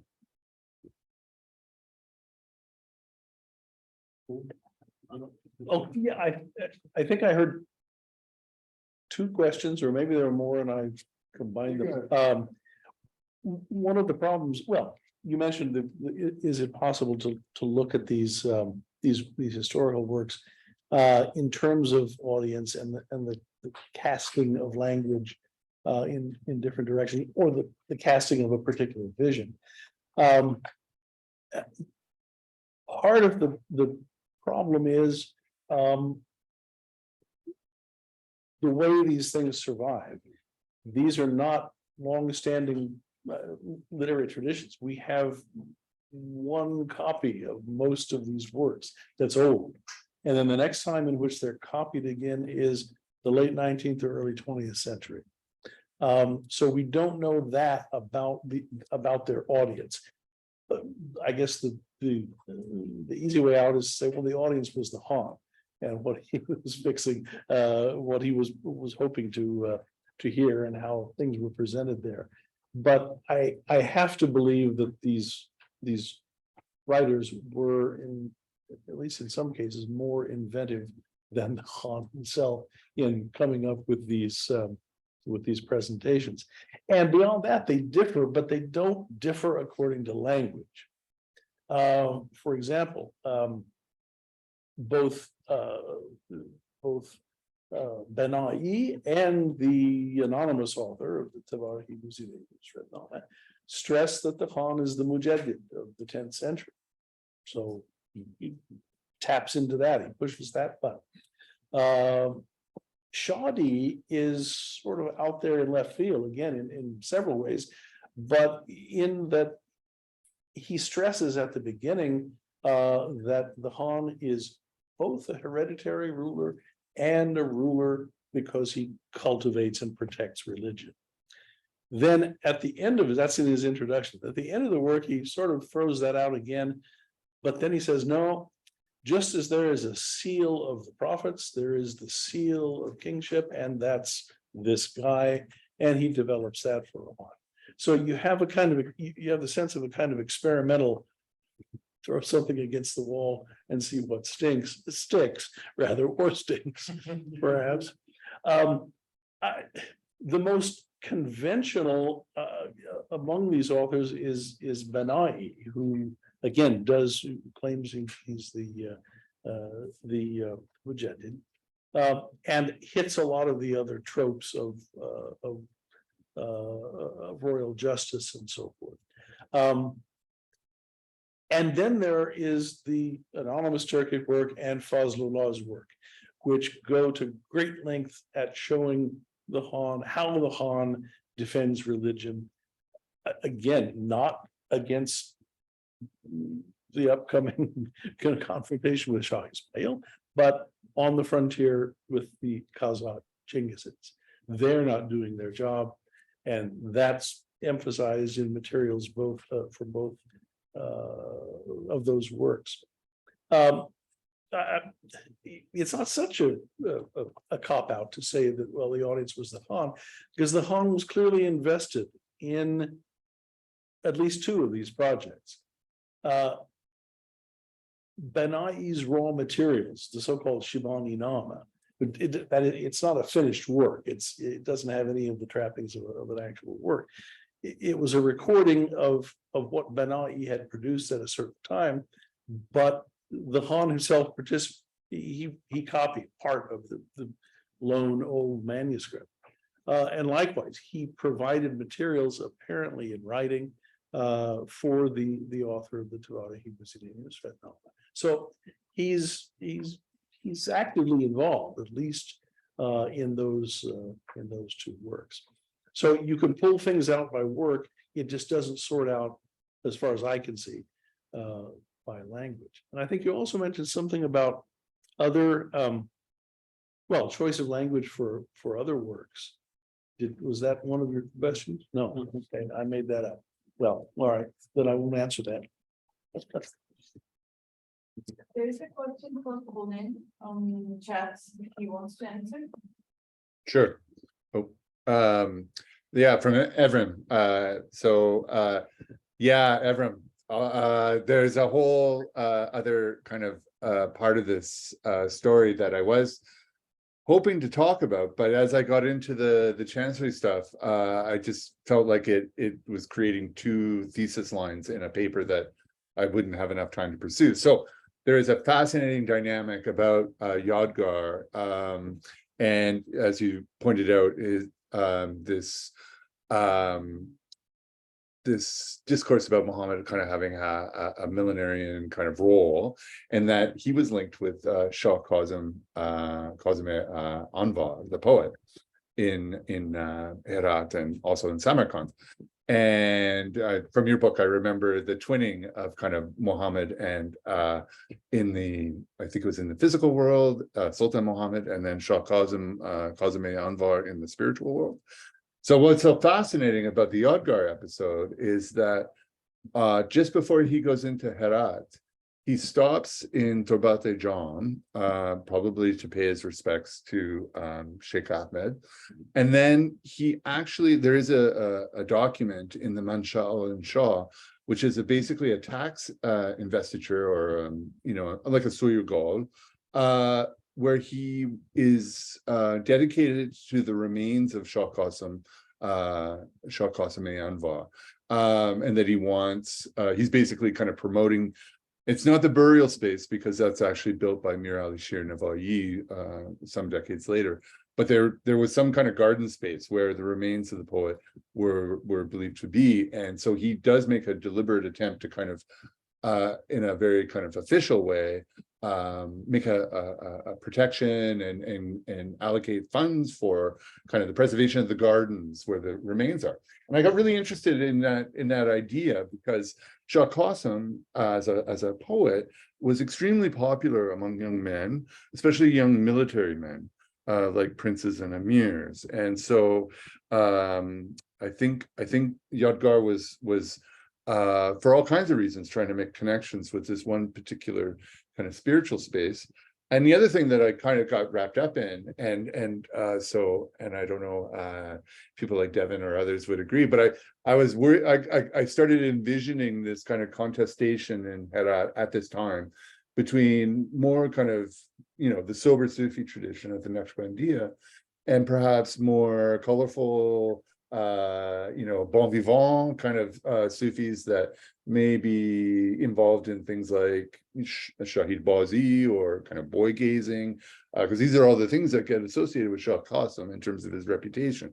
And so there's this whole story about Yadgar and his kind of association with certain types of kind of Sufi narratives that I'm interested in exploring in greater detail. So I don't know if that answers the question or complicates it, but I'm glad you asked it.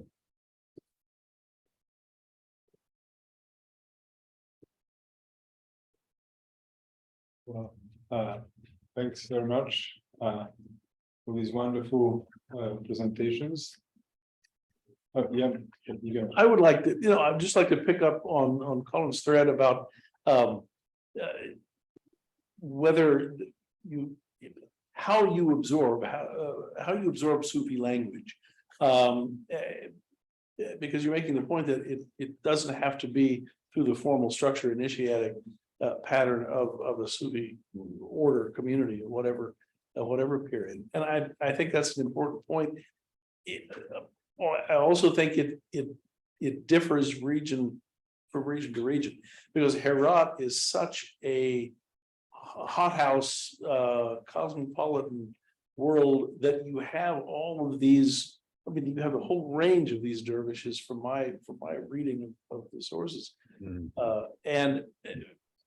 the Naqshbandis are one, but they're not the same Naqshbandis as up in Samarkand or Bukhara. And they're all hanging out and having connections with other types. And then on top of that, you have the sort of dilettante Sufis who like certain things that they can do in that context. And they are drawn. Well, you're familiar obviously with this Majalis al-Warshak, which is taken as a hagiographical work, but it's sort of the exception to the rule. It's not bound to any tradition as even Jami is trying to do by that time. It's meeting the interests and the market of the community that has a kind of intellectual interest in Sufism, kind of familiarity with it, perhaps some soothing spirituality as well, but they're not the hardcore Sufi adepts. And on the one hand, we could make that distinction for that period, but I think in later periods and in other places, that's where this phenomenon we call Sufism, with deference to Nile, is heading to being widened into other social circles. Yeah, no, I absolutely agree. Right, well, thank you again, thank you very much, and unless there are more questions. Okay, so. Unfortunately, I'm not gonna be able to hear your talk now, I apologize, but you know, I'm sure it's gonna be great. And I'll see it as a recording, and also have a great dinner tonight, I'm very sorry to be missing it. Sorry, not here. Okay, Juarez. Enjoy.